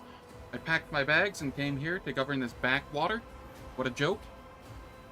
If you are the real governor, why bother masquerading as the fool? It is simple. Who would ever take a poor, pitiful jester seriously? Who would even spare him a glance? Beneath this fool's cap, my hands were free, and I could devote myself entirely to preparing for our grand finale, and to conceal the tracks of my little mischief. I found a replacement, Ruoldo, wanted to play at power, and I graciously let him. Shame he didn't rule for long. And all of it for this one day, this exact moment. I suppose the irregularities with the tithe were part of your plan too? Oh yes, one small part of the grand design, to be precise. The first bait you had to take, which you did, with commendable zeal. The concept was simple: disrupt the shipment, and provoke a response. An ingenious trap that the Arbites walked right into, but fate granted me a special boon. You were caught in my net along with them. You didn't trap anyone, you shot yourself in the foot. Only an idiot would think they could outmatch a rogue trader and a proctor together. Your scribe, Gorgorius Fault, left some intriguing notes behind. In them, he appears to be describing the switching of bodies. Is that part of your plan? You are perceptive, aren't you? My previous experiments were failures. You have met some of them, actually, including Fault himself. Remember the crazy mutant by the Phasmophorius? His brains turned out to be a bit of a complication. But do not fret, this time it will work.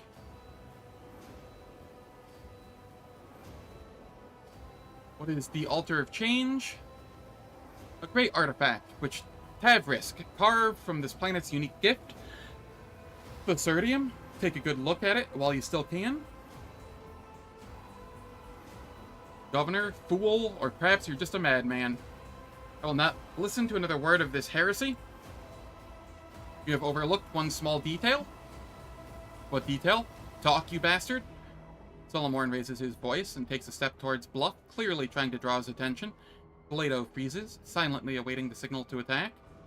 Bluff ignores the arbitrator, his gaze fixed on you, more specifically, the necklace on your chest. A lovely piece, isn't it? You see Solomorn's hand signal out of the corner of your eye. Galado leaps, but does not reach the fool.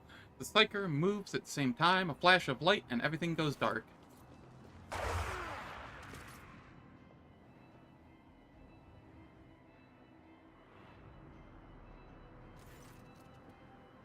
You are surrounded by the smell of old rust. The darkness reluctantly retreats. The pain comes first, throbbing in your head, then the metallic taste in your mouth, and finally the feel of the hard floor chafing or your stinging cheek. Look around. You see Bluff through the bars of the cage. The mocking smile on his sinister mask seems to grow even broader. Or is it a trick of the light? Maeve, as white as a sheet, with a dark abrasion on her face, weeps quietly as she stands stock still beside the fool. There are markings on the floor at your feet, a crooked circle bordered by unholy symbols. Bluff is standing in the center of an identical circle. You hear a quiet, measured scraping sound and an old man's muttering coming from the depths of the hall. The few words you manage to catch sound nothing like Gothic. Rogue Trader, can you hear me? You turn to the voice. Solomorn is trapped in one of the side cells. Apart from a bleeding bruise on his forehead, he appears unharmed. Solomorn, are you alright? I'm fine. You look over to where Solomorn indicated. Galado lies motionlessly in the middle of the room. Judging by the flickering lumens on his implants, the dog is still alive. Maeve's necklace is more than just a pretty bauble, I take it? Much more. With the right knowledge, the right tools, and some complex rituals, people can transform a simple dirty blue pebble found from the depths of Tessara into something truly special. However, it's a bit late for you to do anything with that information. When I get out of here, you're dead. Enough chit-chat. Tavrisk, begin. Maeve's gaze leaps from you to Bluff in alarm. Her reddened eyes widen as she realizes what's happening. Dane, stop. Her slight form crashes into the fool, pushing him out of the center of the circle.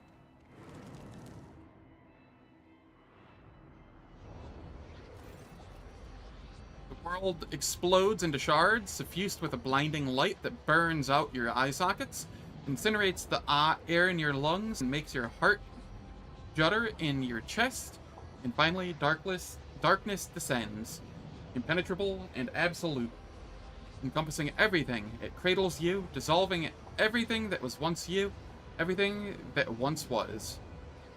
You are bobbing like a boat, tossed upon the waves. Colors and sounds meld into a cacophony, stirring up nausea in this exhausted body. You blink, and the patches of color fall into place, or do they? Across from you, in the cage, you see a frightened, disoriented face, an expression you have never seen in a mirror. At your feet lies a gaudy mask that has fallen from the fool's face, covering his wrinkled visage with both hands. The ugly and enraged governor of Thessara rises hastily on trembling legs. Bluff the court fool, staring daggers at you. Rualdo shrieks, "Seize her! Seize Maeve!" The guard takes a heavy step in your direction. The look on his face promises nothing pleasant. Solomorn, now. A sweet melodious voice rings out, not yours. Plato, attack. Your head swims, and through the haze you recognize the figure of a guard, coming closer and closer with no sign of stopping. Your gaze sweeps over the room, searching for a way out, for a situation, until somewhere at the periphery of your vision you notice a streak of scarlet. It is the Cybermastiff's visor lighting up, giving you a chance to run.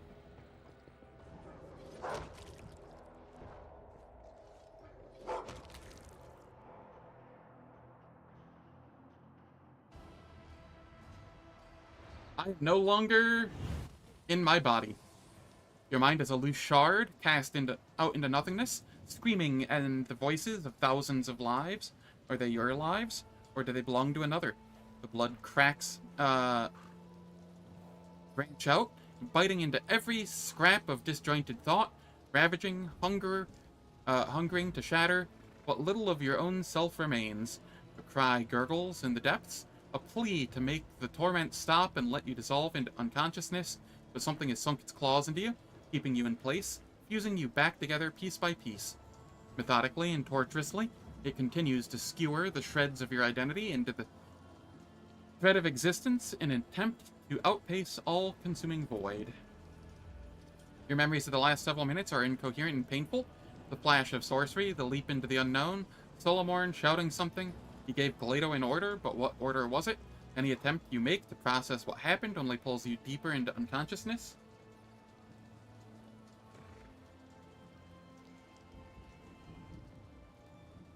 Don't save her?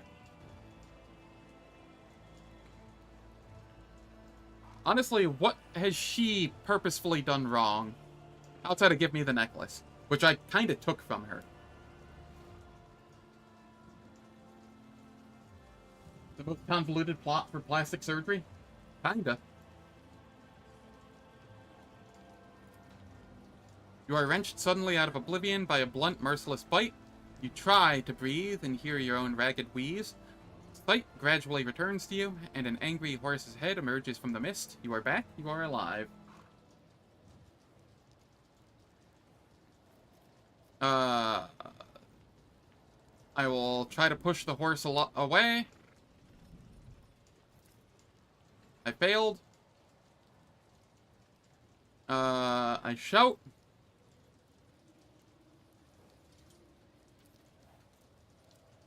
Memories that you are not your own tear into your mind, replacing your thoughts. It occurs to you that someone else used to scare all the monsters away. A big brother. So funny and always smiling. With some effort, you manage to force his gentle face out of your head.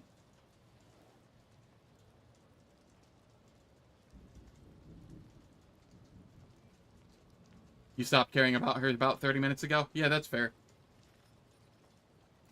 I tried the agility. The reward for your suffering is a clumsy turn to one side, and then your strength leaves you once more. Focus my gaze. Rise to my feet.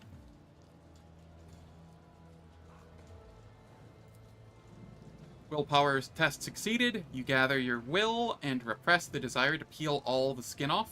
The mad impulse recedes. The memories that linger in this body may yet prove useful.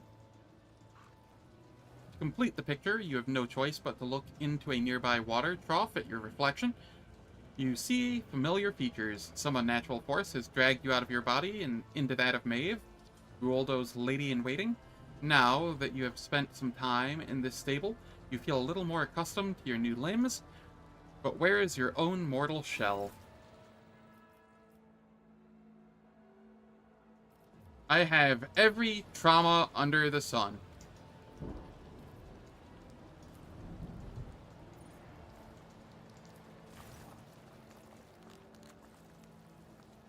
Investigate the waist. Human forearm, crudely severed at the elbow. The horse behind you sniffs and cranes its neck. Take the arm.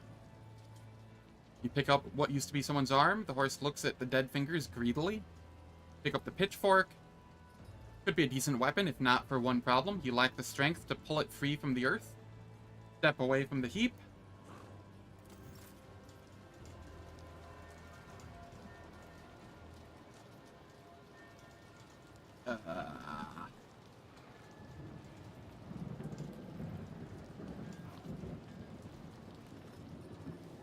There's a 0% tech use here.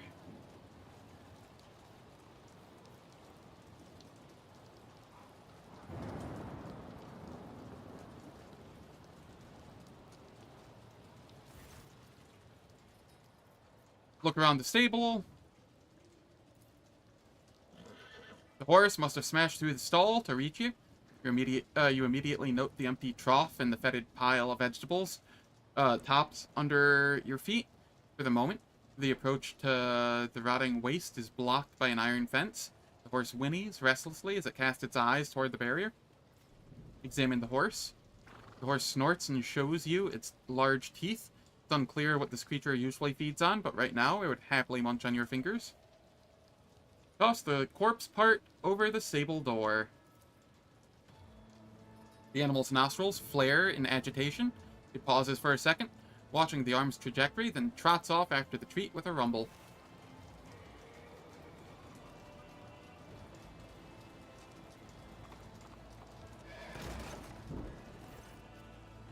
Snorting frantically, the horse hurtles toward the stable door and smashes right through it.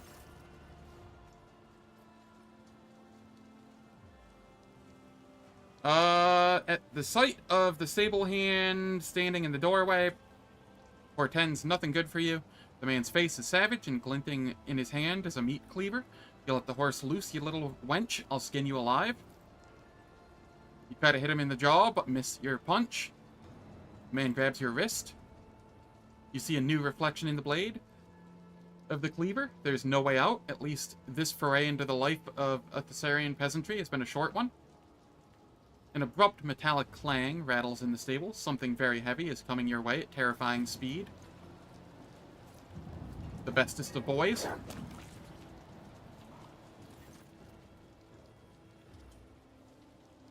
The cleaver, raised for a strike, falls from the man's hand as he screams, assailed by a whirlwind of fangs, fur, and metal. Having emerged from the gloom, the Cyber Mastiff does not give the stable hand even a single chance. After ripping out a part of his spine, the beast spits out the corpse and looks up at you. Good boy, Gledo. You notice a dent in one of the Cyber Mastiff's implants. He has taken a beating. It is hard to say whether he received this injury at the time of your capture or during his escape from the castle. Gledo stares at you for a while, then barks and turns to scan the area, clearly waiting for orders. Cyber Mastiff listens only to its Arbites master. The fact that Gledo is here means that Solomorn has ordered him to follow you through the trapdoor. The arbitrator must have adjusted Gledo's priorities to have him guard you.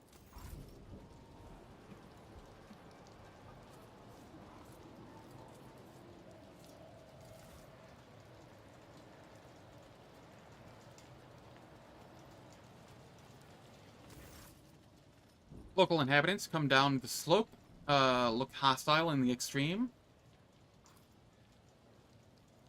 Hey, Poppet, where'd you get that dress? You know, my bride-to-be would love to wear a dress like that on her wedding day. Would you lend it to her?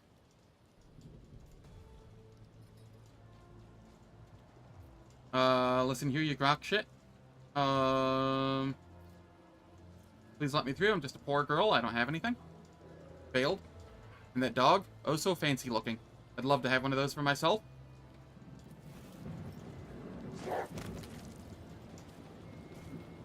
Plato helping out.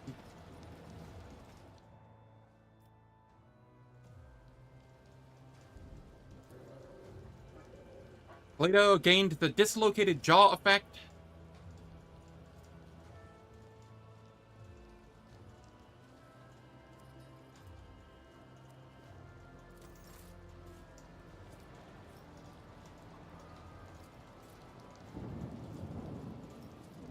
I don't remember what I'm supposed to do here. I've only been through this once before, and I promptly purged everything from memory. Or at least tried to.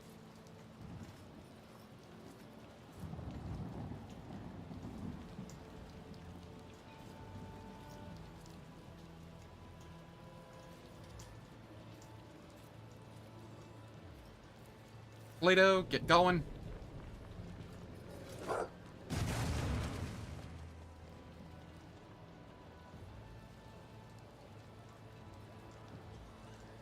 Fell on someone's head? Or what if it fell on someone's head? Spent the whole day hooking that thing up. Now we've got to do it all over again? Get out of here before you break anything else?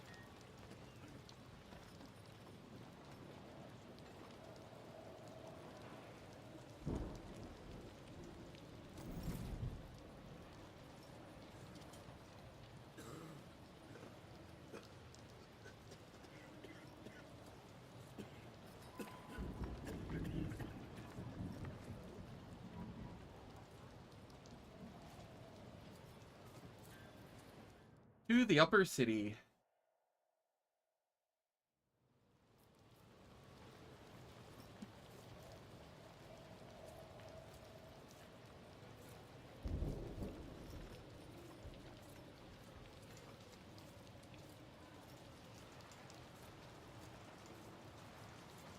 Open the gate.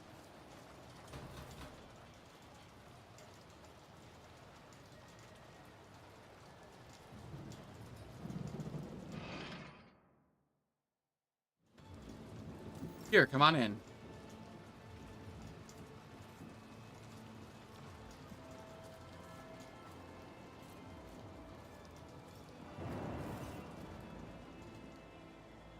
Never thought a thing like this would happen in my time. A new celestial lord has paid us a visit. They say he descended from the sky.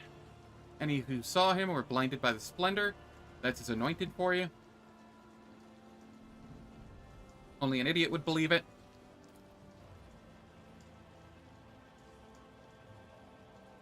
Want me to tell you about the Celestial Lord? Well, I do know a thing or two.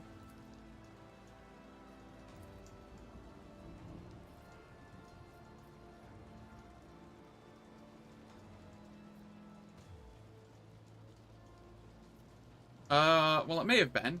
However, that's when his servants pulled out a big bag of thrones and, let's see. You people all feast on gossip, but I'm telling you, the Celestial Lord has never dirtied his hands with worldly affairs.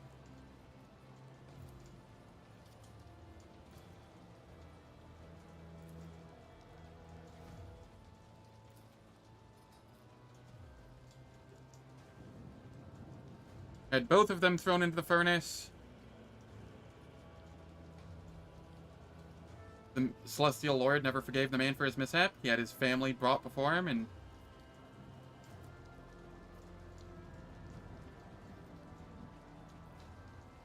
whenever he orders something done, you can feel it in your heart that it's the God Emperor talking through him.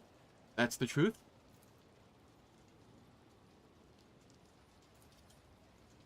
Rather stay out of that Celestial Lord's way? Who knows what goes on in those noble heads? You got closer to him than anyone else here. How did he treat you? Was amicable and kind. I just keep trying and failing. Whatever.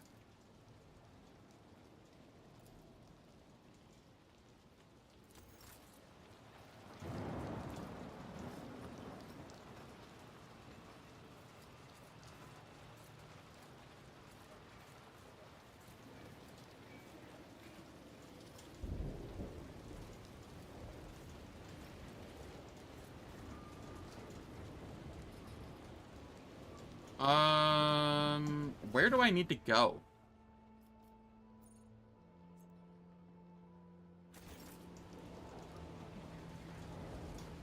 I don't know where I'm heading.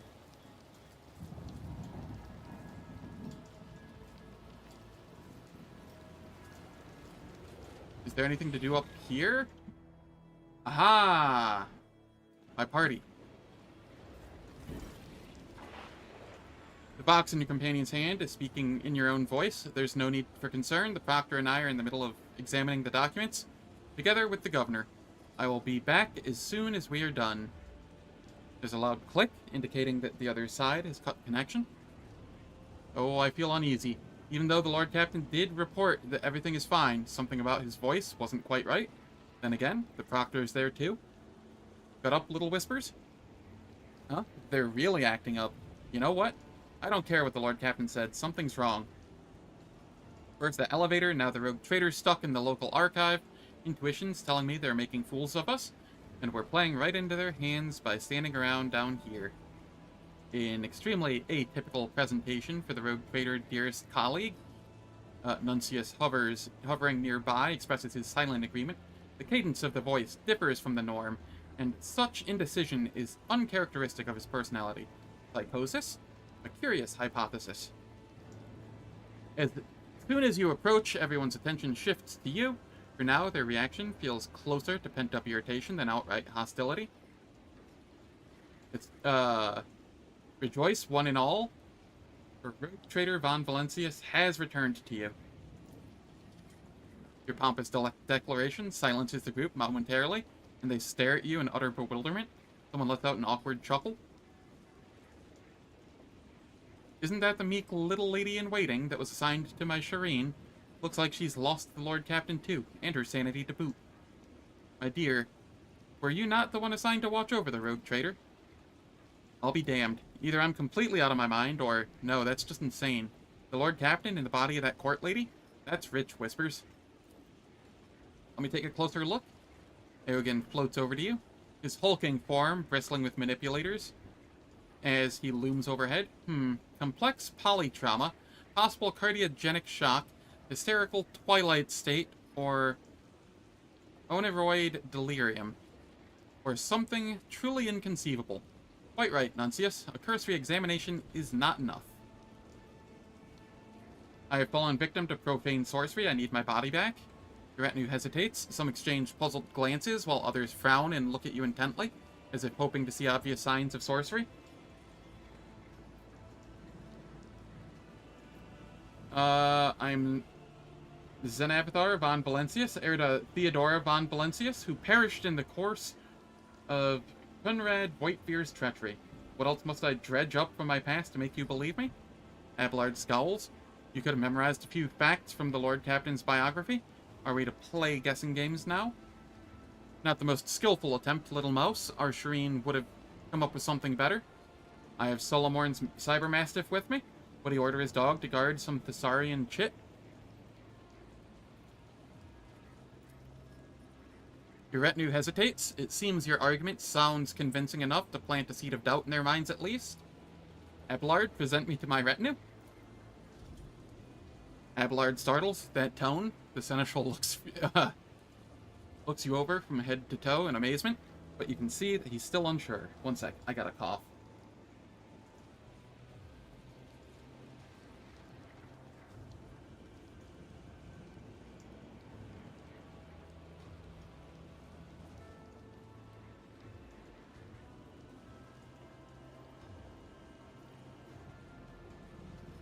All this reading aloud is taking its toll on my throat. We need to get upstairs. Just trust me on this. You will find the rogue trader at the top. Tell the shuttle pilot to take us there. He won't listen to me.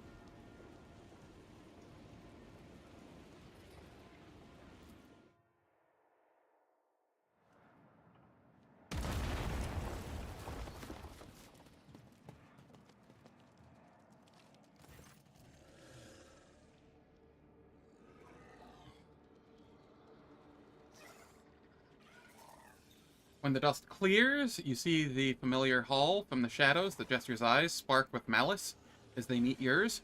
Behind him stands a cage in which you, or rather your body, is sitting. Your face is awash with tears, your lip is split, and a Vox lies next to you. In another cage, to the side, stands Solomorn, glaring through the bars at the true governor of Thessara. Upon seeing you and Galeto, the proctor straightens up. It seems he was just waiting for your return. Without taking his intent gaze off you, he gives you a slow nod. He is ready to fight.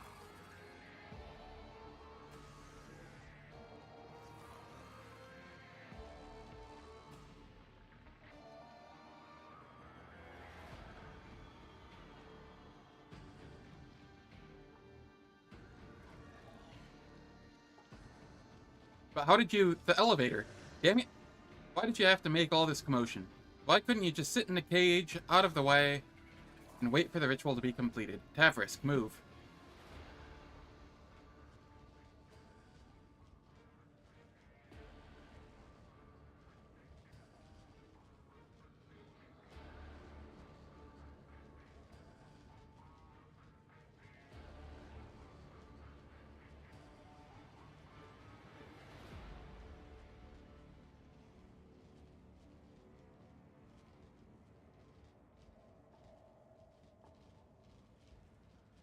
Alright, sorry about that. I've come to reclaim it.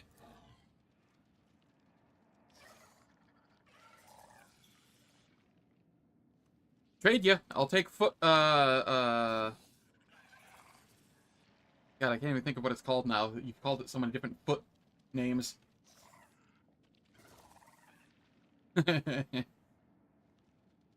I'll take footfall over this place any day.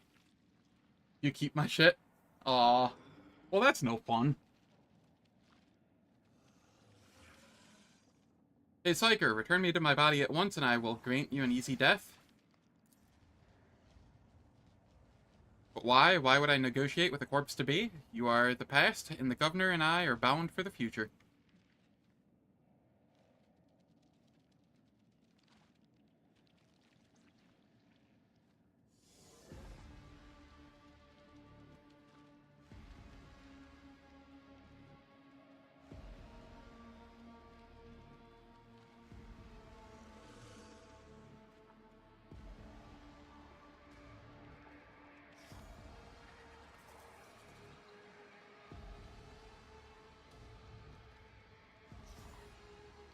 +1 psi rating.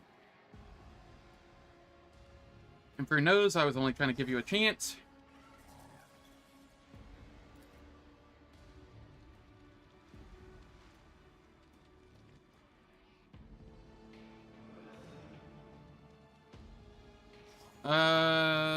Let's see. How generous? The cage of metal emits a piteous creak as Solomorn slams his entire weight against the bars.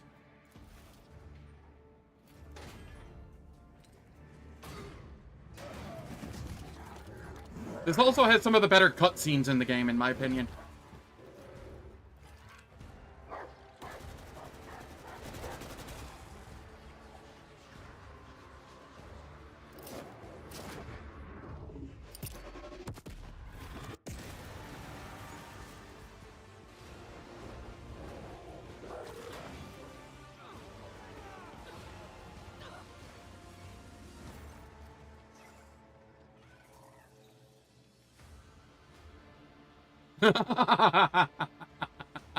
Falcon, you're not wrong.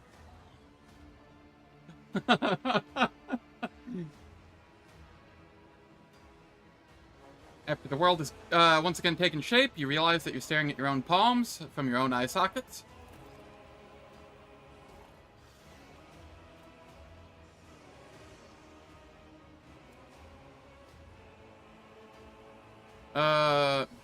Myself again? It was so...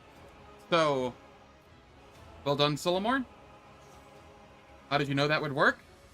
I didn't. But the heretics were so obsessed with that lump of stone, I figured their sorcery would be ruined without it. Solomorn, you bumbling fool. If you'd broken it and I'd been stuck in the body because of that, what would you have done? Think for a moment.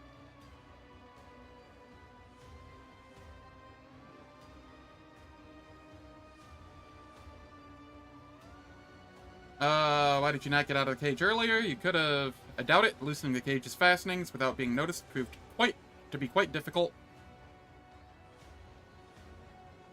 It isn't his body, so... True.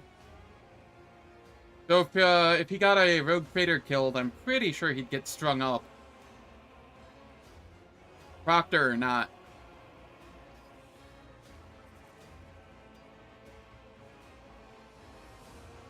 Polito's implants and mine were exchanging data logs.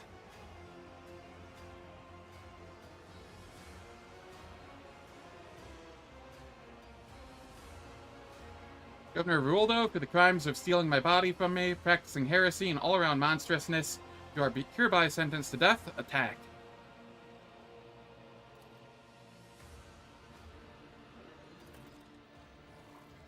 Have risk, do it.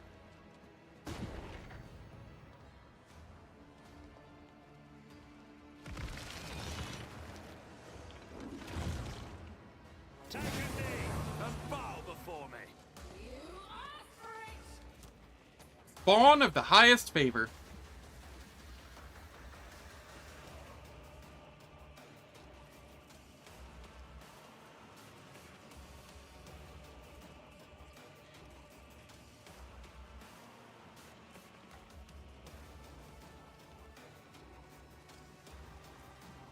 So I have to go kill Tabrisk, who is up there.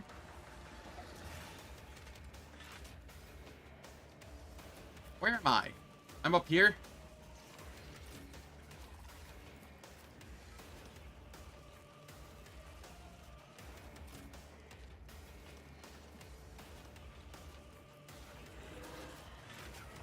Adira, I have the distinct feeling you won't be buffing.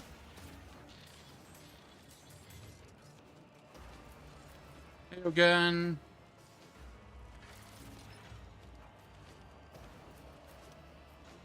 Jai.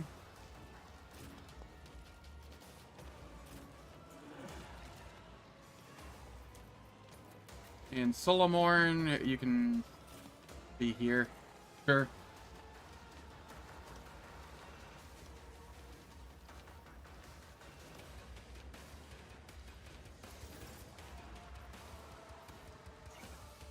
Oh yeah, no shot I let her buff here. She has not been great with it today. A valid argument. Take aim. Let's give armor to everyone here. Yes, I'm relying on you. Cover efficiency here. In command.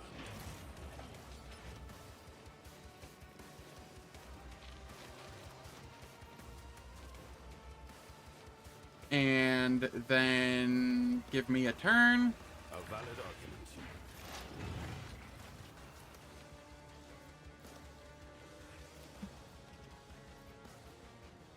How are you not in... What? Horseshit.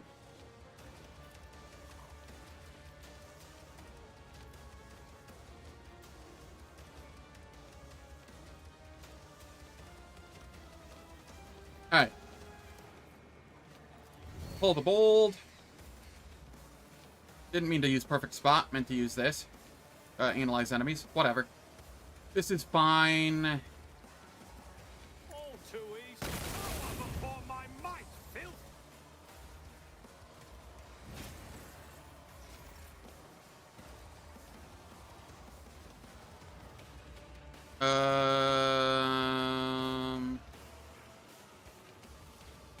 Yeah, that's fine. Then here, I can get 3 over here. So didn't stand a chance.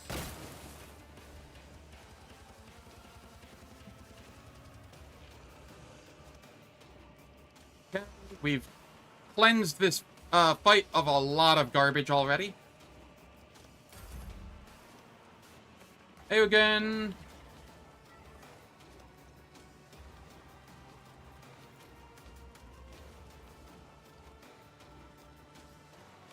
Is there anybody low health you can... Yes. Executing.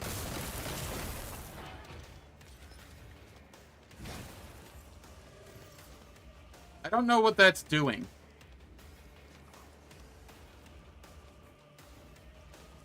I'm not seeing him get active abilities at gunpoint. Oh. Okay, that's whatever.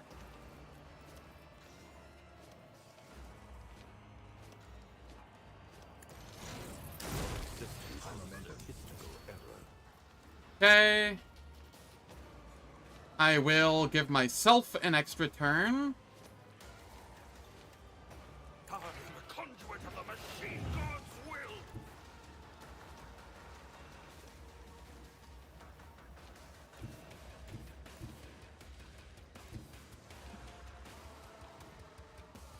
There is nowhere I can stand where I will have a bead on the dude. So that's fine. I will come over here. Perfect spot. Nothing I can't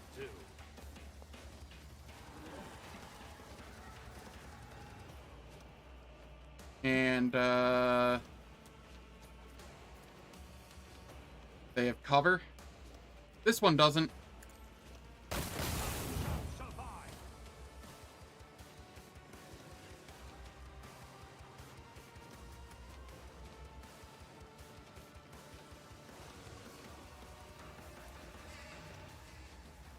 Alright.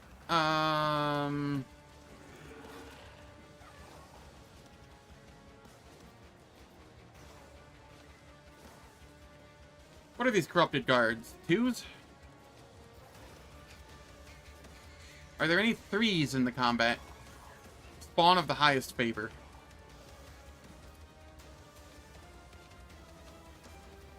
Yeah, I can probably manage that. Hunt down prey.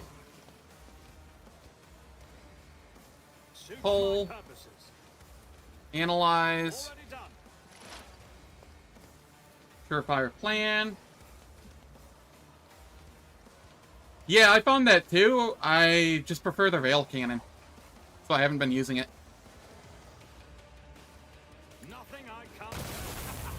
Another clean strike.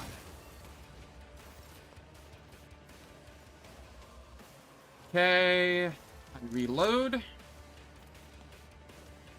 Not a problem. It's a 95, of course. All too easy. Stopping me was your biggest mistake.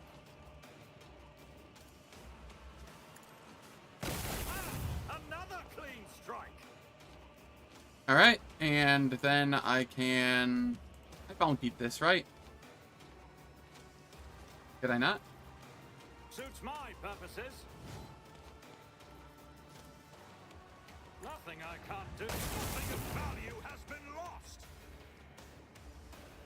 Now you're just starting this whole planet you're finishing? I'm sorry. I'm sorry you're having to deal with this planet now. I'm sorry anybody has to deal with this planet.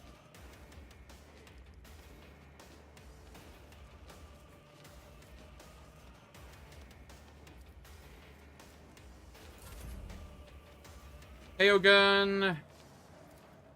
Let's throw Galvanic Field on me. Abelard? Me.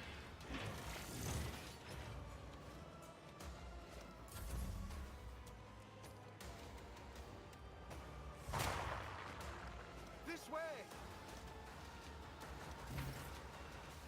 Alright, Jai, I need Copper Tongue to move just a little further My, over. my.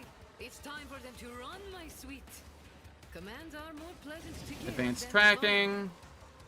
follow. Don't get too cocky. Tell me, and it is done. We buff everyone. Medicaid feel or signal. Two are better than one.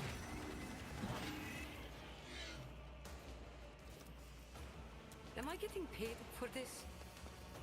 And then who am I giving a turn? Abelard?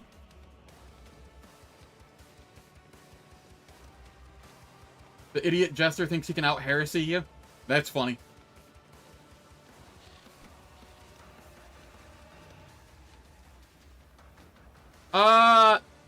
The transonic cannon, or whatever,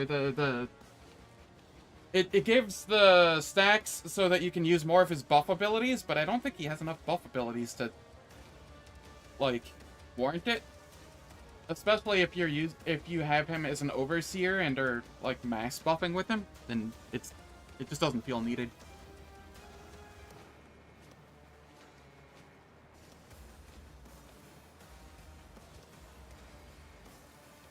Abelard.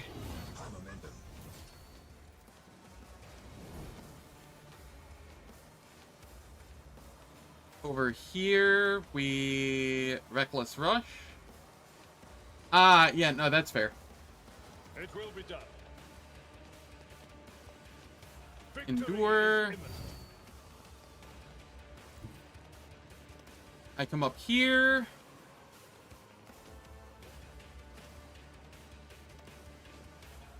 And slap. Sound approach. An exemplary strike.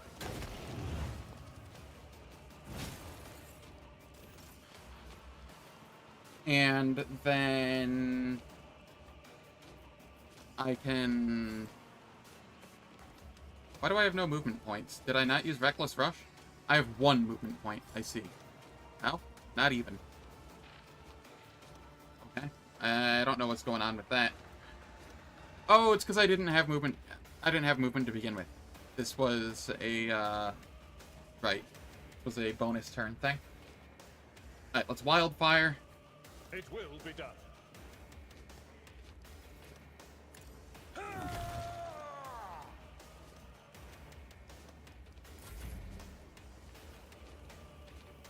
Solomorn also gets an extra turn. Let's have Glado go get the Corrupted Guard. Let's test our skills, Glato.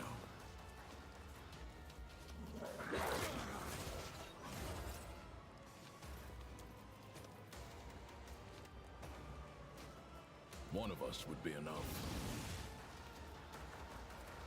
And then protect Abelard. We're undertaking this task.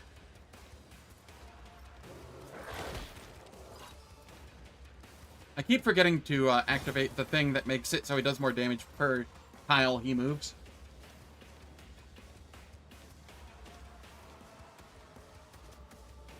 Yeah. Alright, this is fine. Jai, you can give me another turn again. I don't have time for this. Already I done. reload.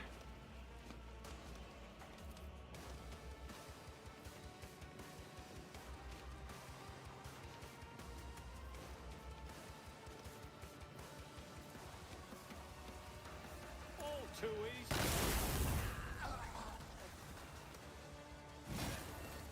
How did he take damage? He's not supposed to be able to take damage right now, I thought.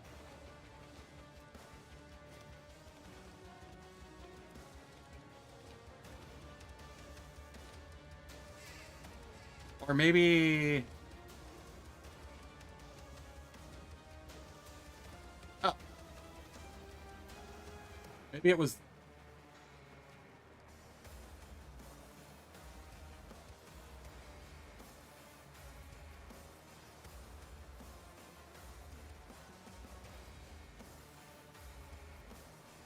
Did I accidentally kill the dude that was keeping him immortal?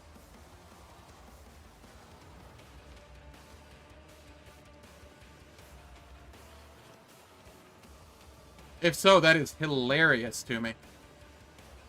No, you're right over here. I thought you were...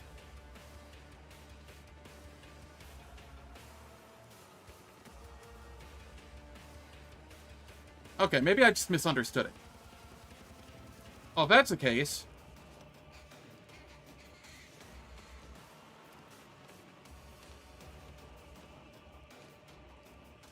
Why does that say it would actually damage Abelard?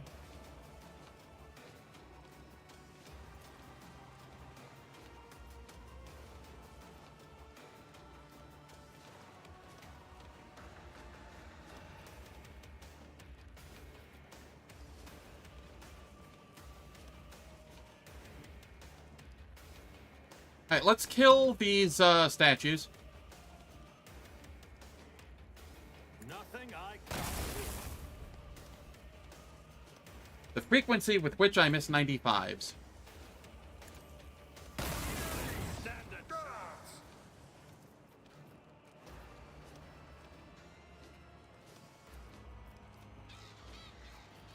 Not a problem for me.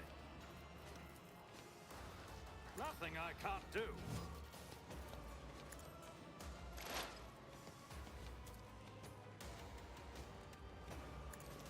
Trusting me was your biggest mistake. Okay, there's one left over here.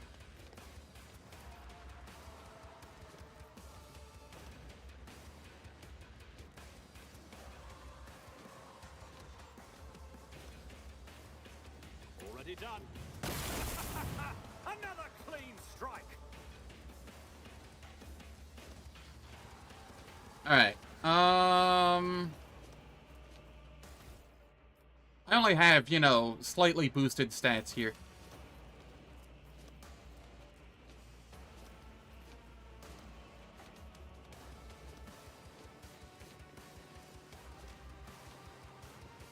Okay, I think that's about all I can do there. Jai, you are done with your turn. Idira. Oh, Idira. Grab your sniper rifle. That is your job here.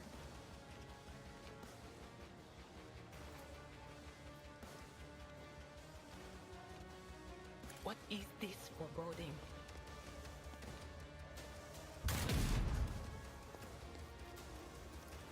Anything else?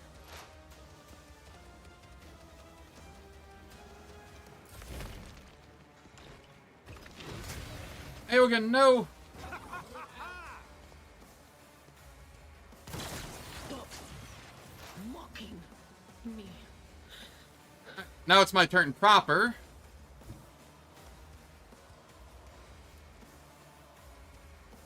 And I can get rid of Tavrisk the Sculptor if I want. I can also get rid of this guy. Yes, let's have me head up here. Perfect spot. I'll take this out.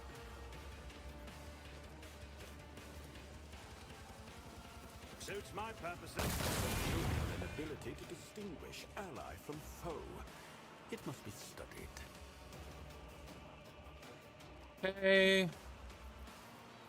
Then I can cull. Too easy. Use this. Nothing I can't do. Surefire plan. And if I get a crit, I think it kills. Not a problem for nothing of value has been Yes. lost.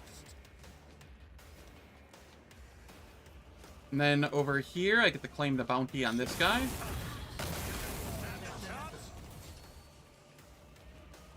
Cool. Sadly, I'm out of ammo and I cannot reload. Otherwise, I would try and kill everything else as well.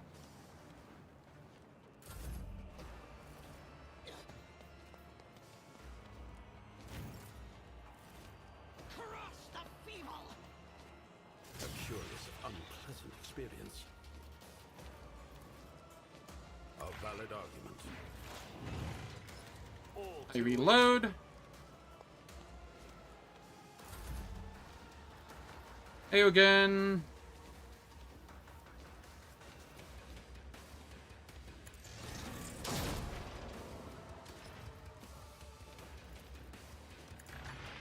Give me a take aim.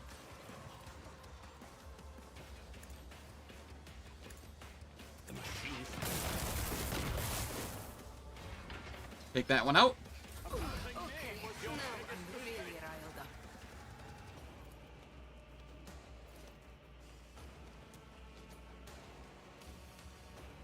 On it. Nice dodge. Anything else? Cower before my might. I fall back now. I forgot that one was there. That is fine, though. We will come up here.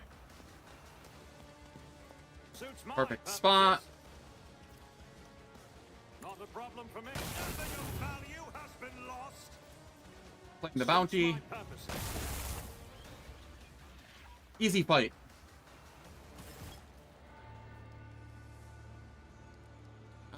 In the ensuing silence, a gurgling snicker becomes clearly audible. Start the gutting, start the fun. The ugly shambles that is Ruoldo's face dissolves into a semblance of a smile. Cease your inane mutterings. You may open your mouth when you are asked a question, and your answer had better be honest and to the point, or I swear by the Lex, I will make you speak, or rather, whatever remains of you after I finish preparing you for the interrogation. Are there any other victims of your ritual that survived? No. And I didn't count the dead. The ritual is a complex one to perform. Tavrisk and me a long time, so it took Tavrisk and me a long time to calibrate it. What are you talking about? The very suggestion? You sick degenerate. As my father used to say, if you've come a long way, keep going. I'm a dead man as it is, so I might as well dream a little. The Sardium, what are its properties? This wretched little world held nothing worthy of attention, save for the Sardium. And I share this with my sculptor, the now late Tavrisk. He helped me to understand the essence of the mineral. Experiments and studies followed, mostly carried out by Tavrisk. I don't have his gift, but oh, the things I could do if I were a sorcerer. It's a psi focus.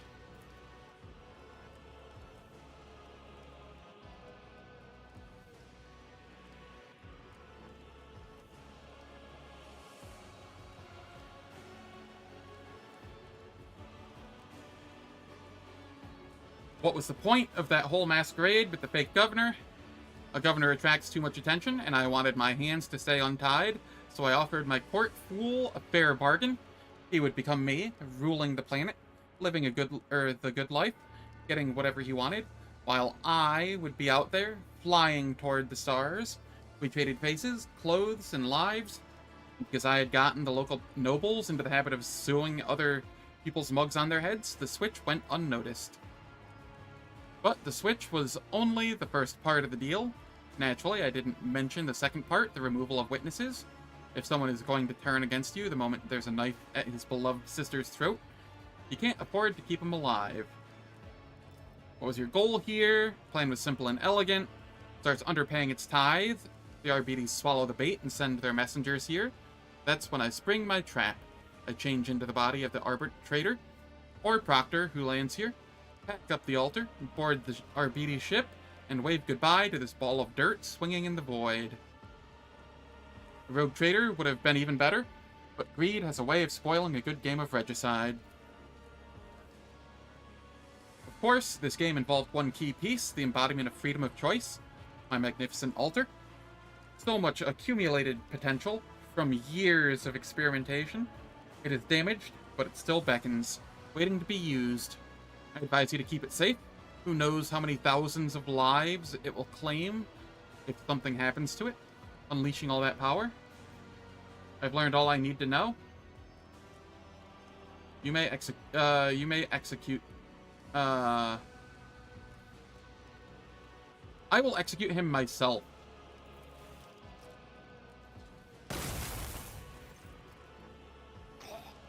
Ruoldo, you've committed unthinkable heresy, and I refuse to acknowledge you as a human being or read your verdict as befitting a criminal. You're a stain on Thessara's history, and it is time to wipe you from it.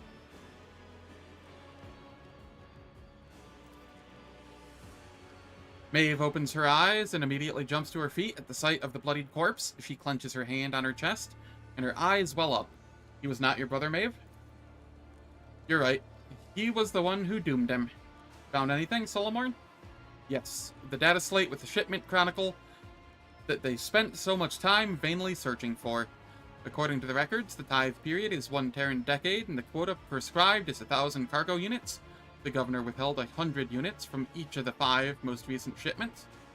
That means this world has no actual difficulty regularly supplying its tribute, and we can consider that matter settled. Deciding what to do with the Thessardium is far more important.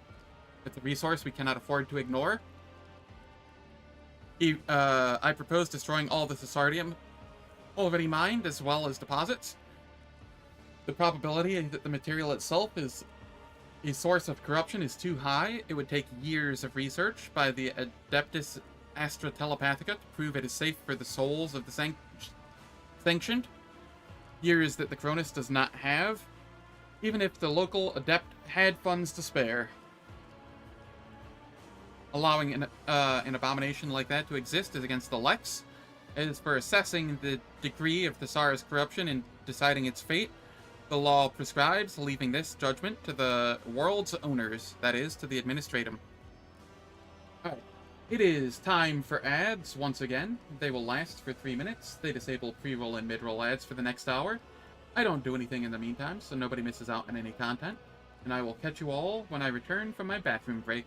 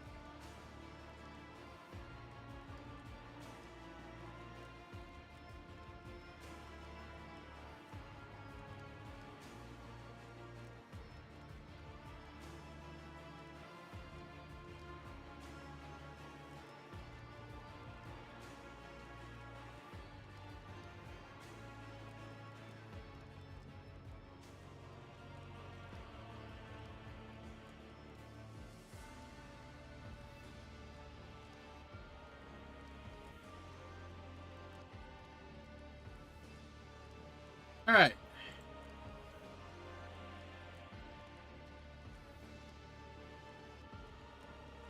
The ads have finished.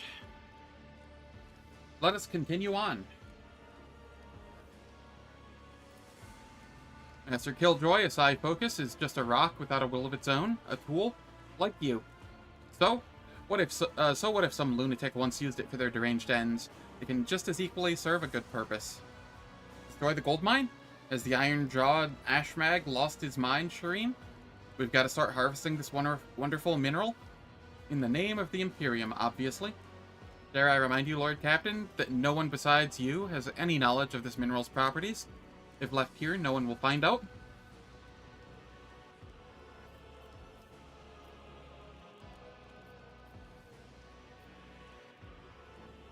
This world is beyond saving. Heresy exudes from its very depths. I hereby order the immediate destruction of all Thessardium and declare exterminatus on the planet. The Administratum will be given several years to evacuate its property, after which Thessara will be cleansed by fire. Oh, I don't like either of the dogmatic options.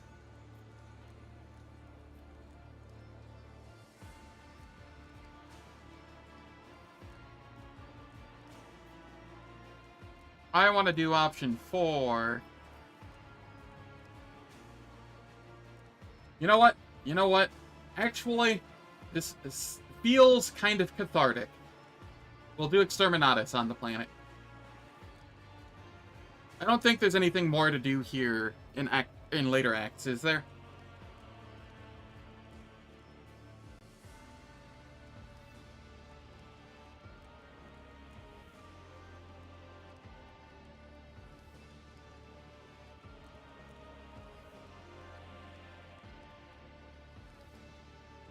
The Sarah.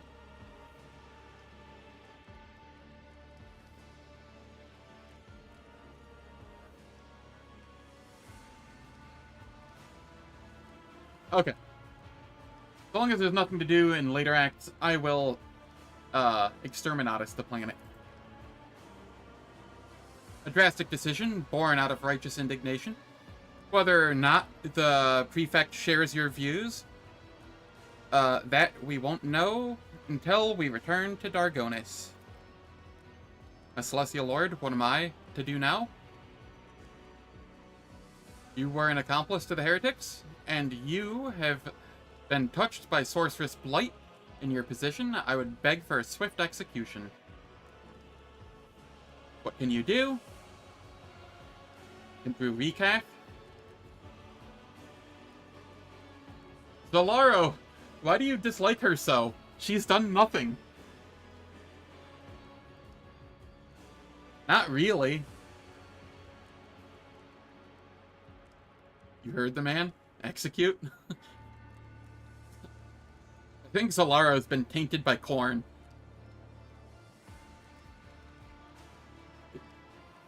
That fervor far exceeds the dogmatic zeal of the Imperium. That is blood for the blood god.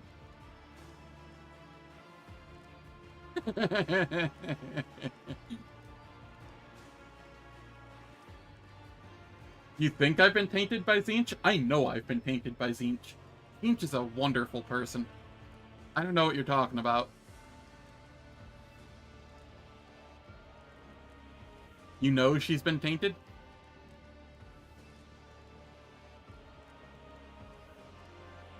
Hear me out, hear me out. Zolaro, what if we split it down the middle and bring her to the ranks of the ship as a servitor?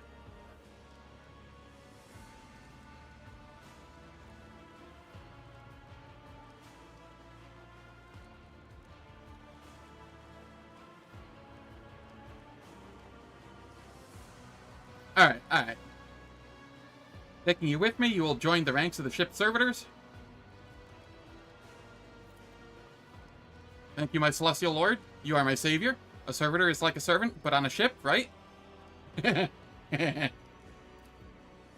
Even better, they don't talk. I will readily admit that the lack of speech in servitors is more of a disadvantage than a plus.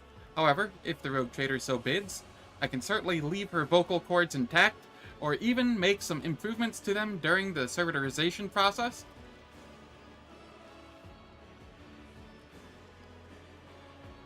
Then Thessara's fate is decided, and there's no point in staying here any longer. The heretic mentioned that destroying the altar would risk deaths among the local population. Whether he was lying or trying to manipulate us is irrelevant.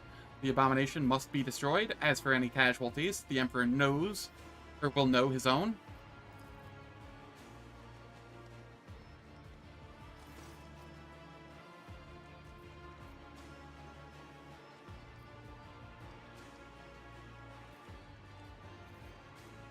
Destroy the altar. The sacred fire of my ship's orbital cannons will raise the palace to the ground before this cursed artifact interrupt another soul.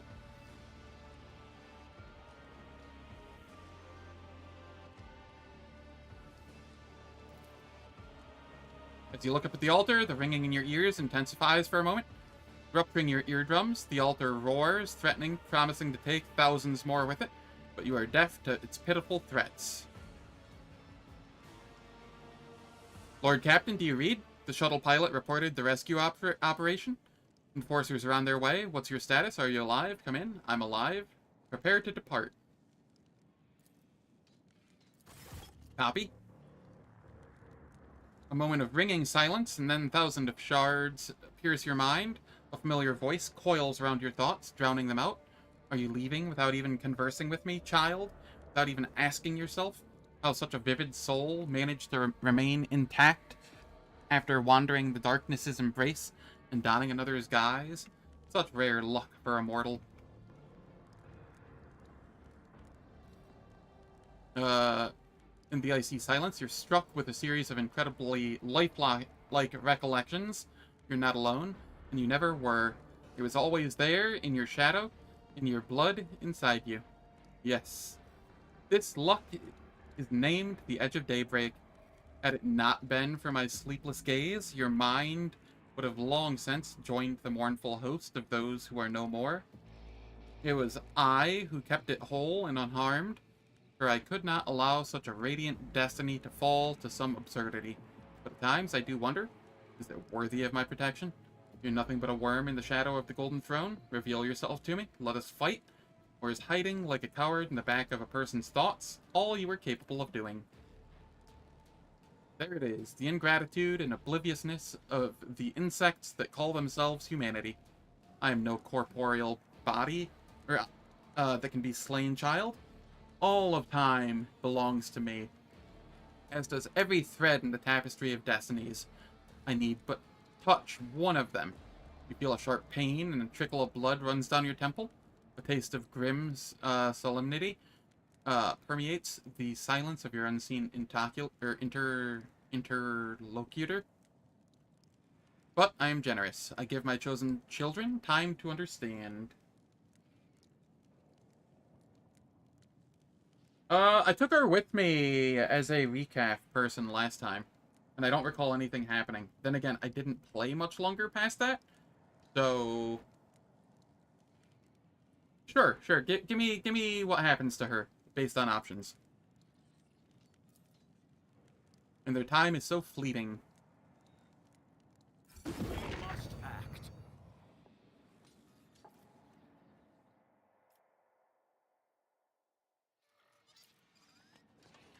The premonition runs true.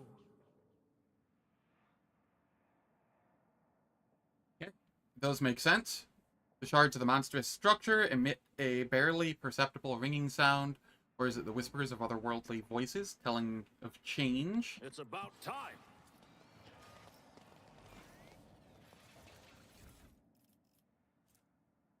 Biomancer's staff.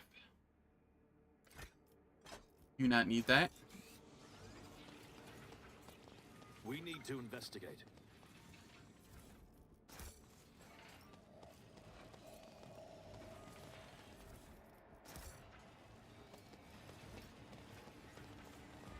Servant also find governor. She will get assassinated. That's funny.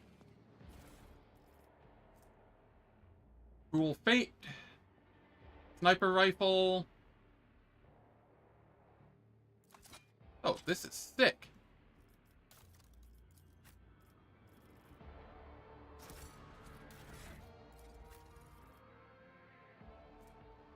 Adira, you have a new sniper rifle.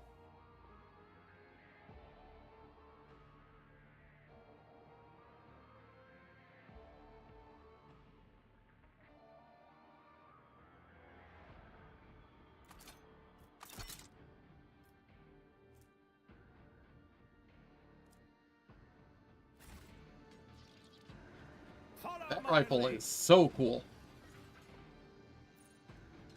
So that's a reason to come here if you're using a sniper rifle, or have someone in your party that is.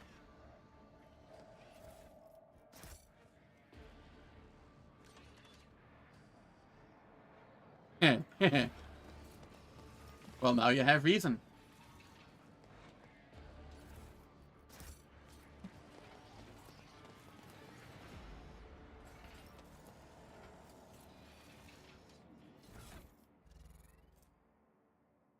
It does lots of damage.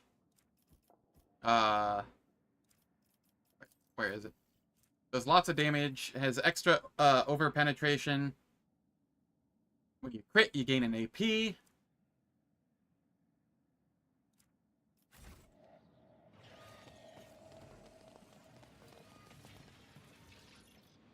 I won't tolerate weakness. Wow. This Solaro guy.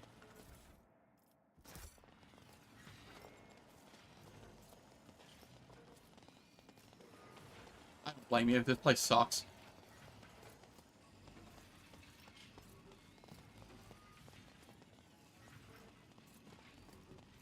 Though, I do have to say, I enjoyed it, like, 10 times more than I did the first time through. Which is still, like, below how much I enjoy Baldur's Gate 3.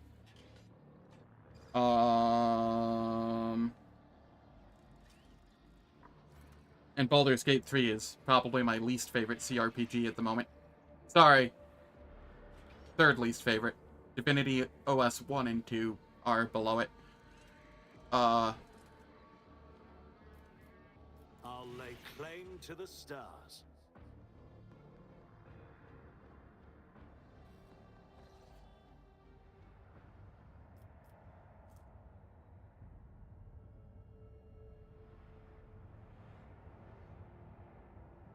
At least you don't hate the companion for the place. Yeah, Solomorn's not bad. I enjoy a lot of his dialogue and stuff, outside of when he's meddling in my ship affairs. My issue with him is, he just doesn't do damage. Compared to, like, Argenta, Adira, Abelard, myself, Aogen, Cabela, Passia, Pascal. He's the lowest damage companion.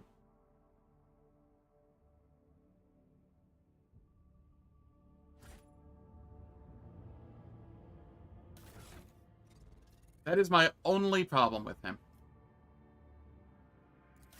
Alright, Argenta, let's see here. What are we getting? You have ballistic skill and agility. I'm pretty sure you go perception next. And then awareness.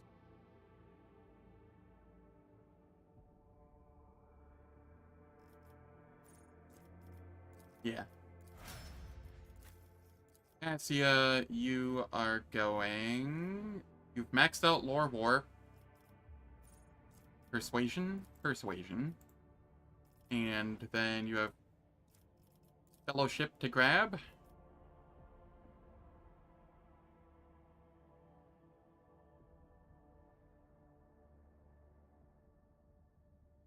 Yeah, no, I agree. I'm trying to think. Is there an Owlcat companion that I find insufferable?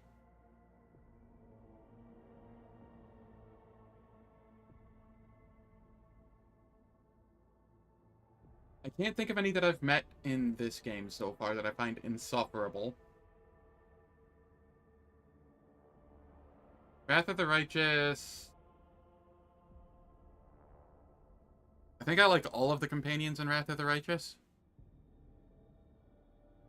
Queen Galfrey, if you technically count her as a companion.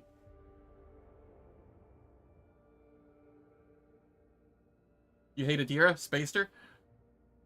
But Adira's voice actress is so good. I can understand that, though. I can fully understand it. The voice actress is really good.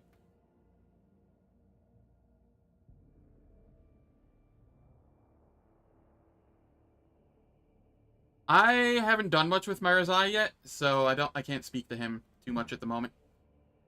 I think there was one or two people I couldn't stand in Kingmaker, but I don't remember their names. That was so long ago.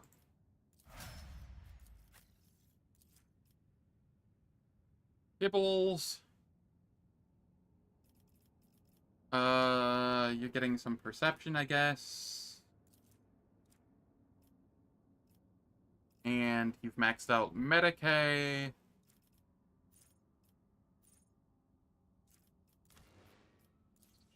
What else are you getting? Medicaid, awareness, demolition.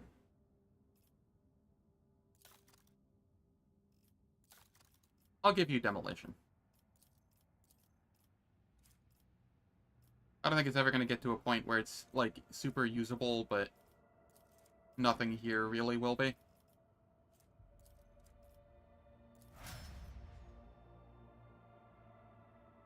Lindsay the Bard. I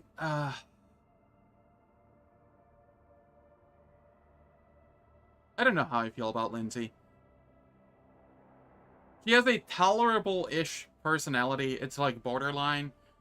But I think what pushes her under the bar is just how absolutely worthless she is in the early game. And by early game, I mean literally the tutorial area, the prologue. Like, if you're not able to solo everything in the prologue, she's not doing fuck all for you.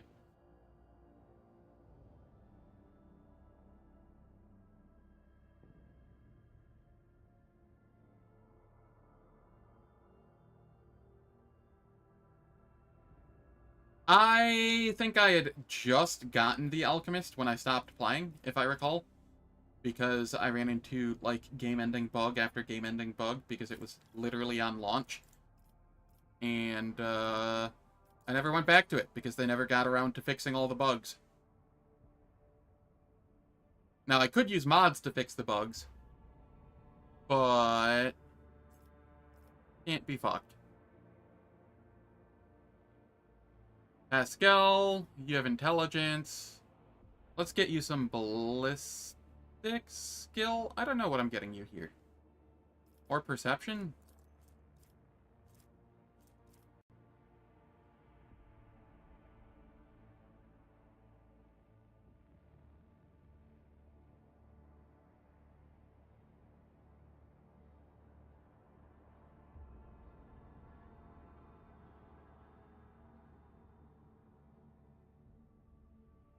Yeah, we'll go perception here. And then we will go logic. He kind of redeems because you stop interacting with him. Past his quest as far as you remember. And in really short bursts, he's fine. That's funny. Alright. Here we have agility, weapon skill. I think we're going willpower. And here we are going carouse. Over here.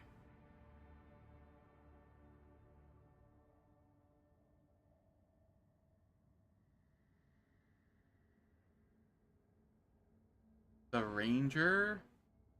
The kobold?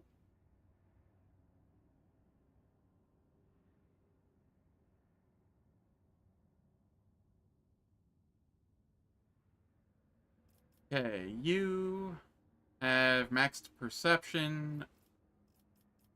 Dude, I don't know what to go with you.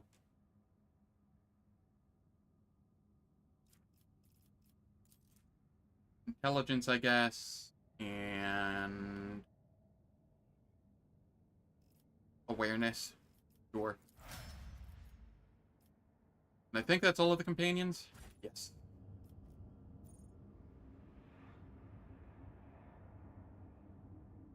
All hail our boy Knock Knock. Honestly, Knock Knock is like 95% of the reason I would ever consider replaying the game, just because I've heard so many good things about him.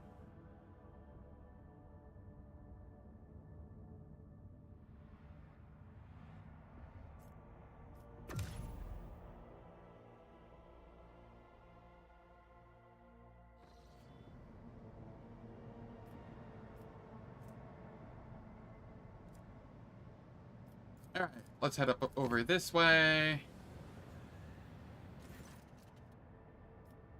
Ah, I see. Solomorn, get out of here. Give me the better character.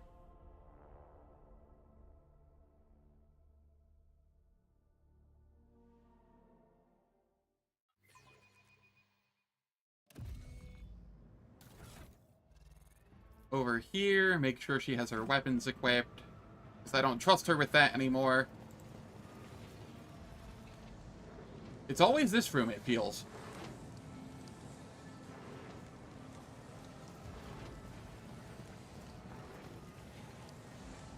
Just in different layouts. I'm always ready. Nothing I can't do.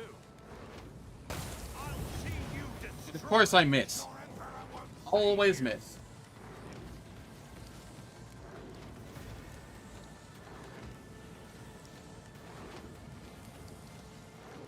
Alright, we come back here with Aogun. I come up here. Copper Tongue is here. Idira, you can be there, whatever. Burb can be there too. Guy, you're there. Abelard, come out front. Okay, good enough.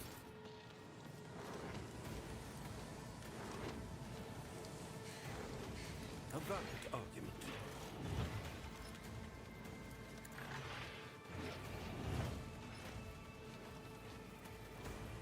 Executing command. We throw down this. Give me a turn. Observation.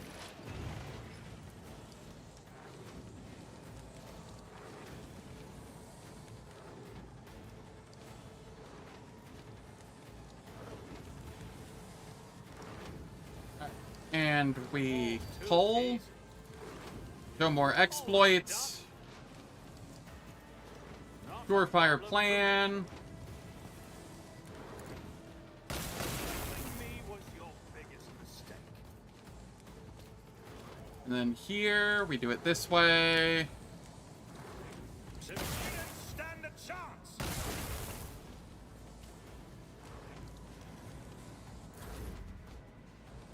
Airgun. You can come up here.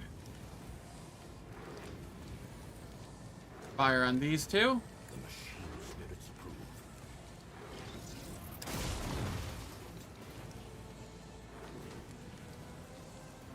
And then we will Galvanic Field Abelard. So defend the Divine Work on Abelard. Relying on you. We give Abelard charge distribution. Executing command.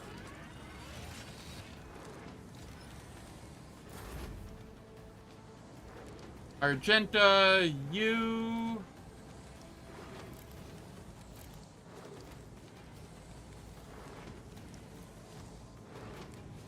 Can Furious Recital. Rapid Fire.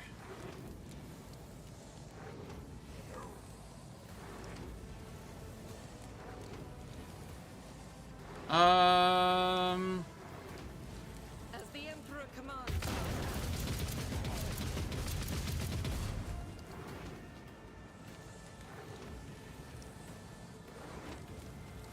Doubt is for Run and Gun. Plus Reckless Rush. the Emperor commands, I act. And then we can... Love letter Soulbinder, huh?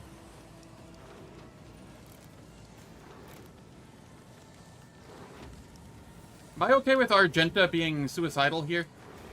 I think so.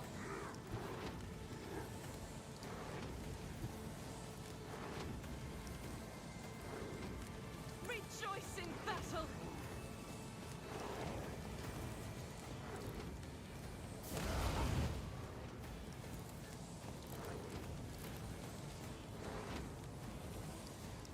Actually, let's Firearm Mastery here. Why not? I am without deeds is escape the Emperor's. I refuse. As the Emperor commands.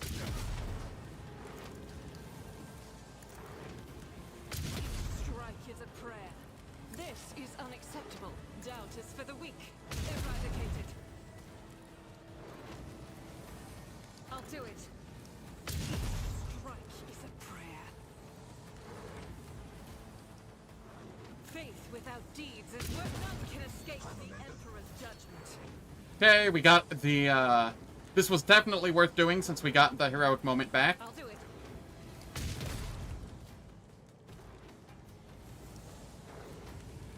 As the Emperor commands.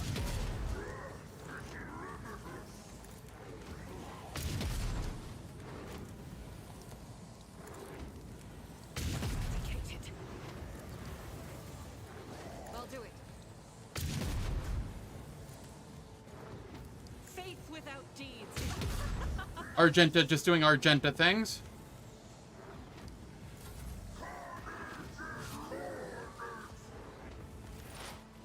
Can't even hit her.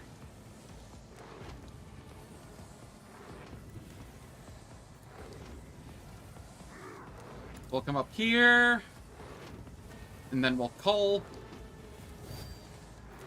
Nothing I can't. Dare you strike the Emperor's faithful. We shall prevail. Easy fight. And I know these don't have any named loot, so I'll just let it collect on the way out.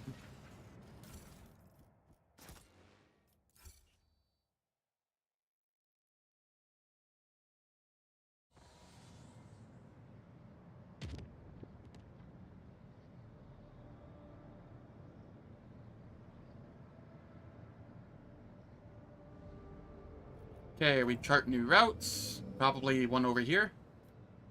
Yep. We visit. Oh, there's a void ship combat.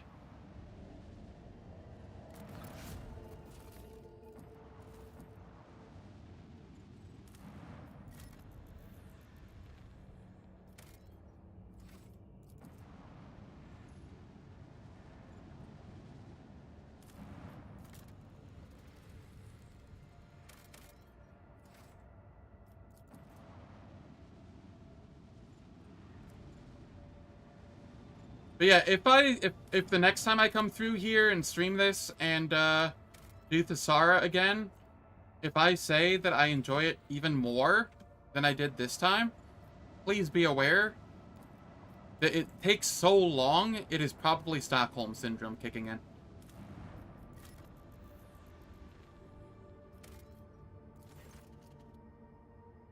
Idix, a planet of no particular note, however, the small station, suspended in orbit, sends a distress call to your ship.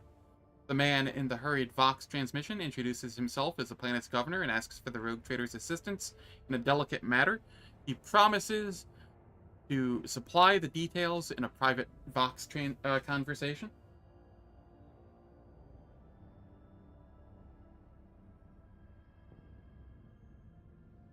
Idix, this planet rings a bell. This was the planet that governor was from. And I'd do Exterminatus on this planet, too. Just out of spite. Study records concerning the planet. It appears Idix recently suffered a major coup. One of its noble families seized power and made outcasts of the former dynasty. Such plots are not uncommon, although, notably, Idix has become less prosperous under the new government. Blow it up.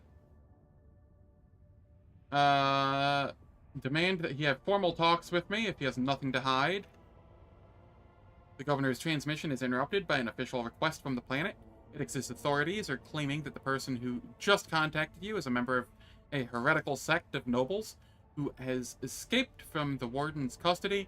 The planet government is asking, in the name of the Imperium, that the traitor be eliminated at once.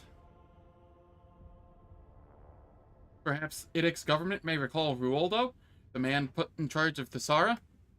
Ruoldo used to be a member of Idix's ruling dynasty before being sent away by his own family. The government is wary of Ruoldo due to his rumored involvement in heresies of some sort.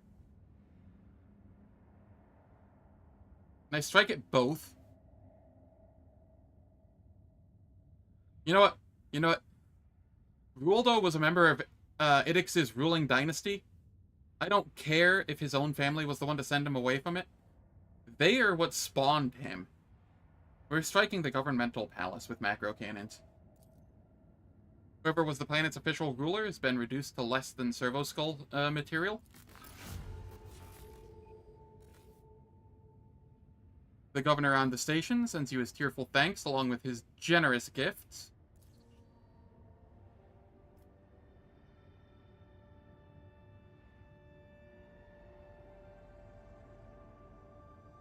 I hear the call of the void.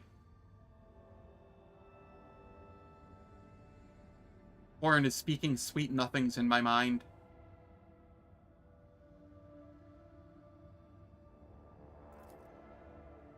The station's fiery remains adorn the sky of Idix. Whoever was on there will never be ruler of anything. The ringing silence on the Vox channels indicates that Idix is, as of now, devoid of any planetary authority.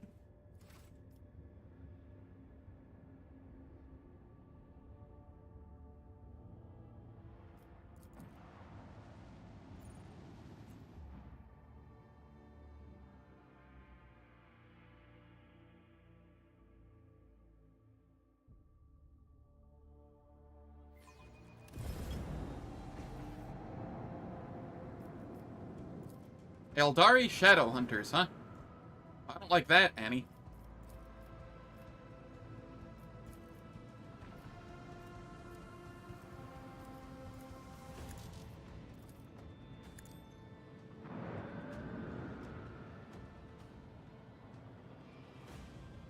And an Eldari Aconite, or whatever. Alright. I'm going to head over this way towards the Shadow Hunter and hope for the best.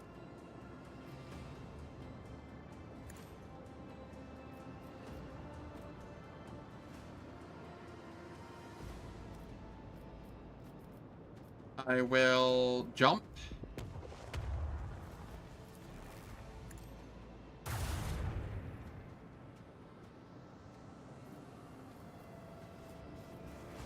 And I will put this on my front.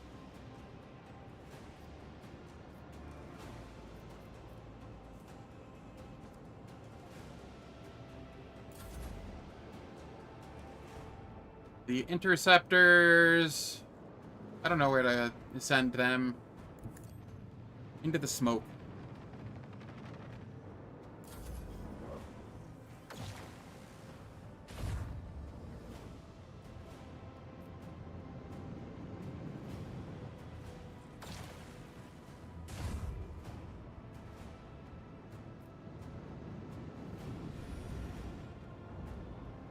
Oh, there's another one over there.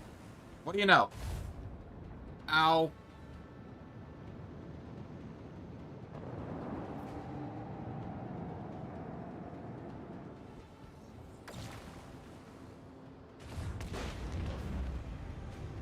What a worthless escort that was. It was actively detrimental.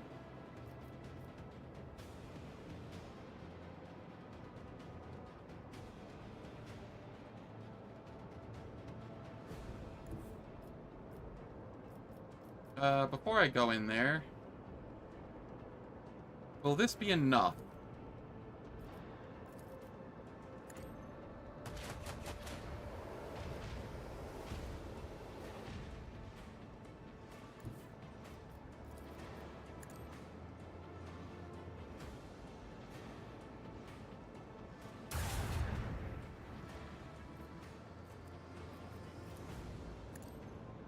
And you blow up. Over here, I will restart my shields.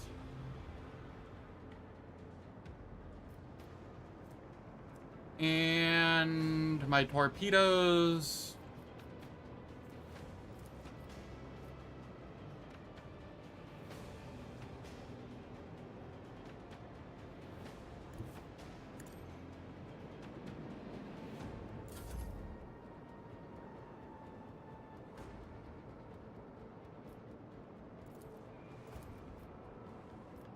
I will put this on my left for now. Okay, the interceptors we can have come down here and fire on these.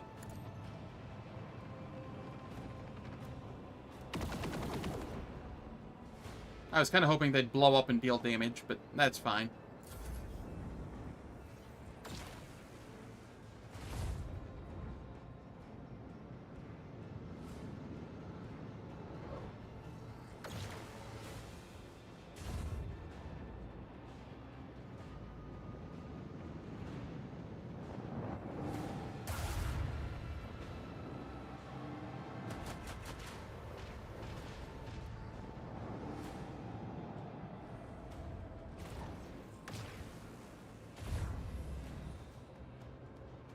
Torpedoes, go!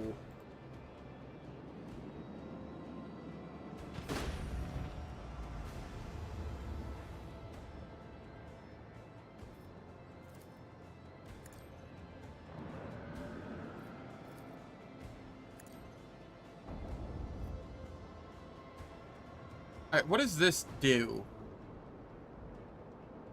Enters the anomalous zone. Its shields are fully restored and their strength increased upon entering the zone. 2 random weapons of the vessel are disabled until the end of this round.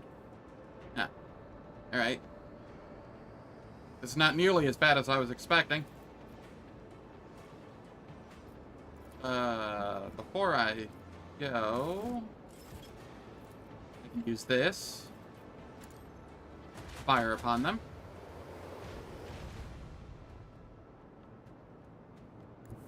And then come here and fire upon them.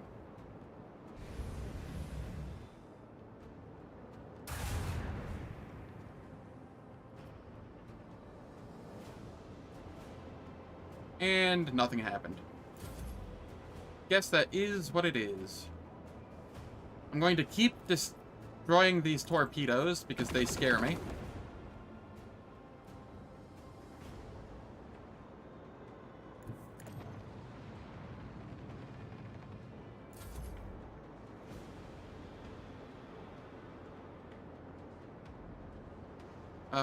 These interceptors can come down here and do some damage.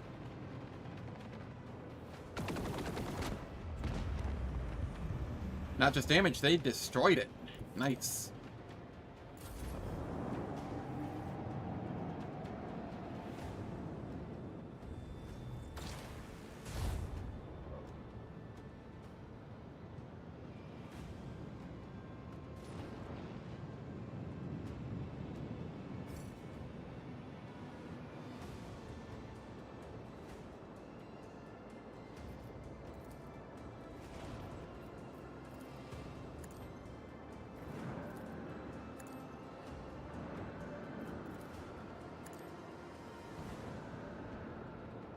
And then I will come up here,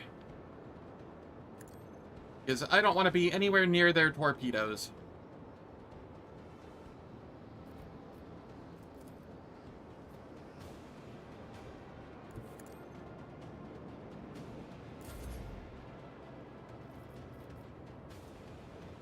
I will even warp even further away.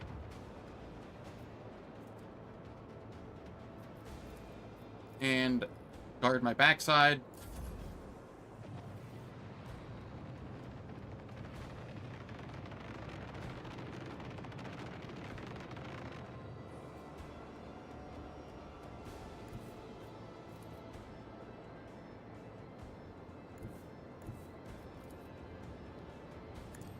Yeah, this will be fine.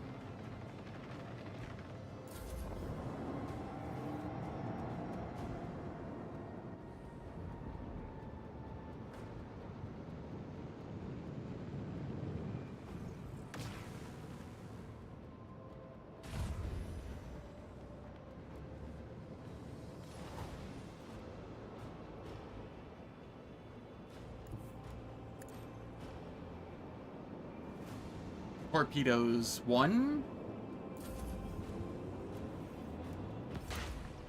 Oh no!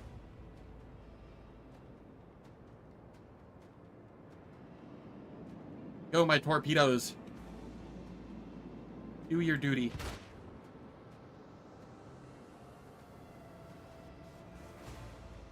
It did a chunk of damage.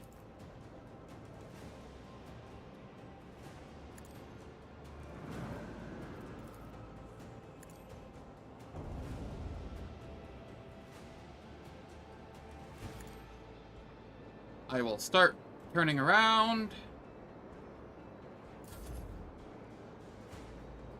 The interceptors come down this way.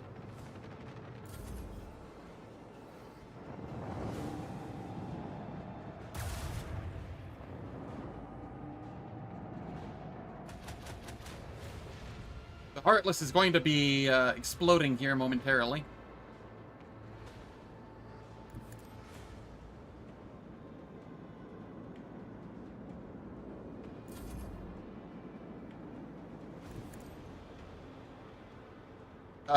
I don't know what the heck that just was, but I guess I take it. That was clearly a bug, but one in my favor.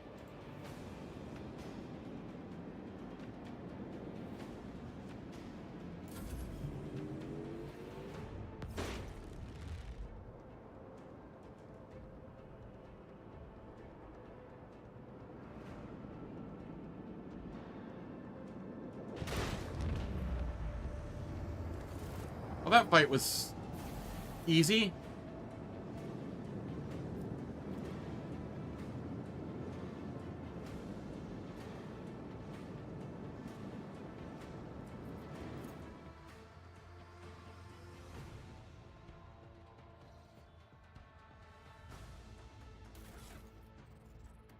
We come over here.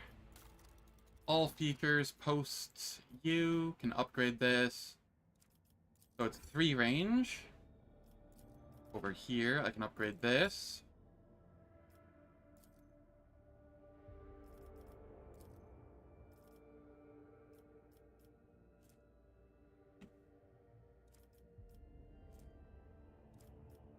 And upgrade that.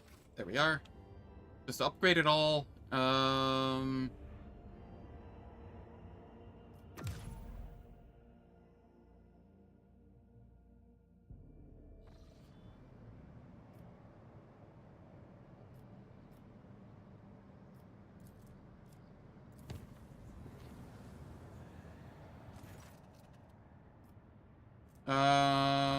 Make sure the contamination is not merely an illusion.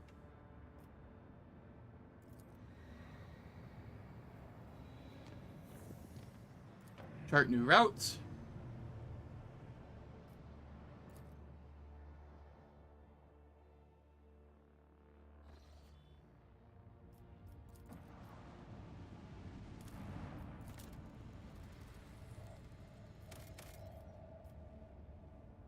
Okay, adamantine and phlogiston, that's fine.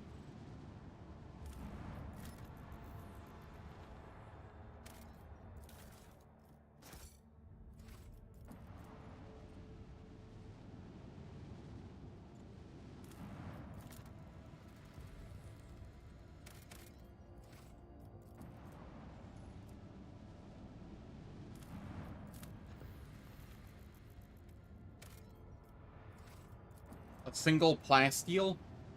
That's a laugh.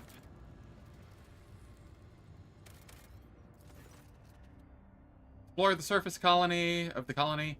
Investigate the tunnel.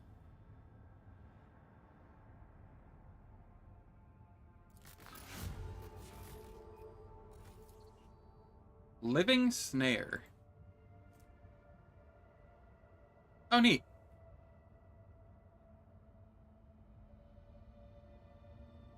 Oh, that is actually really neat. Investigate the shuttle.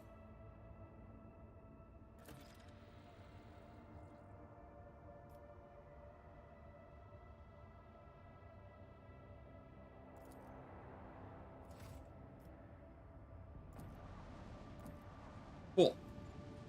And I think that's going to be it for me today. It's just shy of 6 hours of streaming. I want to be streaming longer, but dear lord, my poor throat is just dying from talking this much.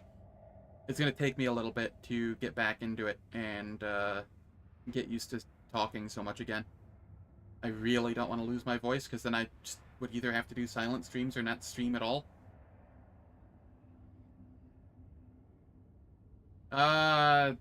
Tea is off the menu. Any sort of caffeinated beverage is off the menu for me. I quit that in 2018 and have never been happier.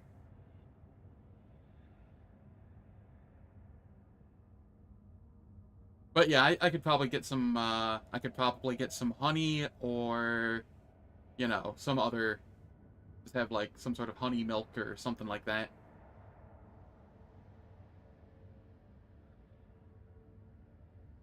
But thank you all for stopping by. Very much appreciate it.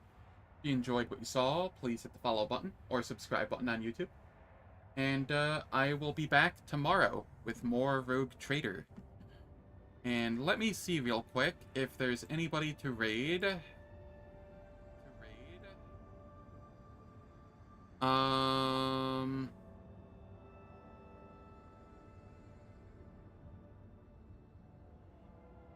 You know what? I'll raid Revan, the guy that I use builds from for companions that I don't understand yet. So go say hi to Revan. He's good enough people and does good stuff for the community.